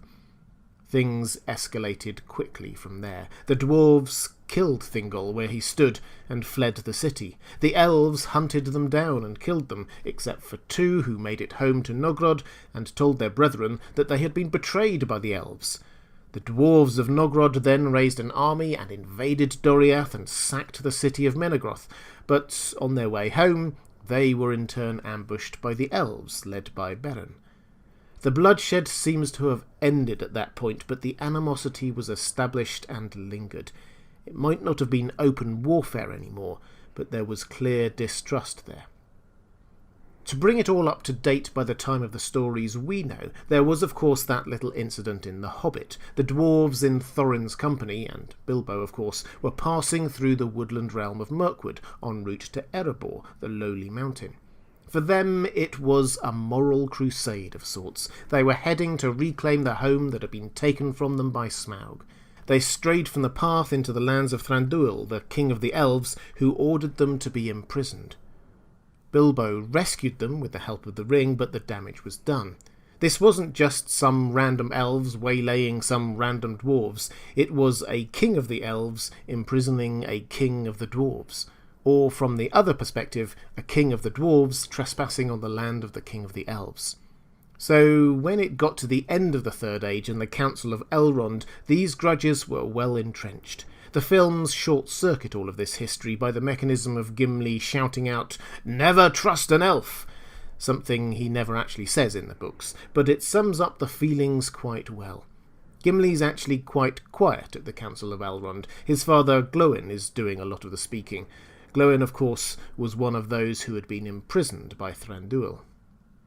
I'll cover this properly in a video on Gimli at some point, but it's fair to say that the film version of Gimli is a lot more of a caricature of dwarves than the representation of other races are of their race. Notwithstanding this, the friendship between Gimli and Legolas was important. Both races had largely kept to themselves in the millennia since the trouble at Menegroth, but mistrust was still there. The elves did not linger long enough in Middle-earth after the events of the War of the Ring for the full fruits of this to manifest itself, but the signs were there that perhaps finally the historical grudge had ended.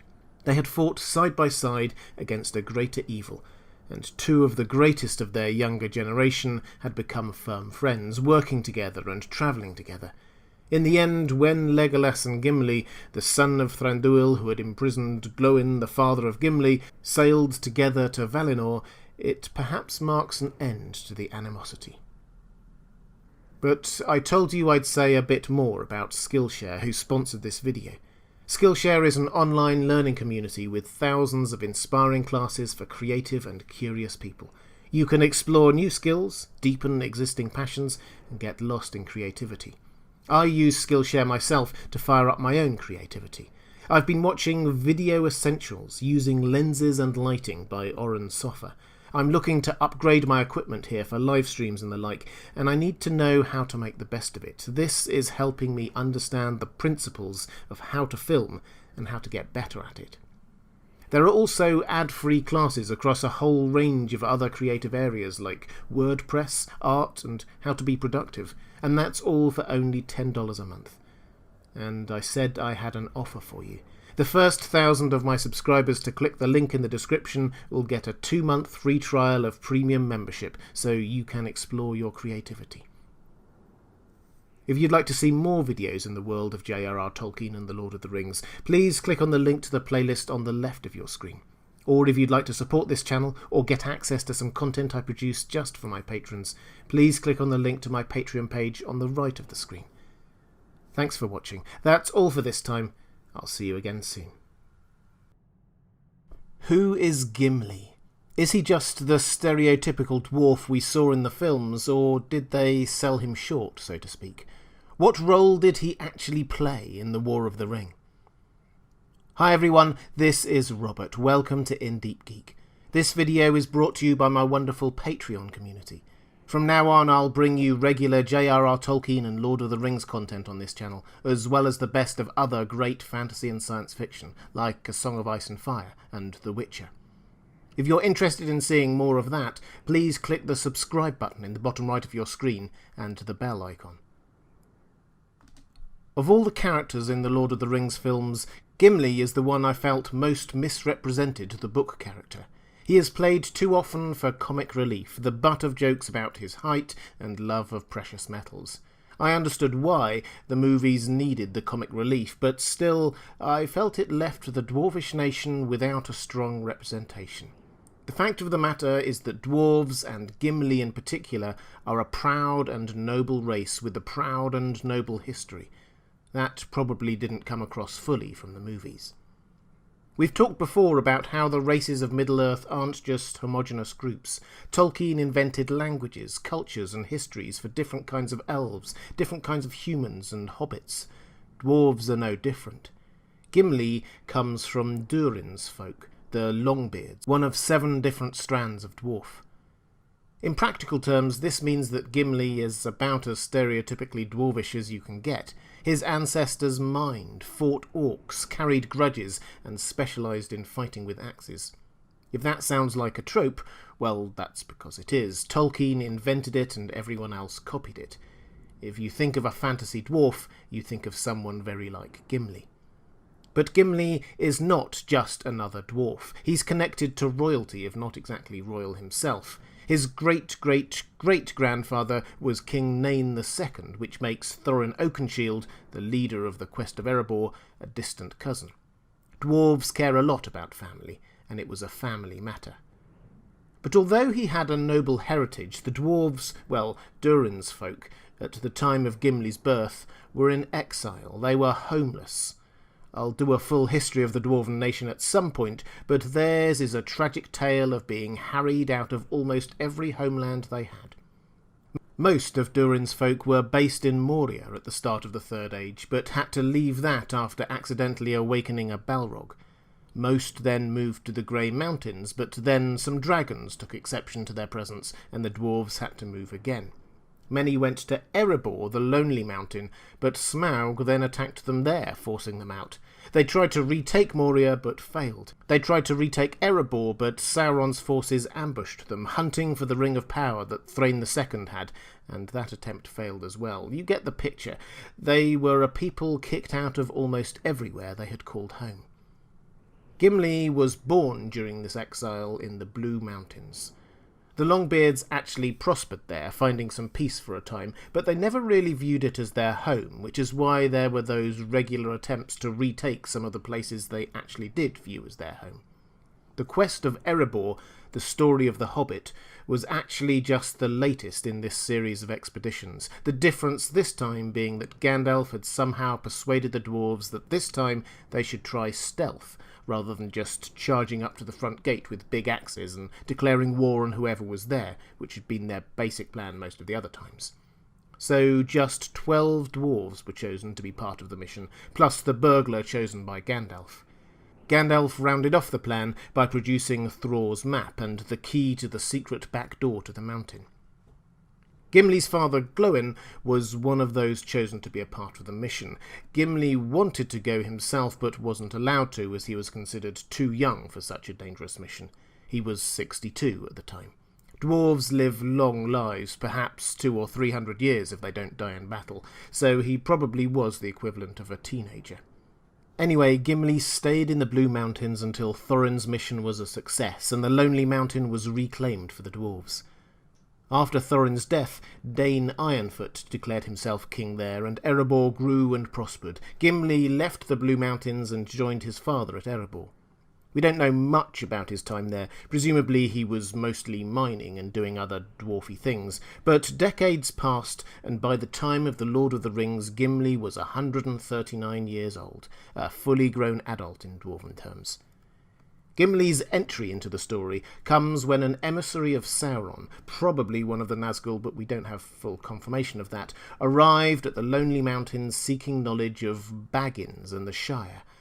If you remember, Sauron had captured Gollum and tortured him, getting all the information he could out of him about the whereabouts of the ring. Fortunately, Gollum couldn't reveal much, and Sauron was left to sending out his Black Riders to hunt down those slender leads. The dwarves of Erebor were a good bet to know, hence he sent an emissary there to ask them in a quite threatening way. The emissary also asked about a ring, offering to return the 3 magic rings the dwarven lords had once had, and Sauron had reclaimed or taken back in exchange. The dwarves prevaricated. They knew of both Baggins and the Shire, and Glóin at least knew of Bilbo's ring, but Sauron's sudden interest was suspicious, to say the least, so they sent a small group over to Rivendell to consult Elrond the Wise. This time, Gimli was allowed to go with his father Glóin, only to find that others were there too. Legolas and the elves to report that Gollum had escaped, Boromir to report of Sauron's troop movements in Osgiliath and disturbing dreams they'd been having in Gondor, Gandalf with news of Saruman, Aragorn with the hobbits. It felt serendipitous, and of course the Fellowship was formed. Gimli may have been too young to go on the quest of Erebor, but this time he was the best candidate.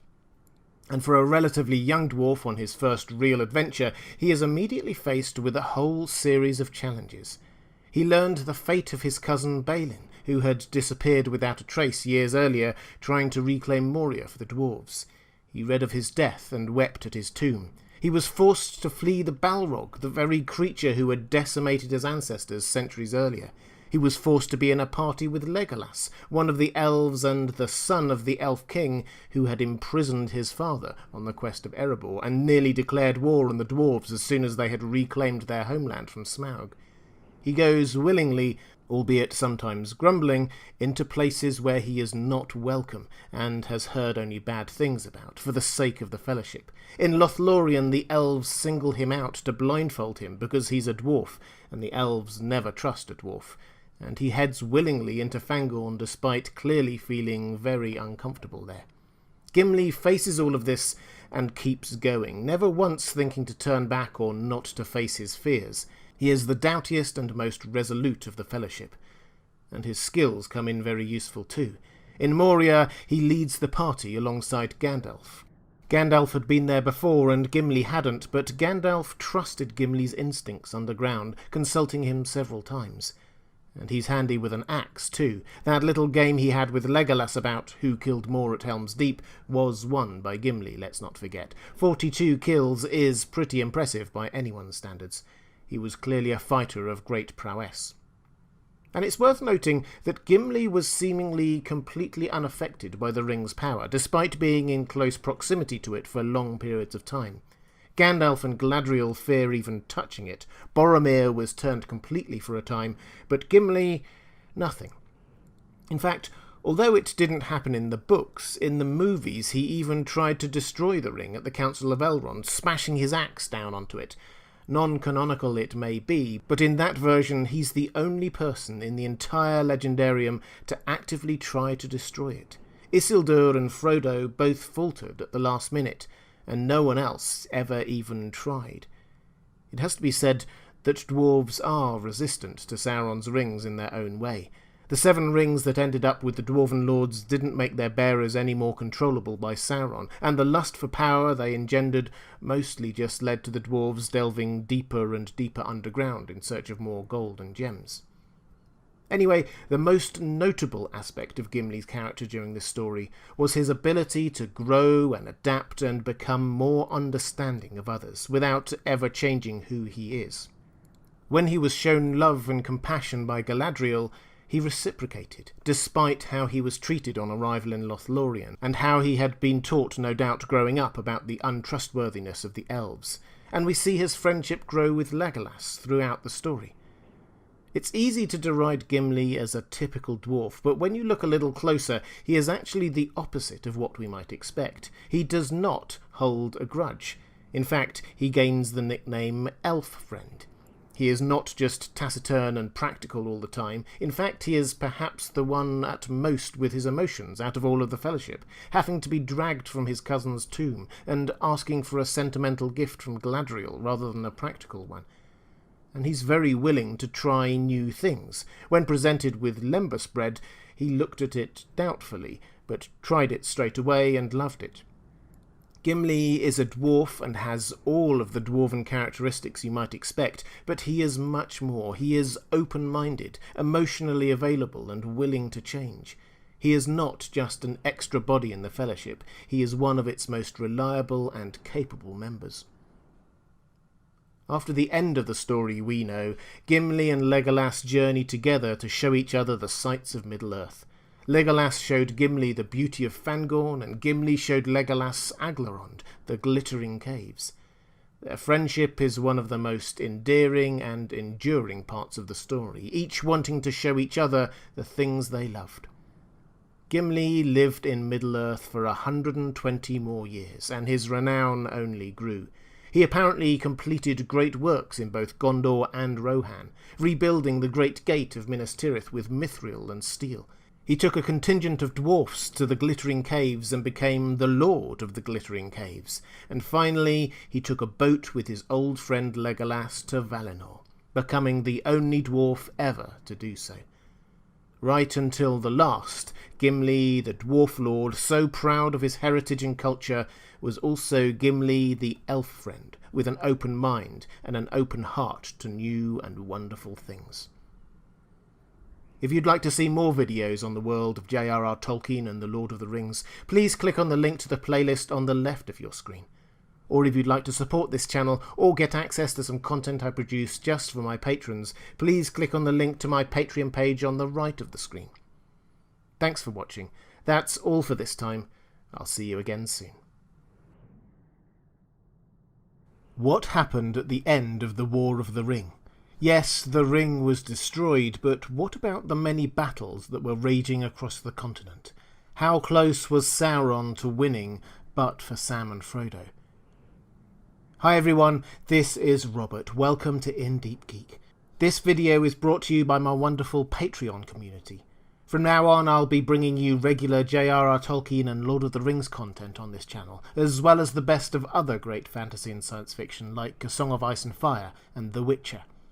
If you're interested in seeing more of that, please click the subscribe button in the bottom right of your screen and the bell icon. In the last video in this series, we looked at how the combined forces of Gondor and Rohan somehow managed to carve out a victory against a much larger force on the Pelennor fields outside Minas Tirith. But the victory came at great cost. Important leaders were killed and incapacitated.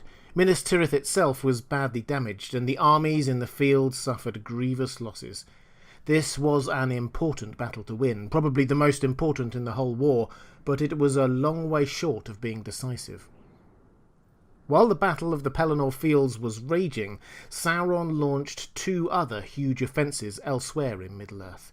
He tried for the second time to invade Lothlorien, and again launched an attack on Thranduil and the elves in the north of Mirkwood. Both attacks were repulsed, but as we pointed out last time, Sauron probably didn't care much about that. These attacks were as much about keeping the elves on the defensive and not able to help their allies as they were about actually winning. The bigger battle, and Sauron's biggest win of the whole war, came a couple of days later in the Battle of Dale. Sauron sent a large army of Easterlings to Dale. You'll remember the town from The Hobbit, just next to the Lonely Mountain. The men of Dale mustered an army, and the dwarves of Erebor joined them in facing Sauron's forces. The fighting lasted 3 days, but the dwarves and Dale men were pushed back to the very entrance to Erebor. King Brand of Dale was killed, and King Dane Ironfoot was killed while protecting Brand's body. Their soldiers were forced to retreat back into the Lonely Mountain, and a siege began. We should probably take a moment to note what was going on here at a slightly more strategic level. Sauron's plan was to win this battle, which would then open up the entire north and east for his offensive. His army here could then push down from the north to join up with his forces from Dol Guldur, who had been harrying the Mirkwood Elves and the Elves in Lothlorien, and then even further south to attack Rohan and Gondor from behind. This was what Gandalf was worried about all that time ago, when he helped the dwarves regain the Lonely Mountain. It wasn't just an adventure or a reclaiming of a homeland, it was to get the dwarves back into Erebor and free the people of Dale from the threat of Smaug, and create a barrier of allied forces to prevent Sauron from doing what he was trying to do here. Anyway, at this point, things were looking good for Sauron in the Northern Theatre. His repeated attacks on North Mirkwood, Rohan and Lothlorien had achieved what they were supposed to, slowly reducing the numbers of elves and ents and preventing them from going to the aid of their allies. And the attack on Dale had led to the deaths of both human and dwarf kings, and their armies were now besieged in the mountain without any prospect of allies coming to help them. That siege lasted 7 days. At which point, let's head down to Minas Tirith to see what was happening there in the aftermath of the Battle of the Pelennor Fields. This was a classic Pyrrhic victory. It was a victory, but the cost was very high. Theoden was dead, along with a third of the Rohirrim, most of the Grey Company, and thousands of Gondorians. Faramir, Éowyn, and many others were out of action. Sauron's army may have been pushed back and the Witch King killed, but Sauron had an even bigger army still inside Mordor. The victory on the Pelennor Fields may have staved off destruction, but it didn't bring victory any closer. So, what to do then? The commanders of the West had just one advantage over Sauron at this point. They knew that Frodo was heading to Mount Doom to destroy the ring, and was surely getting closer every day. Their only hope of victory was not in winning another battle, but in keeping Sauron distracted so the hobbits could sneak in. That meant trying to draw out Sauron's forces from Mordor. This last plan, Gandalf's suggestion, was to march as large an army as possible straight at Mordor, tempt him into an open battle, a battle Sauron must have thought he could win, so great would be his numerical advantage. Gandalf judged, and he was right, that Sauron would interpret Aragorn leading a hopeless attack like this as evidence that he had the ring. He already suspected that Aragorn did. Why else would the heir of Isildur lead such a bold move if he wasn't being influenced already by the ring's lust for power? Gandalf describes the plan this way. We cannot achieve victory by arms, but by arms we can give the ring-bearer his only chance, frail though it be. We must call out his hidden strength, so that he shall empty his land. We must march out to meet him at once. We must make ourselves the bait, though his jaws should close on us. He will take that bait, in hope and in greed, for he will think that in such rashness he sees the pride of the new ring-lord, and he will say, "So, he pushes out his neck too soon and too far. I will have him in a trap, and I will crush him." We must walk open-eyed into that trap, with courage, but small hope for ourselves. This last attack by the forces of the West was one they thought they would die in. The host of the West that set out on this hopeless mission was just 7,000 strong. That's all that could be spared and survived the last battle. 2,000 Gondorians who had sailed with Aragorn up the Anduin, 3,500 under Prince Imrahil, probably some of the original defenders of Minas Tirith. 500 horsed and 500 unhorsed Rohirrim, and 500 further cavalry from Dol Amroth. While marching to the Black Gate, this number was depleted even more. There were some casualties in an ambush. A detachment of archers were left at the crossroads east of Osgiliath to protect the army's rear, and 1,000 men who did not have the heart for the coming battle were dispatched to retake Caer Andros, that island fortress. So by the time the host of the West arrived, they were at significantly under 6,000 strong. Sauron's forces, who were soon revealed, outnumbered them 10-1. Aragorn led his forces right up to the Black Gate. There was a brief exchange between Gandalf and the mouth of Sauron, but then the Black Gate opened. Sauron's forces moved forward, and more who had been hiding behind some hills to the left and the right of the host of the West moved to encircle them. Aragorn, Gandalf and the army were surrounded, outnumbered and outmaneuvered. And soon the 8 remaining Nazgul were flying overhead, causing despair among the forces of the West. The battle was joined. Gwaihir and the Great Eagles turned up to take on the Ringwraiths, but everything seemed hopeless. The odds were too much.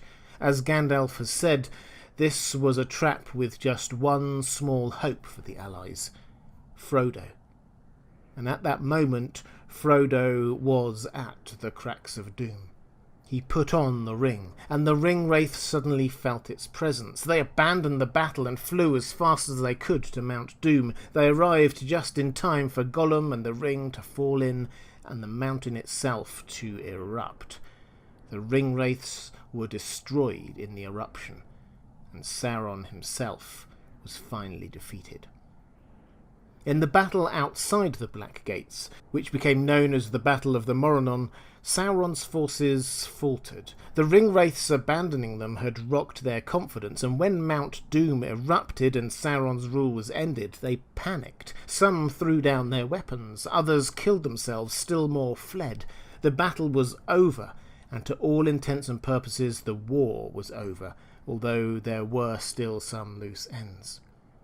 News of the defeats at the Pelennor Fields and at the Morannon disheartened the Easterlings besieging Erebor, and the new kings, Bard II and Thorin III Stonehelm, broke out from the Lonely Mountain and scattered them. A third attack on Lothlorien had taken place earlier that week, and this time Celeborn did not just sit back and defend. He took his elf forces across the Anduin and sacked Sauron's second stronghold of Dol Guldur in southern Mirkwood. He met with Thranduil, and between them their forces weeded out any last followers of Sauron in Mirkwood. The war was over. Kings were crowned, the dead grieved, and heroes celebrated. Everyone slowly returned home to start the long process of rebuilding. And although I say the war was over, the actual last official action of the war was not to happen for several more months, when the hobbits finally made it home. We last saw Saruman left locked in Orthanc, guarded by Treebeard. He had lost his magic and all allies other than Grima Wormtongue, and started to seemingly wither with age. Eventually Treebeard took pity on him and released him. Treebeard, being more of a free spirit, never really liked things or people being kept captive anyway. Saruman and Grima made their way to the Shire. You'll remember that just before his entry into the war he'd sent some ruffians, probably Dunlendings, there to take control. By the time Saruman arrived, taking the name Sharky, he could just slip into a position of power. Then, of course, the hobbits returned. The Bucklanders came to the call of Merry's horn, the Tooks were roused by Pippin, and the climactic fight when the hobbits took on the ruffians became known as the Battle of Bywater. Nearly 70 men and 19 hobbits died. At the end, the hobbits marched to Bag End to confront Sharky, Saruman. Grima turned on Saruman, cutting his throat, and was in turn shot by hobbit archers. As Saruman's spirit rose from his body, like Gandalf he was a Maiar, so a bodily death would not kill him, a wind rose from the west and blew his spirit far off. Manwë did not want him returning to the Undying Lands. And with that, the War of the Ring came to an official end. Perhaps the scouring of the Shire with its small-scale skirmishes and low-stakes battles may seem an odd place for the final confrontation of this war, but it is also somehow appropriate. Despite the tens of thousands of soldiers, many acts of heroism and tragedy, this war was won by the simple acts and bravery of humble hobbits. Where better for this war to have its conclusion than the doorstep of Bag End itself, where Bilbo had been dragged into the adventure that led him to find the ring, and from where Frodo and Sam, not knowing quite what they were facing, set out on the quest that would lead to the destruction of that same ring. If you'd like to see more videos in the world of J.R.R. Tolkien and the Lord of the Rings, please click on the link to the playlist on the left of your screen. Or if you'd like to support this channel, or get access to some content I produce just for my patrons, please click on the link to my Patreon page on the right of the screen. Thanks for watching. That's all for this time. I'll see you again soon. What happened after the Lord of the Rings?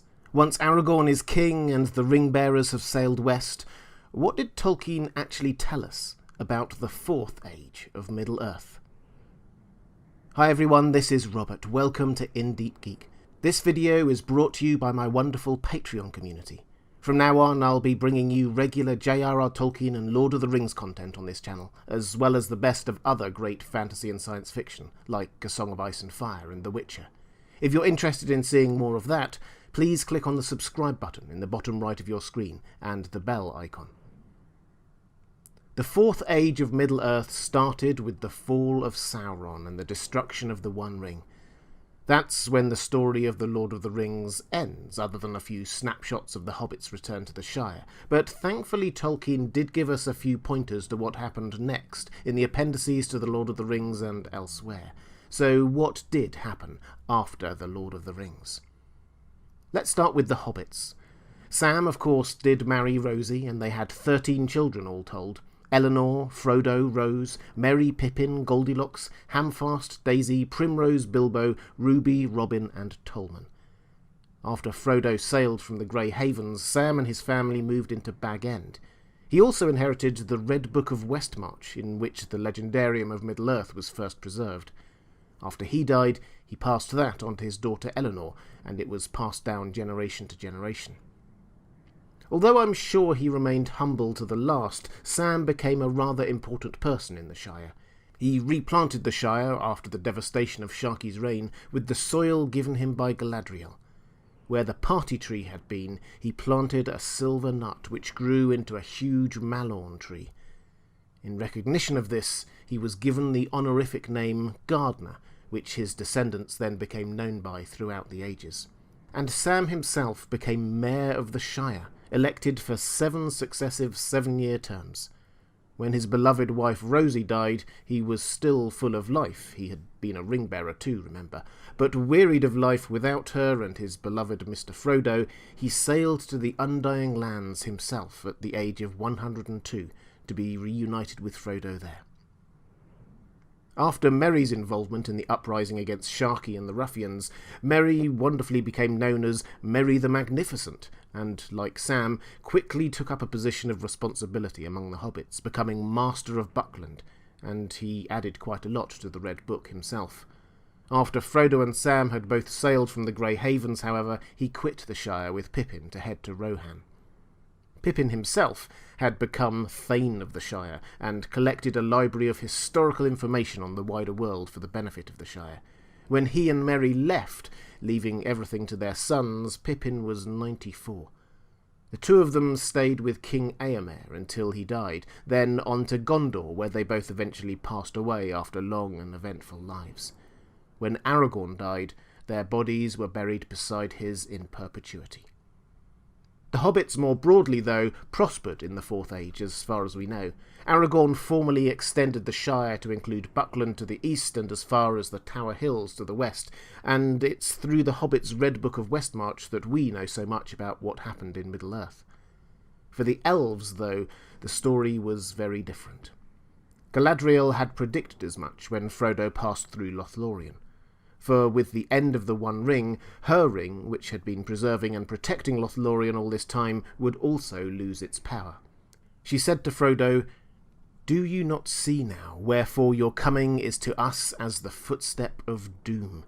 For if you fail, then we are laid bare to the enemy, and yet if you succeed, then our power is diminished, and Lothlorien will fade, and the tides of time will sweep it away.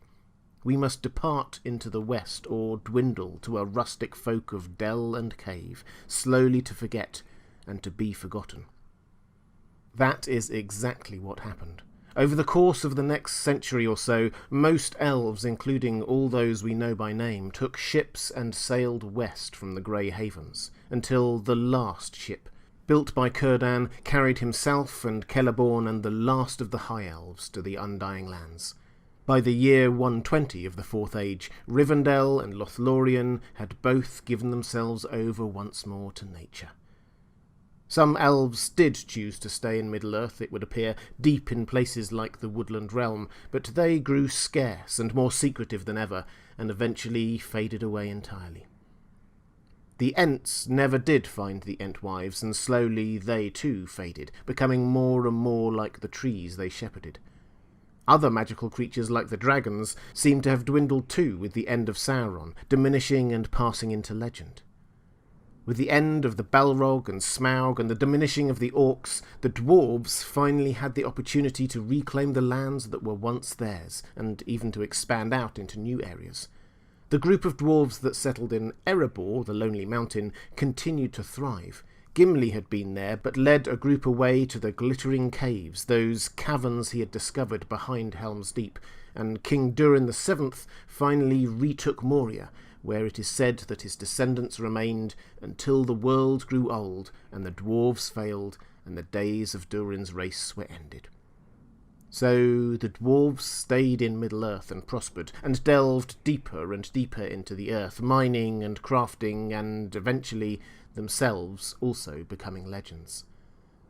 Legolas and Gimli, we should say, grew ever closer as friends, and through them the ancient enmity between the races was brought to an end, just as the elves were leaving Middle-earth. As Gimli himself grew old, it is said that he joined Legolas in a final journey westwards, the only dwarf ever to sail to Valinor. What was left, of course, with all these races diminishing and leaving, was humanity, what became known as the Dominion of Man. Aragorn, as we know, was crowned king of the newly reunited kingdoms of Gondor and Arnor. He reigned as King Elessar, with Arwen beside him as queen, for 122 years. He achieved a lot in that time. Minas Tirith was rebuilt, with the help of Gimli and the dwarves and some elves.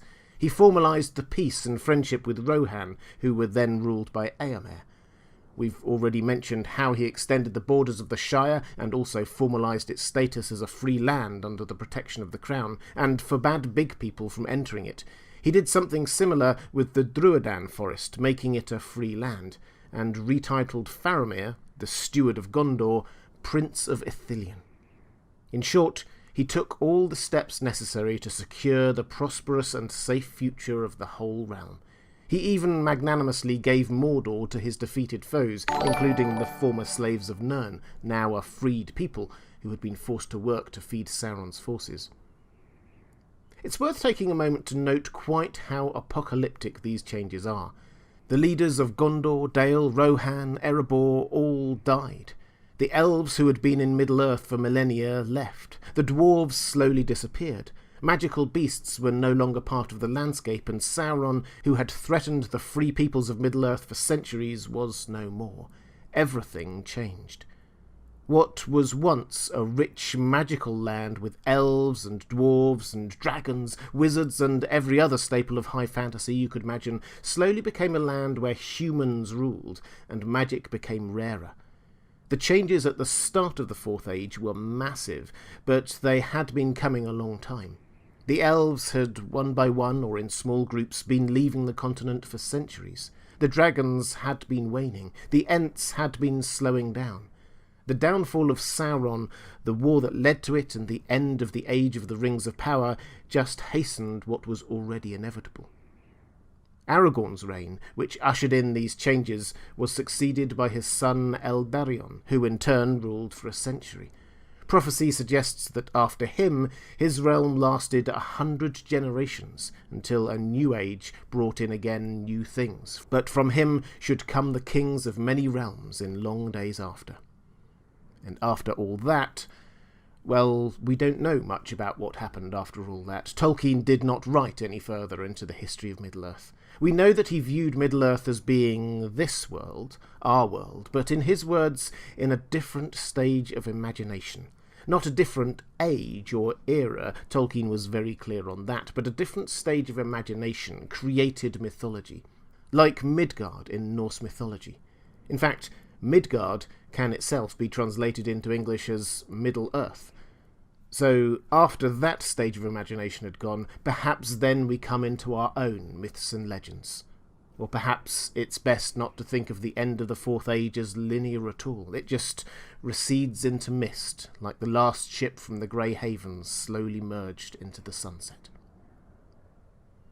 If you'd like to see more videos on the world of J.R.R. Tolkien and the Lord of the Rings, please click on the link to the playlist on the left of your screen. Or if you'd like to support this channel or get access to some content I produce just for my patrons, please click on the link to my Patreon page on the right of your screen. Thanks for watching.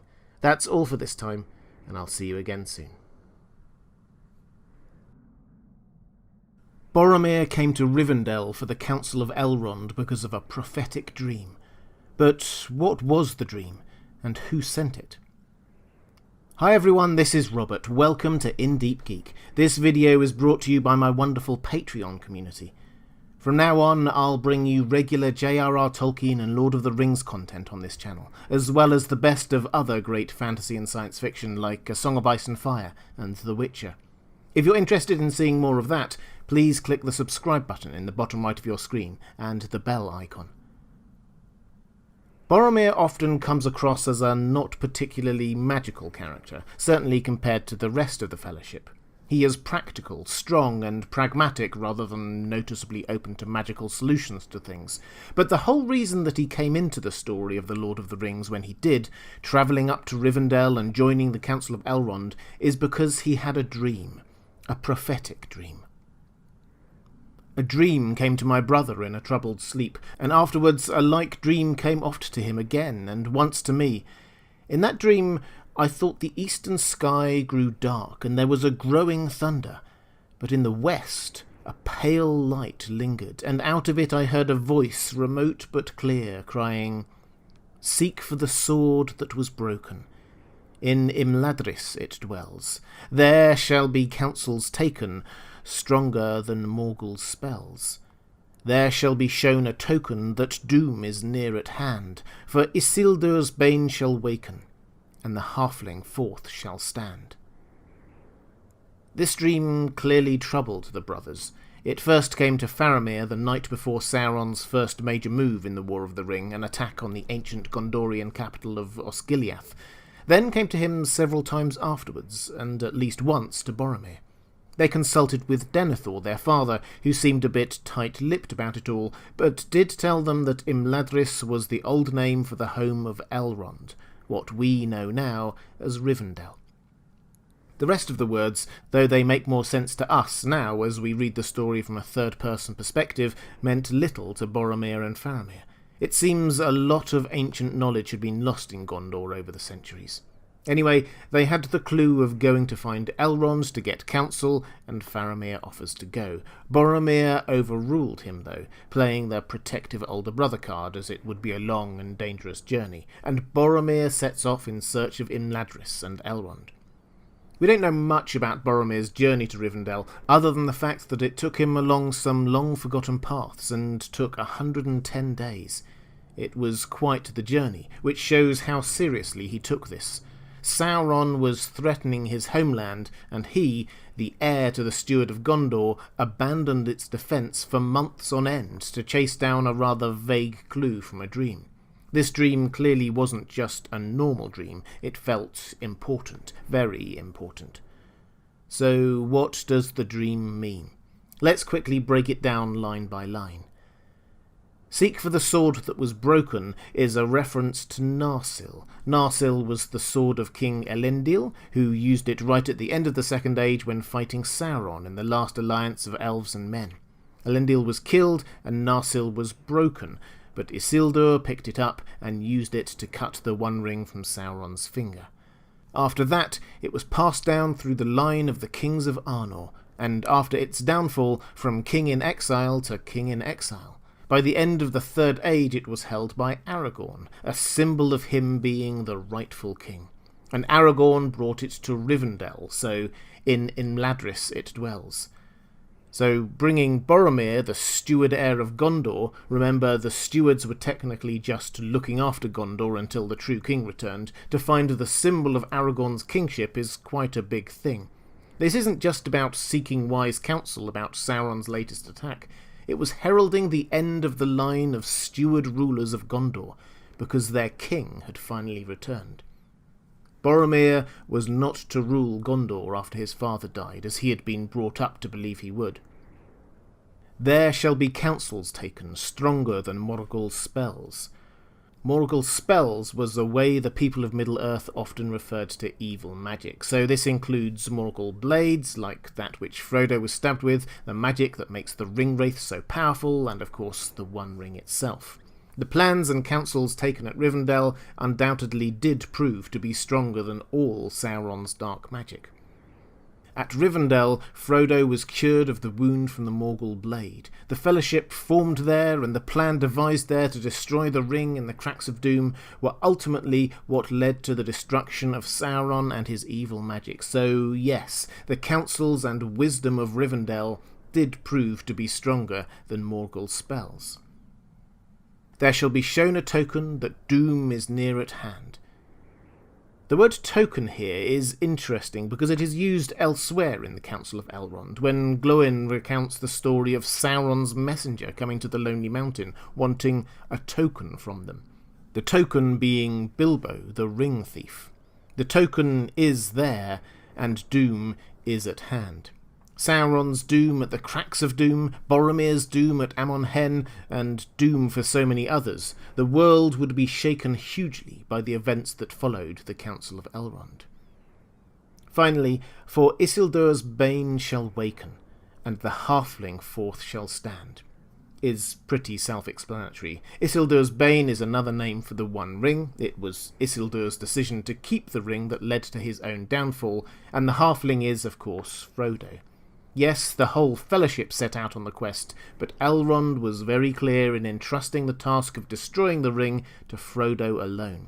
This was his quest, and the others were his companions, commissioned to accompany, help and protect him, only as long as they each chose to. So, taking all that together, the purpose of this dream is to get its recipient to go to Rivendell at just the right time for the Council of Elrond, arriving around the same time as Legolas with news from the elves, Gimli with news from the dwarves, Gandalf with news of Saruman, and Aragorn with the hobbits. It's all very serendipitous, or perhaps fate or destiny. Prophecy in the world of J.R.R. Tolkien is generally to be relied upon. But just getting Boromir to Rivendell and sharing his news is not all that's going on here. There's also confirmation here of Aragorn's status as king in exile. Being outed like this in front of so many, and particularly Boromir, who would perhaps lose the most from Aragorn's arrival, definitely sets him on the path to becoming the returning king. And I don't think it's pushing it too far to suggest that the words of that prophecy, particularly the last line about a halfling, also played into Frodo's mind as he was deciding to take the ring onwards. His thoughts just before saying he would take it were of him feeling he was awaiting the pronouncement of some doom, the same language as in the prophecy. So if this prophecy was not just about getting Boromir to Rivendell, but pushing Frodo and Aragorn and others to their fates, who might have sent that dream? Well, Tolkien doesn't tell us anywhere, and it wasn't in any of the scraps of notes that he left behind, so we're left to speculate a little. I think we can safely rule out any of the characters at the council itself. Gandalf and Elrond appear oblivious to the dream until it is revealed to them, and there's no reason for them, and it wouldn't be like them, to feign ignorance once Boromir is there. No, this seems to come from beyond Middle-earth. We do have one clue. In the dream, we're told, the verse was said by a remote but clear voice from the west. What is far away in the west? Valinor. So perhaps Eru Ilúvatar himself, or the Valar. And I think there is a clear favourite here. Ulmo, the third most powerful of the Valar. He's certainly powerful enough to do it, and of all the Valar, we are told that he was closest to and most supportive of elves and humans, never abandoning them, we are told, and keeping a closer track on what was going on with them than even Manwë himself. So he sounds like the kind of being who would want to get involved. And he has a track record of this kind of thing. Back in the First Age, he appeared in a dream to cousins Finrod and Turgon to direct them how to stay safe from Morgoth, Sauron's old master, and went on to intervene several other times to help strategically important elves and humans. And we should note that when Faramir and Boromir got these visions, they were by the banks of the Anduin River, and Ulmo is known as the Lord of Waters. We don't know it was him, but he seems to easily be the most likely candidate. Indeed, it would be odd if he hadn't intervened somewhere in this existential fight for elves and humans. But finally, we do have to address one last twist in this tale, because we have to acknowledge that although the dream did come to Boromir, and Boromir was the person who followed its instructions and sought Imladris, it wasn't originally intended for him. It came first and most often to Faramir, his brother. So was this intended for him, not Boromir? It's an interesting thought experiment to work through what would have happened if Faramir had gone to Rivendell, not Boromir. Eminent Tolkien scholar Tom Shippey is of the view that Faramir would have been a much better candidate for the Fellowship, and it's hard to disagree.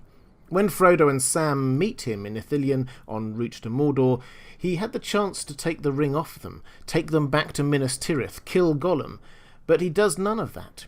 He lets them go on their way. Might he have managed to resist the power of the ring that Boromir fell prey to at Amon Hen? It seems possible. The Fellowship could have survived to cross the Anduin. But what then? They surely wouldn't have teamed up with Gollum, and what if it were Boromir who found and captured them in Ithilien, not Faramir? Would he have taken them back to Minas Tirith? Probably. And Aragorn wouldn't have been free to challenge Sauron so blatantly, drawing his forces out of Mordor and opening the way to Mount Doom. Would the Fellowship have even succeeded, but for that? It seems unlikely. And perhaps it took Boromir having the dream once to take it seriously and put it to their father. We know how Denethor didn't really rate or love Faramir, so perhaps he wouldn't have allowed anyone to go searching for Imrahil if Faramir had raised the matter on his own. And perhaps it took Faramir all those dreams to take so seriously the importance of the halflings when he met them. It really was that dream that tipped the balance to him allowing the hobbits to keep going and complete their mission. As always with this story, we come back around to the fact that for the ring to be destroyed the way it was a very, very long shot. Everything had to happen exactly as it did. Faramir going to Rivendell instead of Boromir sounds like a good idea on the surface, but the butterfly effect of that would have resounded throughout the story. No, Faramir had to have that dream all those times. Boromir also had to have it once and pull rank on his brother. Faramir's dream was vital to the success of the Fellowship. I'm sure that's why Ulmo, the Valar who loved elves and men and never abandoned them, sent it in the first place. If you'd like to see more videos on the world of J.R.R. Tolkien and the Lord of the Rings, please click on the link to the playlist on the left of your screen. Or if you'd like to support this channel, or get access to some content I produce just for my patrons, please click on the link to my Patreon page on the right of the screen. Thanks for watching. That's all for this time, and I'll see you again soon. J.R.R. Tolkien started writing a sequel to The Lord of the Rings. He obviously never finished it, but he did tell us what it was going to be about, and why he never finished it. Let's see what he started writing, and what we can learn from it about the wider world of The Lord of the Rings. Hi everyone, this is Robert. Welcome to In Deep Geek. This video is brought to you by my wonderful Patreon community. From now on, I'll bring you regular J.R.R. Tolkien and Lord of the Rings content on this channel, as well as the best of other great fantasy and science fiction, like A Song of Ice and Fire and The Witcher. If you're interested in seeing more of that, please click the subscribe button in the bottom right of your screen, and the bell icon. Famously, J.R.R. Tolkien started writing The Hobbit after scribbling the opening line, "In a hole in the ground there lived a hobbit," on a blank page of an exam paper he was marking, then proceeded to write the first draft in relatively swift time. The Lord of the Rings was a more detailed, lengthy and iterative process over many years. He began thinking about the possibility of a sequel, it seems, sometime in the late 1950s or early 1960s, by just starting to write it, imagining what the world would be like sometime after the end of the books and once all of the characters we know have departed.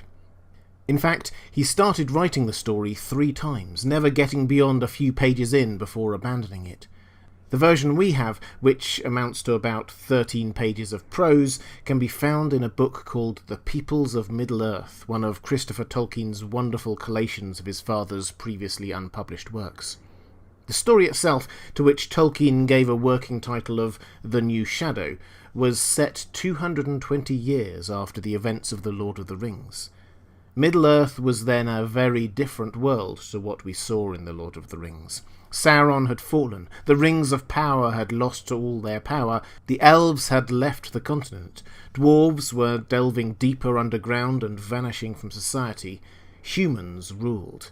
This is the dominion of man. Aragorn ruled the reunited kingdoms of Gondor and Arnor for 122 years. He was wise and true to the last, and was succeeded by his and Arwen's son, Eldarion. Eldarion's reign was also a long one, and he was also wise and good, though perhaps a notch or so down on his father. The story we have here happens right at the very end of his reign, perhaps even causing his death. We never got to that point in the plot, so we'll never know. 13 pages may not be a lot to go on, but thankfully it does include a lot of exposition, allowing us to see the outline of what the story would have been about. The story is told from the point of view of Borlas, who was the youngest son of Beregond. You may not remember Beregond, but he was an important if minor character in The Lord of the Rings. He was a soldier of Gondor during the climactic battles of the Return of the King.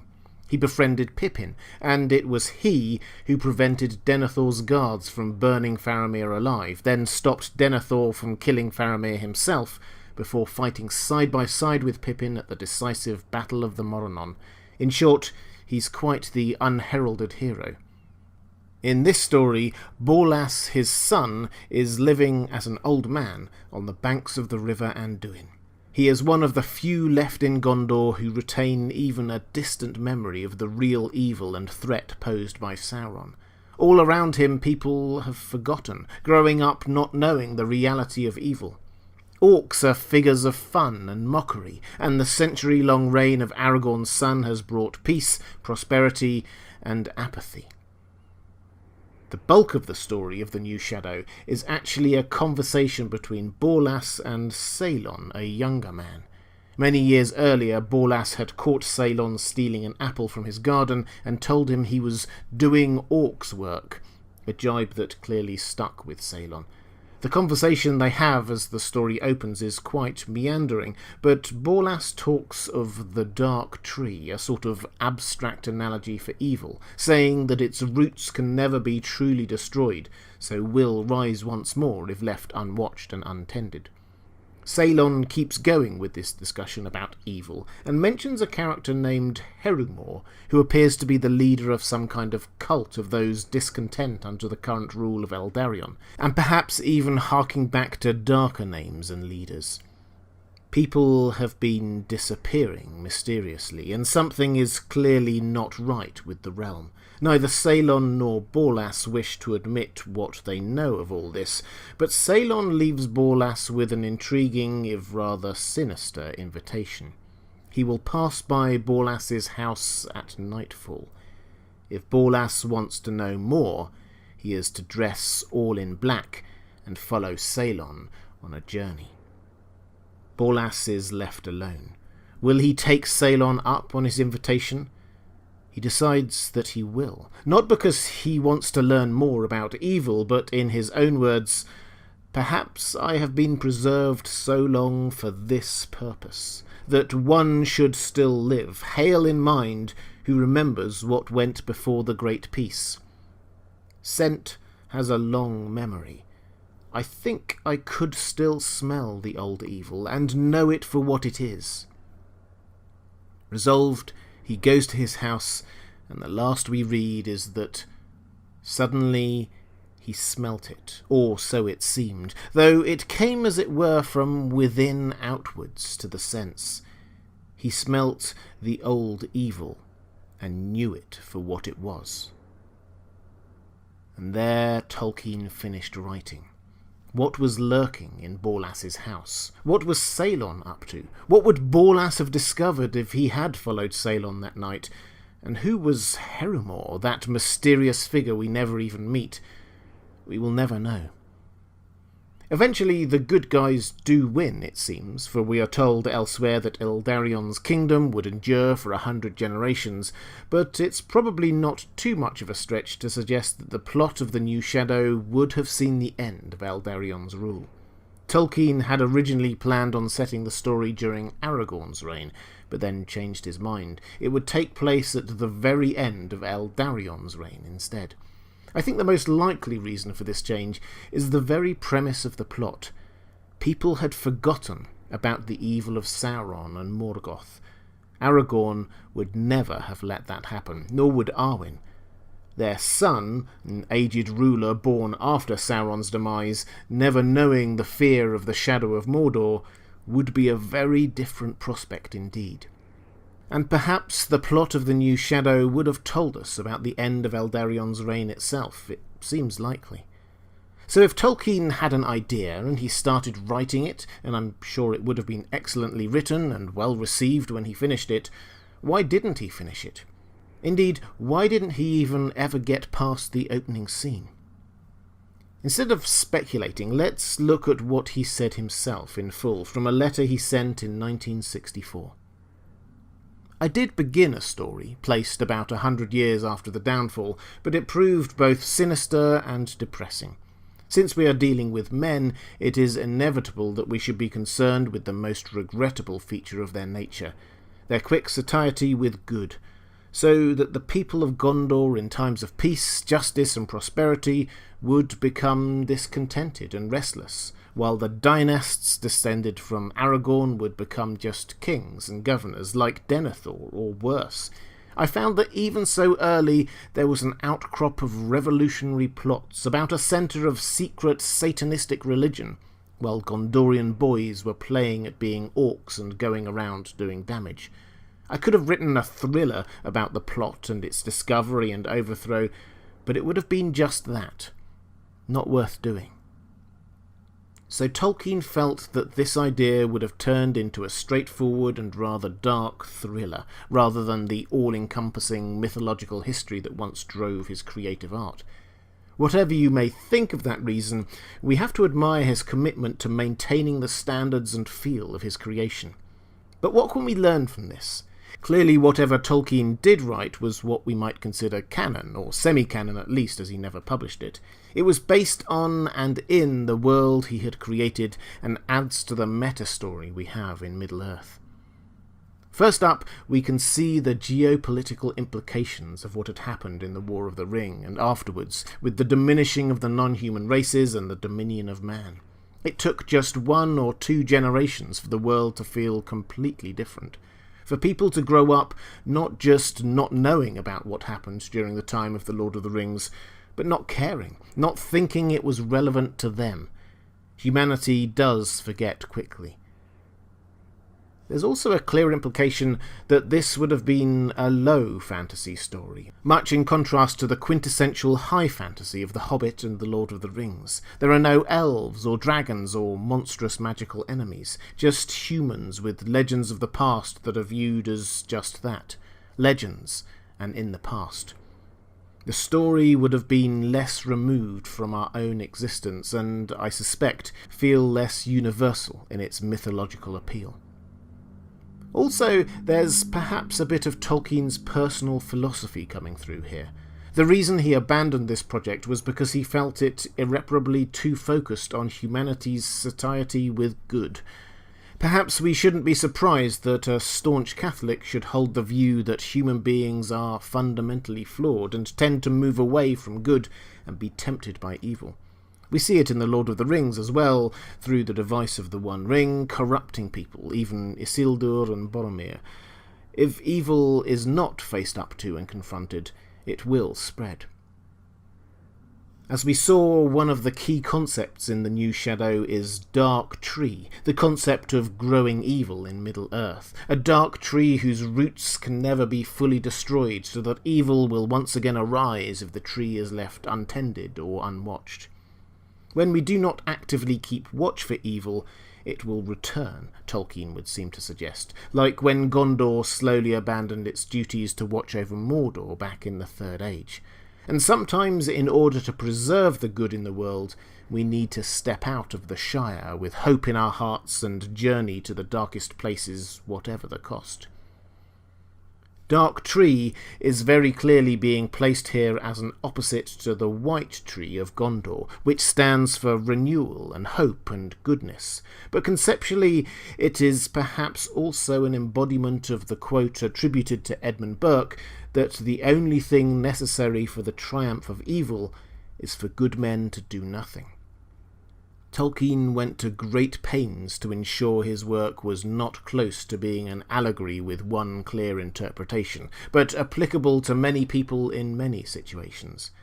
And although we shouldn't assume that this early draft would have stayed unchanged, perhaps this was at the heart of his decision not to proceed with the New Shadow. It would have been very obvious what the point was that Tolkien was trying to make through his story. The New Shadow was focused on the flawed nature of humanity. The entire plot appears to be based on this premise, and that's not what Tolkien wanted from his creation. He may have believed the fallibility of humanity personally, but he was constantly wary of projecting his own views onto his creation. Just read his foreword to The Lord of the Rings. He recognised that he couldn't ever truly eliminate his personal biases and upbringing, none of us ever can, but he didn't want his fiction to be just him telling us what he thought.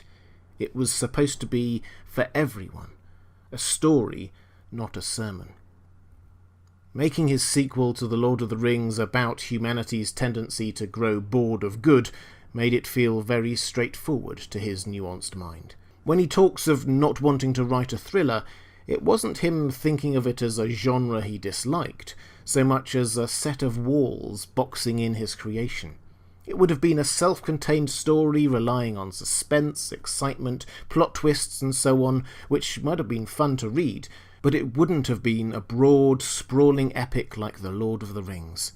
Tolkien had no interest in just writing a good, fun story. His aim was always much, much higher than that. And that is why he never could finish that sequel to The Lord of the Rings. If you'd like to see more videos on the world of J.R.R. Tolkien and The Lord of the Rings, please click on the link to the playlist on the left of your screen. Or if you'd like to support this channel or get access to some content I produce just for my patrons, please click on the link to my Patreon page on the right of the screen. Thanks for watching. That's all for this time, and I'll see you again soon. Hi everyone, and welcome to In Deep Geek. This is the first of, I hope, a series of videos, chats with other creators about The Lord of the Rings, the world of J.R.R. Tolkien, Middle-earth, and all of that. And today I'm delighted to have as my very first guest chatting through these issues, Dan from The Voice of Geekdom. Do you want to say hi? Hello, hi. Hello to In Deep Geek viewers, and hello to you, Robert. Thank you for having me on. An absolute pleasure. So for those who don't know, your channel is The Voice of Geekdom, and you are working your way through on this channel. You're working your way through the Silmarillion. Is it chapter by chapter? Yes, and yeah, at the moment it's chapter by chapter. I'm doing chapter analysis, looking at the text and explaining concepts and trying to break down the story as it goes on. I've done the first 5 chapters plus the first 2 sections, which are like prologue chapters, and I'm trying to sort of do my best attempt at storytelling and explanation. And it's a notoriously complex sort of read, which puts a lot of people off on a first time. So it's sort of aimed for first time viewers. Excellent. I mean, and that's exactly what we're trying to do here. Actually, is it's something that I'm very aware of as I'm moving into the world of J.R.R. Tolkien, Lord of the Rings, is that people are always asking, what's the order that I should be reading these books in? I tried to read the Silmarillion; it seemed quite dense. So what I thought we would do was just try and do an overview of what the Silmarillion is, just as a sort of a way in, just in terms of reading order. So, Dan, feel free to sort of contradict me on this, but if you're completely new to all of this, then probably the best place to start is The Hobbit. Is the most accessible book, and then you get The Lord of the Rings, which is excellent, but obviously slightly longer. And only after you've done that, I would suggest you start to try and delve into the world of the Silmarillion, which is a lot more the kind of the background. Do you want to just give us the sort of your introduction to what the Silmarillion is?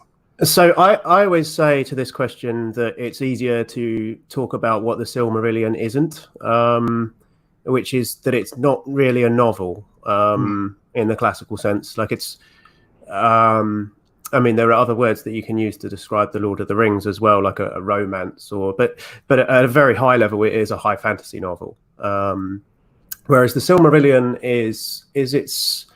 it's more of a sort of, it's a creation myth wrapped in a kind of history, and it has a very different register and tone to the Lord of the Rings. So first-time readers a lot of the time will move on to the Silmarillion after having read the Lord of the Rings and be expecting something that's like a prequel, and be a little bit taken aback by the kind of dense nature of it, because it's what it is essentially, in terms of its fictional frame, is it's Bilbo's translations of the elvish histories of Middle-earth, the 3 ages of Middle-earth and the prehistory, and it's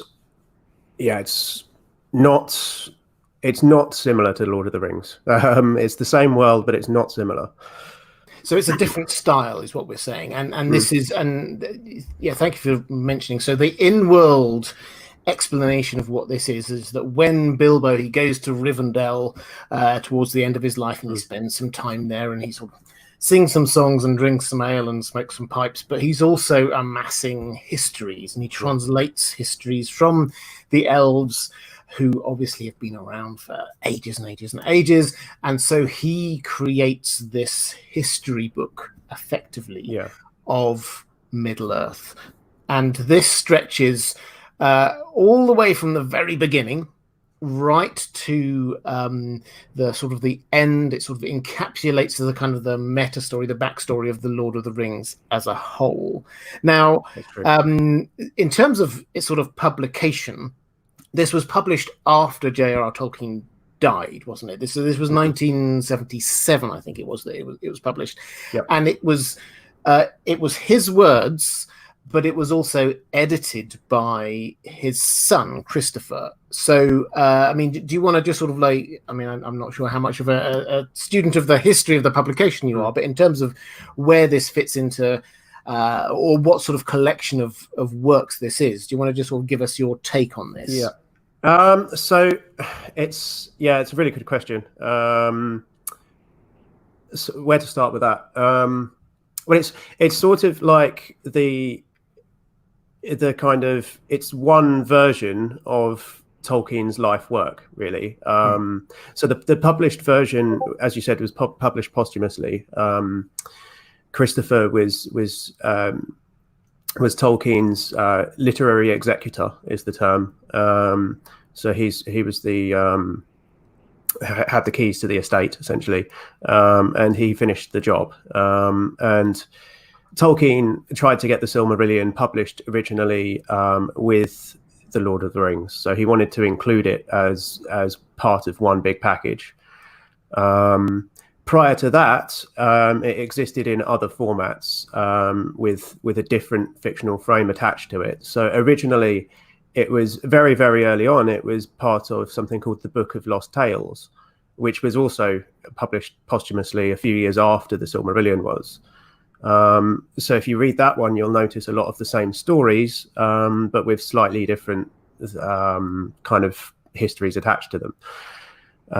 So, for instance, the Beren and Luthien story is really, really old. It's from his young days. This is the story of the mortal Beren and the immortal elf Luthien, which we get that in the Lord of the Rings as well. There's an early version of that where Sauron, the original version of Sauron, is a giant cat called Tevildo. And this is how much it changes, because it goes from there to being the character that we later know as Sauron. So it's over the course of several decades, it's several redrafts and different versions. Yeah, and this is actually a really important point, I think, in understanding the Tolkien universe. Is we now see it as this sort of canon. This is set in stone, what's there and all the rest of it. But Tolkien was changing things slowly over decades. He was writing all of this stuff, and characters changed, themes changed, and what we've got now from the Silmarillion and some other books that Christopher Tolkien sort of edited and collated really from various bits of writing after his father's death is just this sort of trying to pull together the bits and pieces, the fragments, the half-finished stories and all the rest of it into something that appears quite cohesive. So that's what we've got going on here. But this is, although this is a kind of a mythology going into history of the world of Middle-earth, it is incomplete. There are big gaps in it. There's like 1,000-year gaps here and there that we don't have all of the information on. So there are also inconsistencies with the Lord of the Rings as well, actually, if you look at it. I mean, there's a version of the final chapter of loosely I say a version of the final chapter of the Silmarillion, which is in a poem, in the form of a poem which Bilbo recites in the first chapter of the second book, The Ring Goes South. In Many Meetings is the name of the chapter of the Lord of the Rings, which is it's the tale of Eärendil, who is the kind of messianic hero at the end of the Silmarillion. And there's a bit in there which is like completely different to the Silmarillion version. So even like if you read the published Silmarillion, you'll notice things like that if you read it enough times anyway. Yeah, absolutely. But I think that there are differences, and I think that these differences are reflective of this slightly iterative process of Tolkien. It's like you've kind of found a treasure trove of scrolls from ancient history, which are all hearsay and they're based on. It's like translations of the Bible, not matching up. It's like that. It's like think of it as like kind of in its fictional frame as being kind of imprecise, because it's hand-me-down history.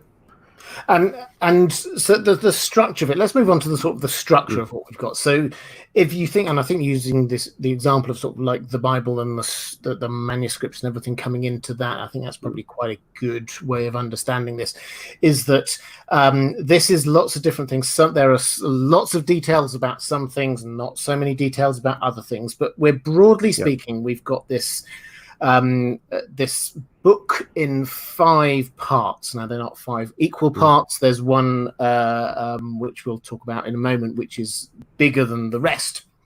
But it spans the time period right from the creation of everything. I talk about Middle-earth. Middle-earth is effectively the continent and Arda, the world.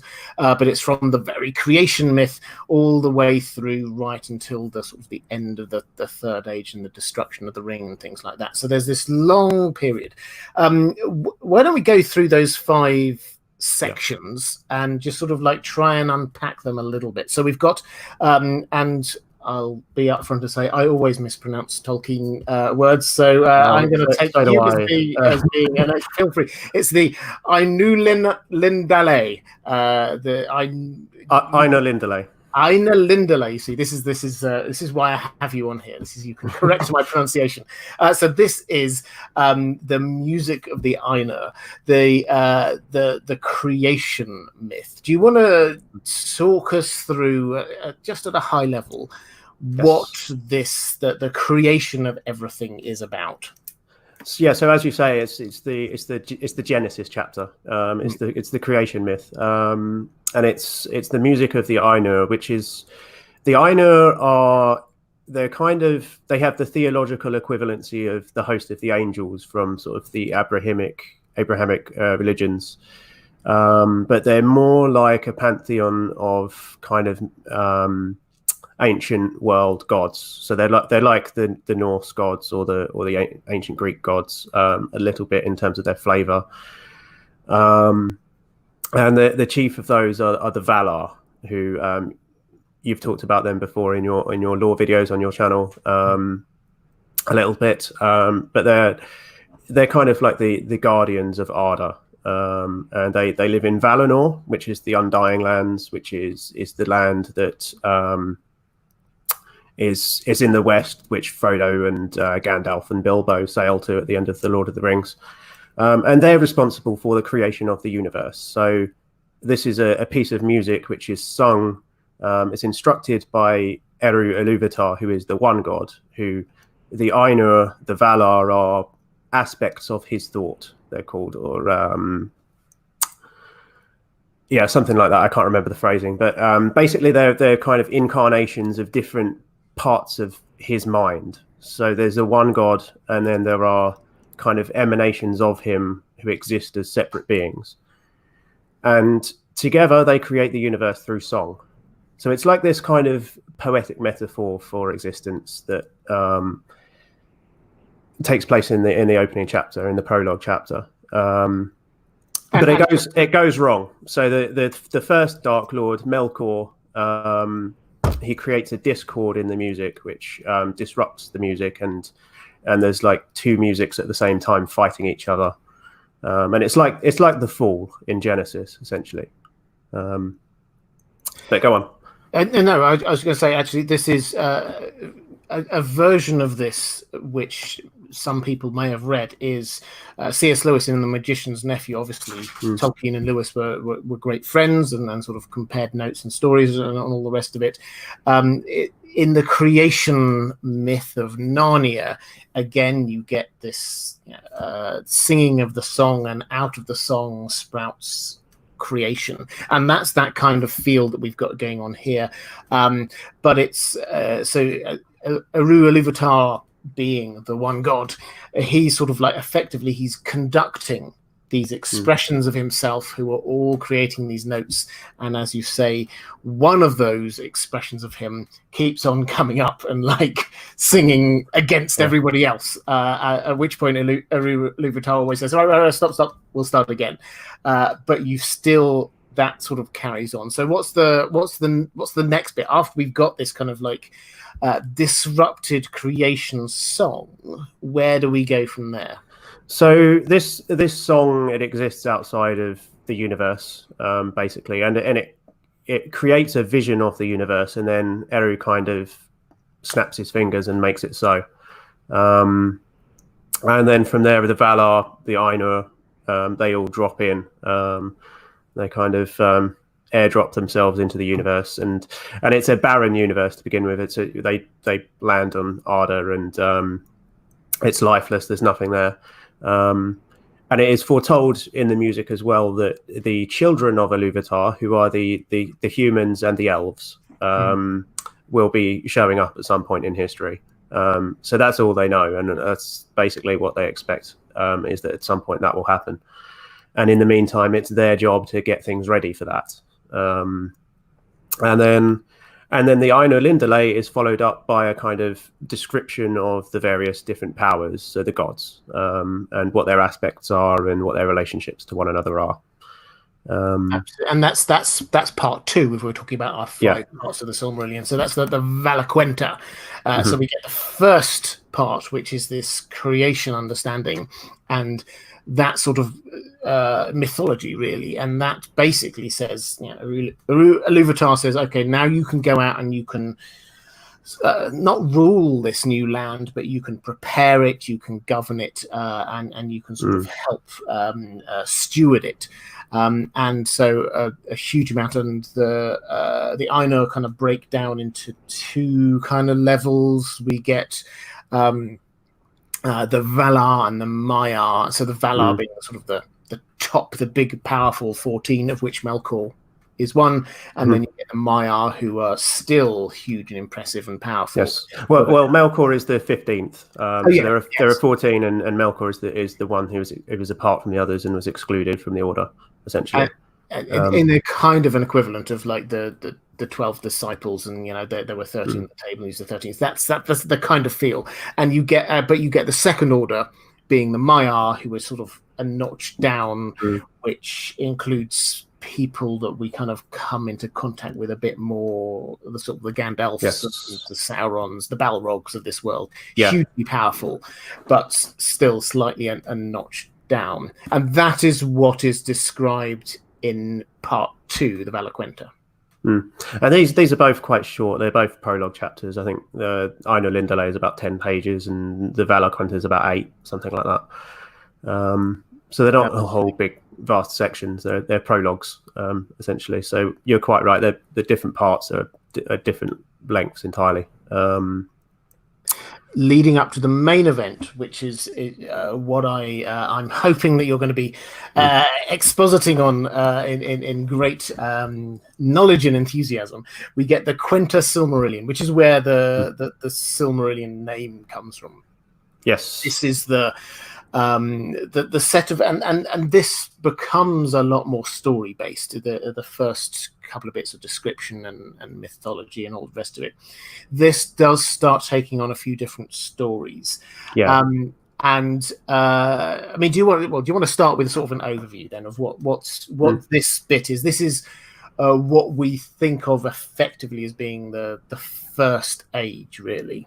Yeah, when people talk about the Silmarillion, this is the part of the book that they're mostly thinking of.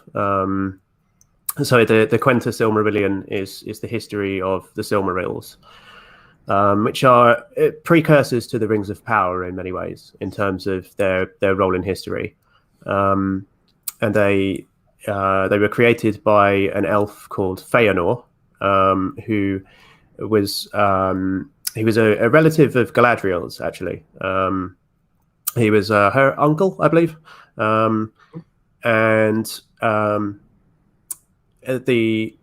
What happens is the elves show up early on, and they divide into 3 subgroups.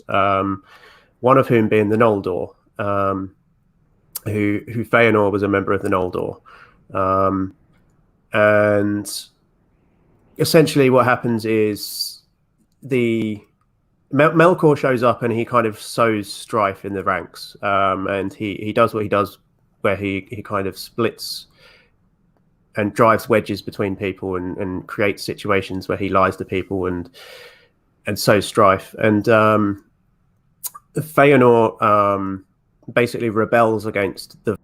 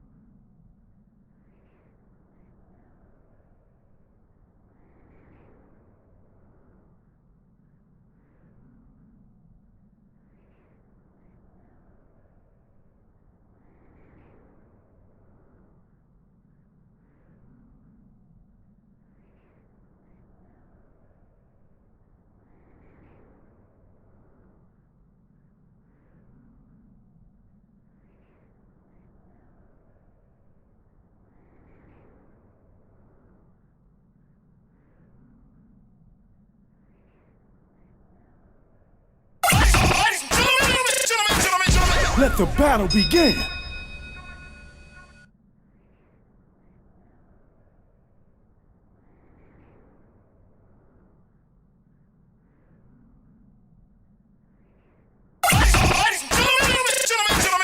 Let the battle begin.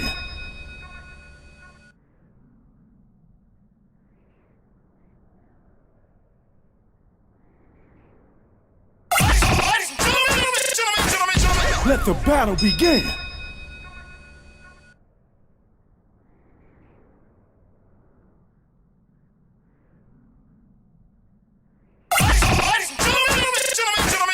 Let the battle begin.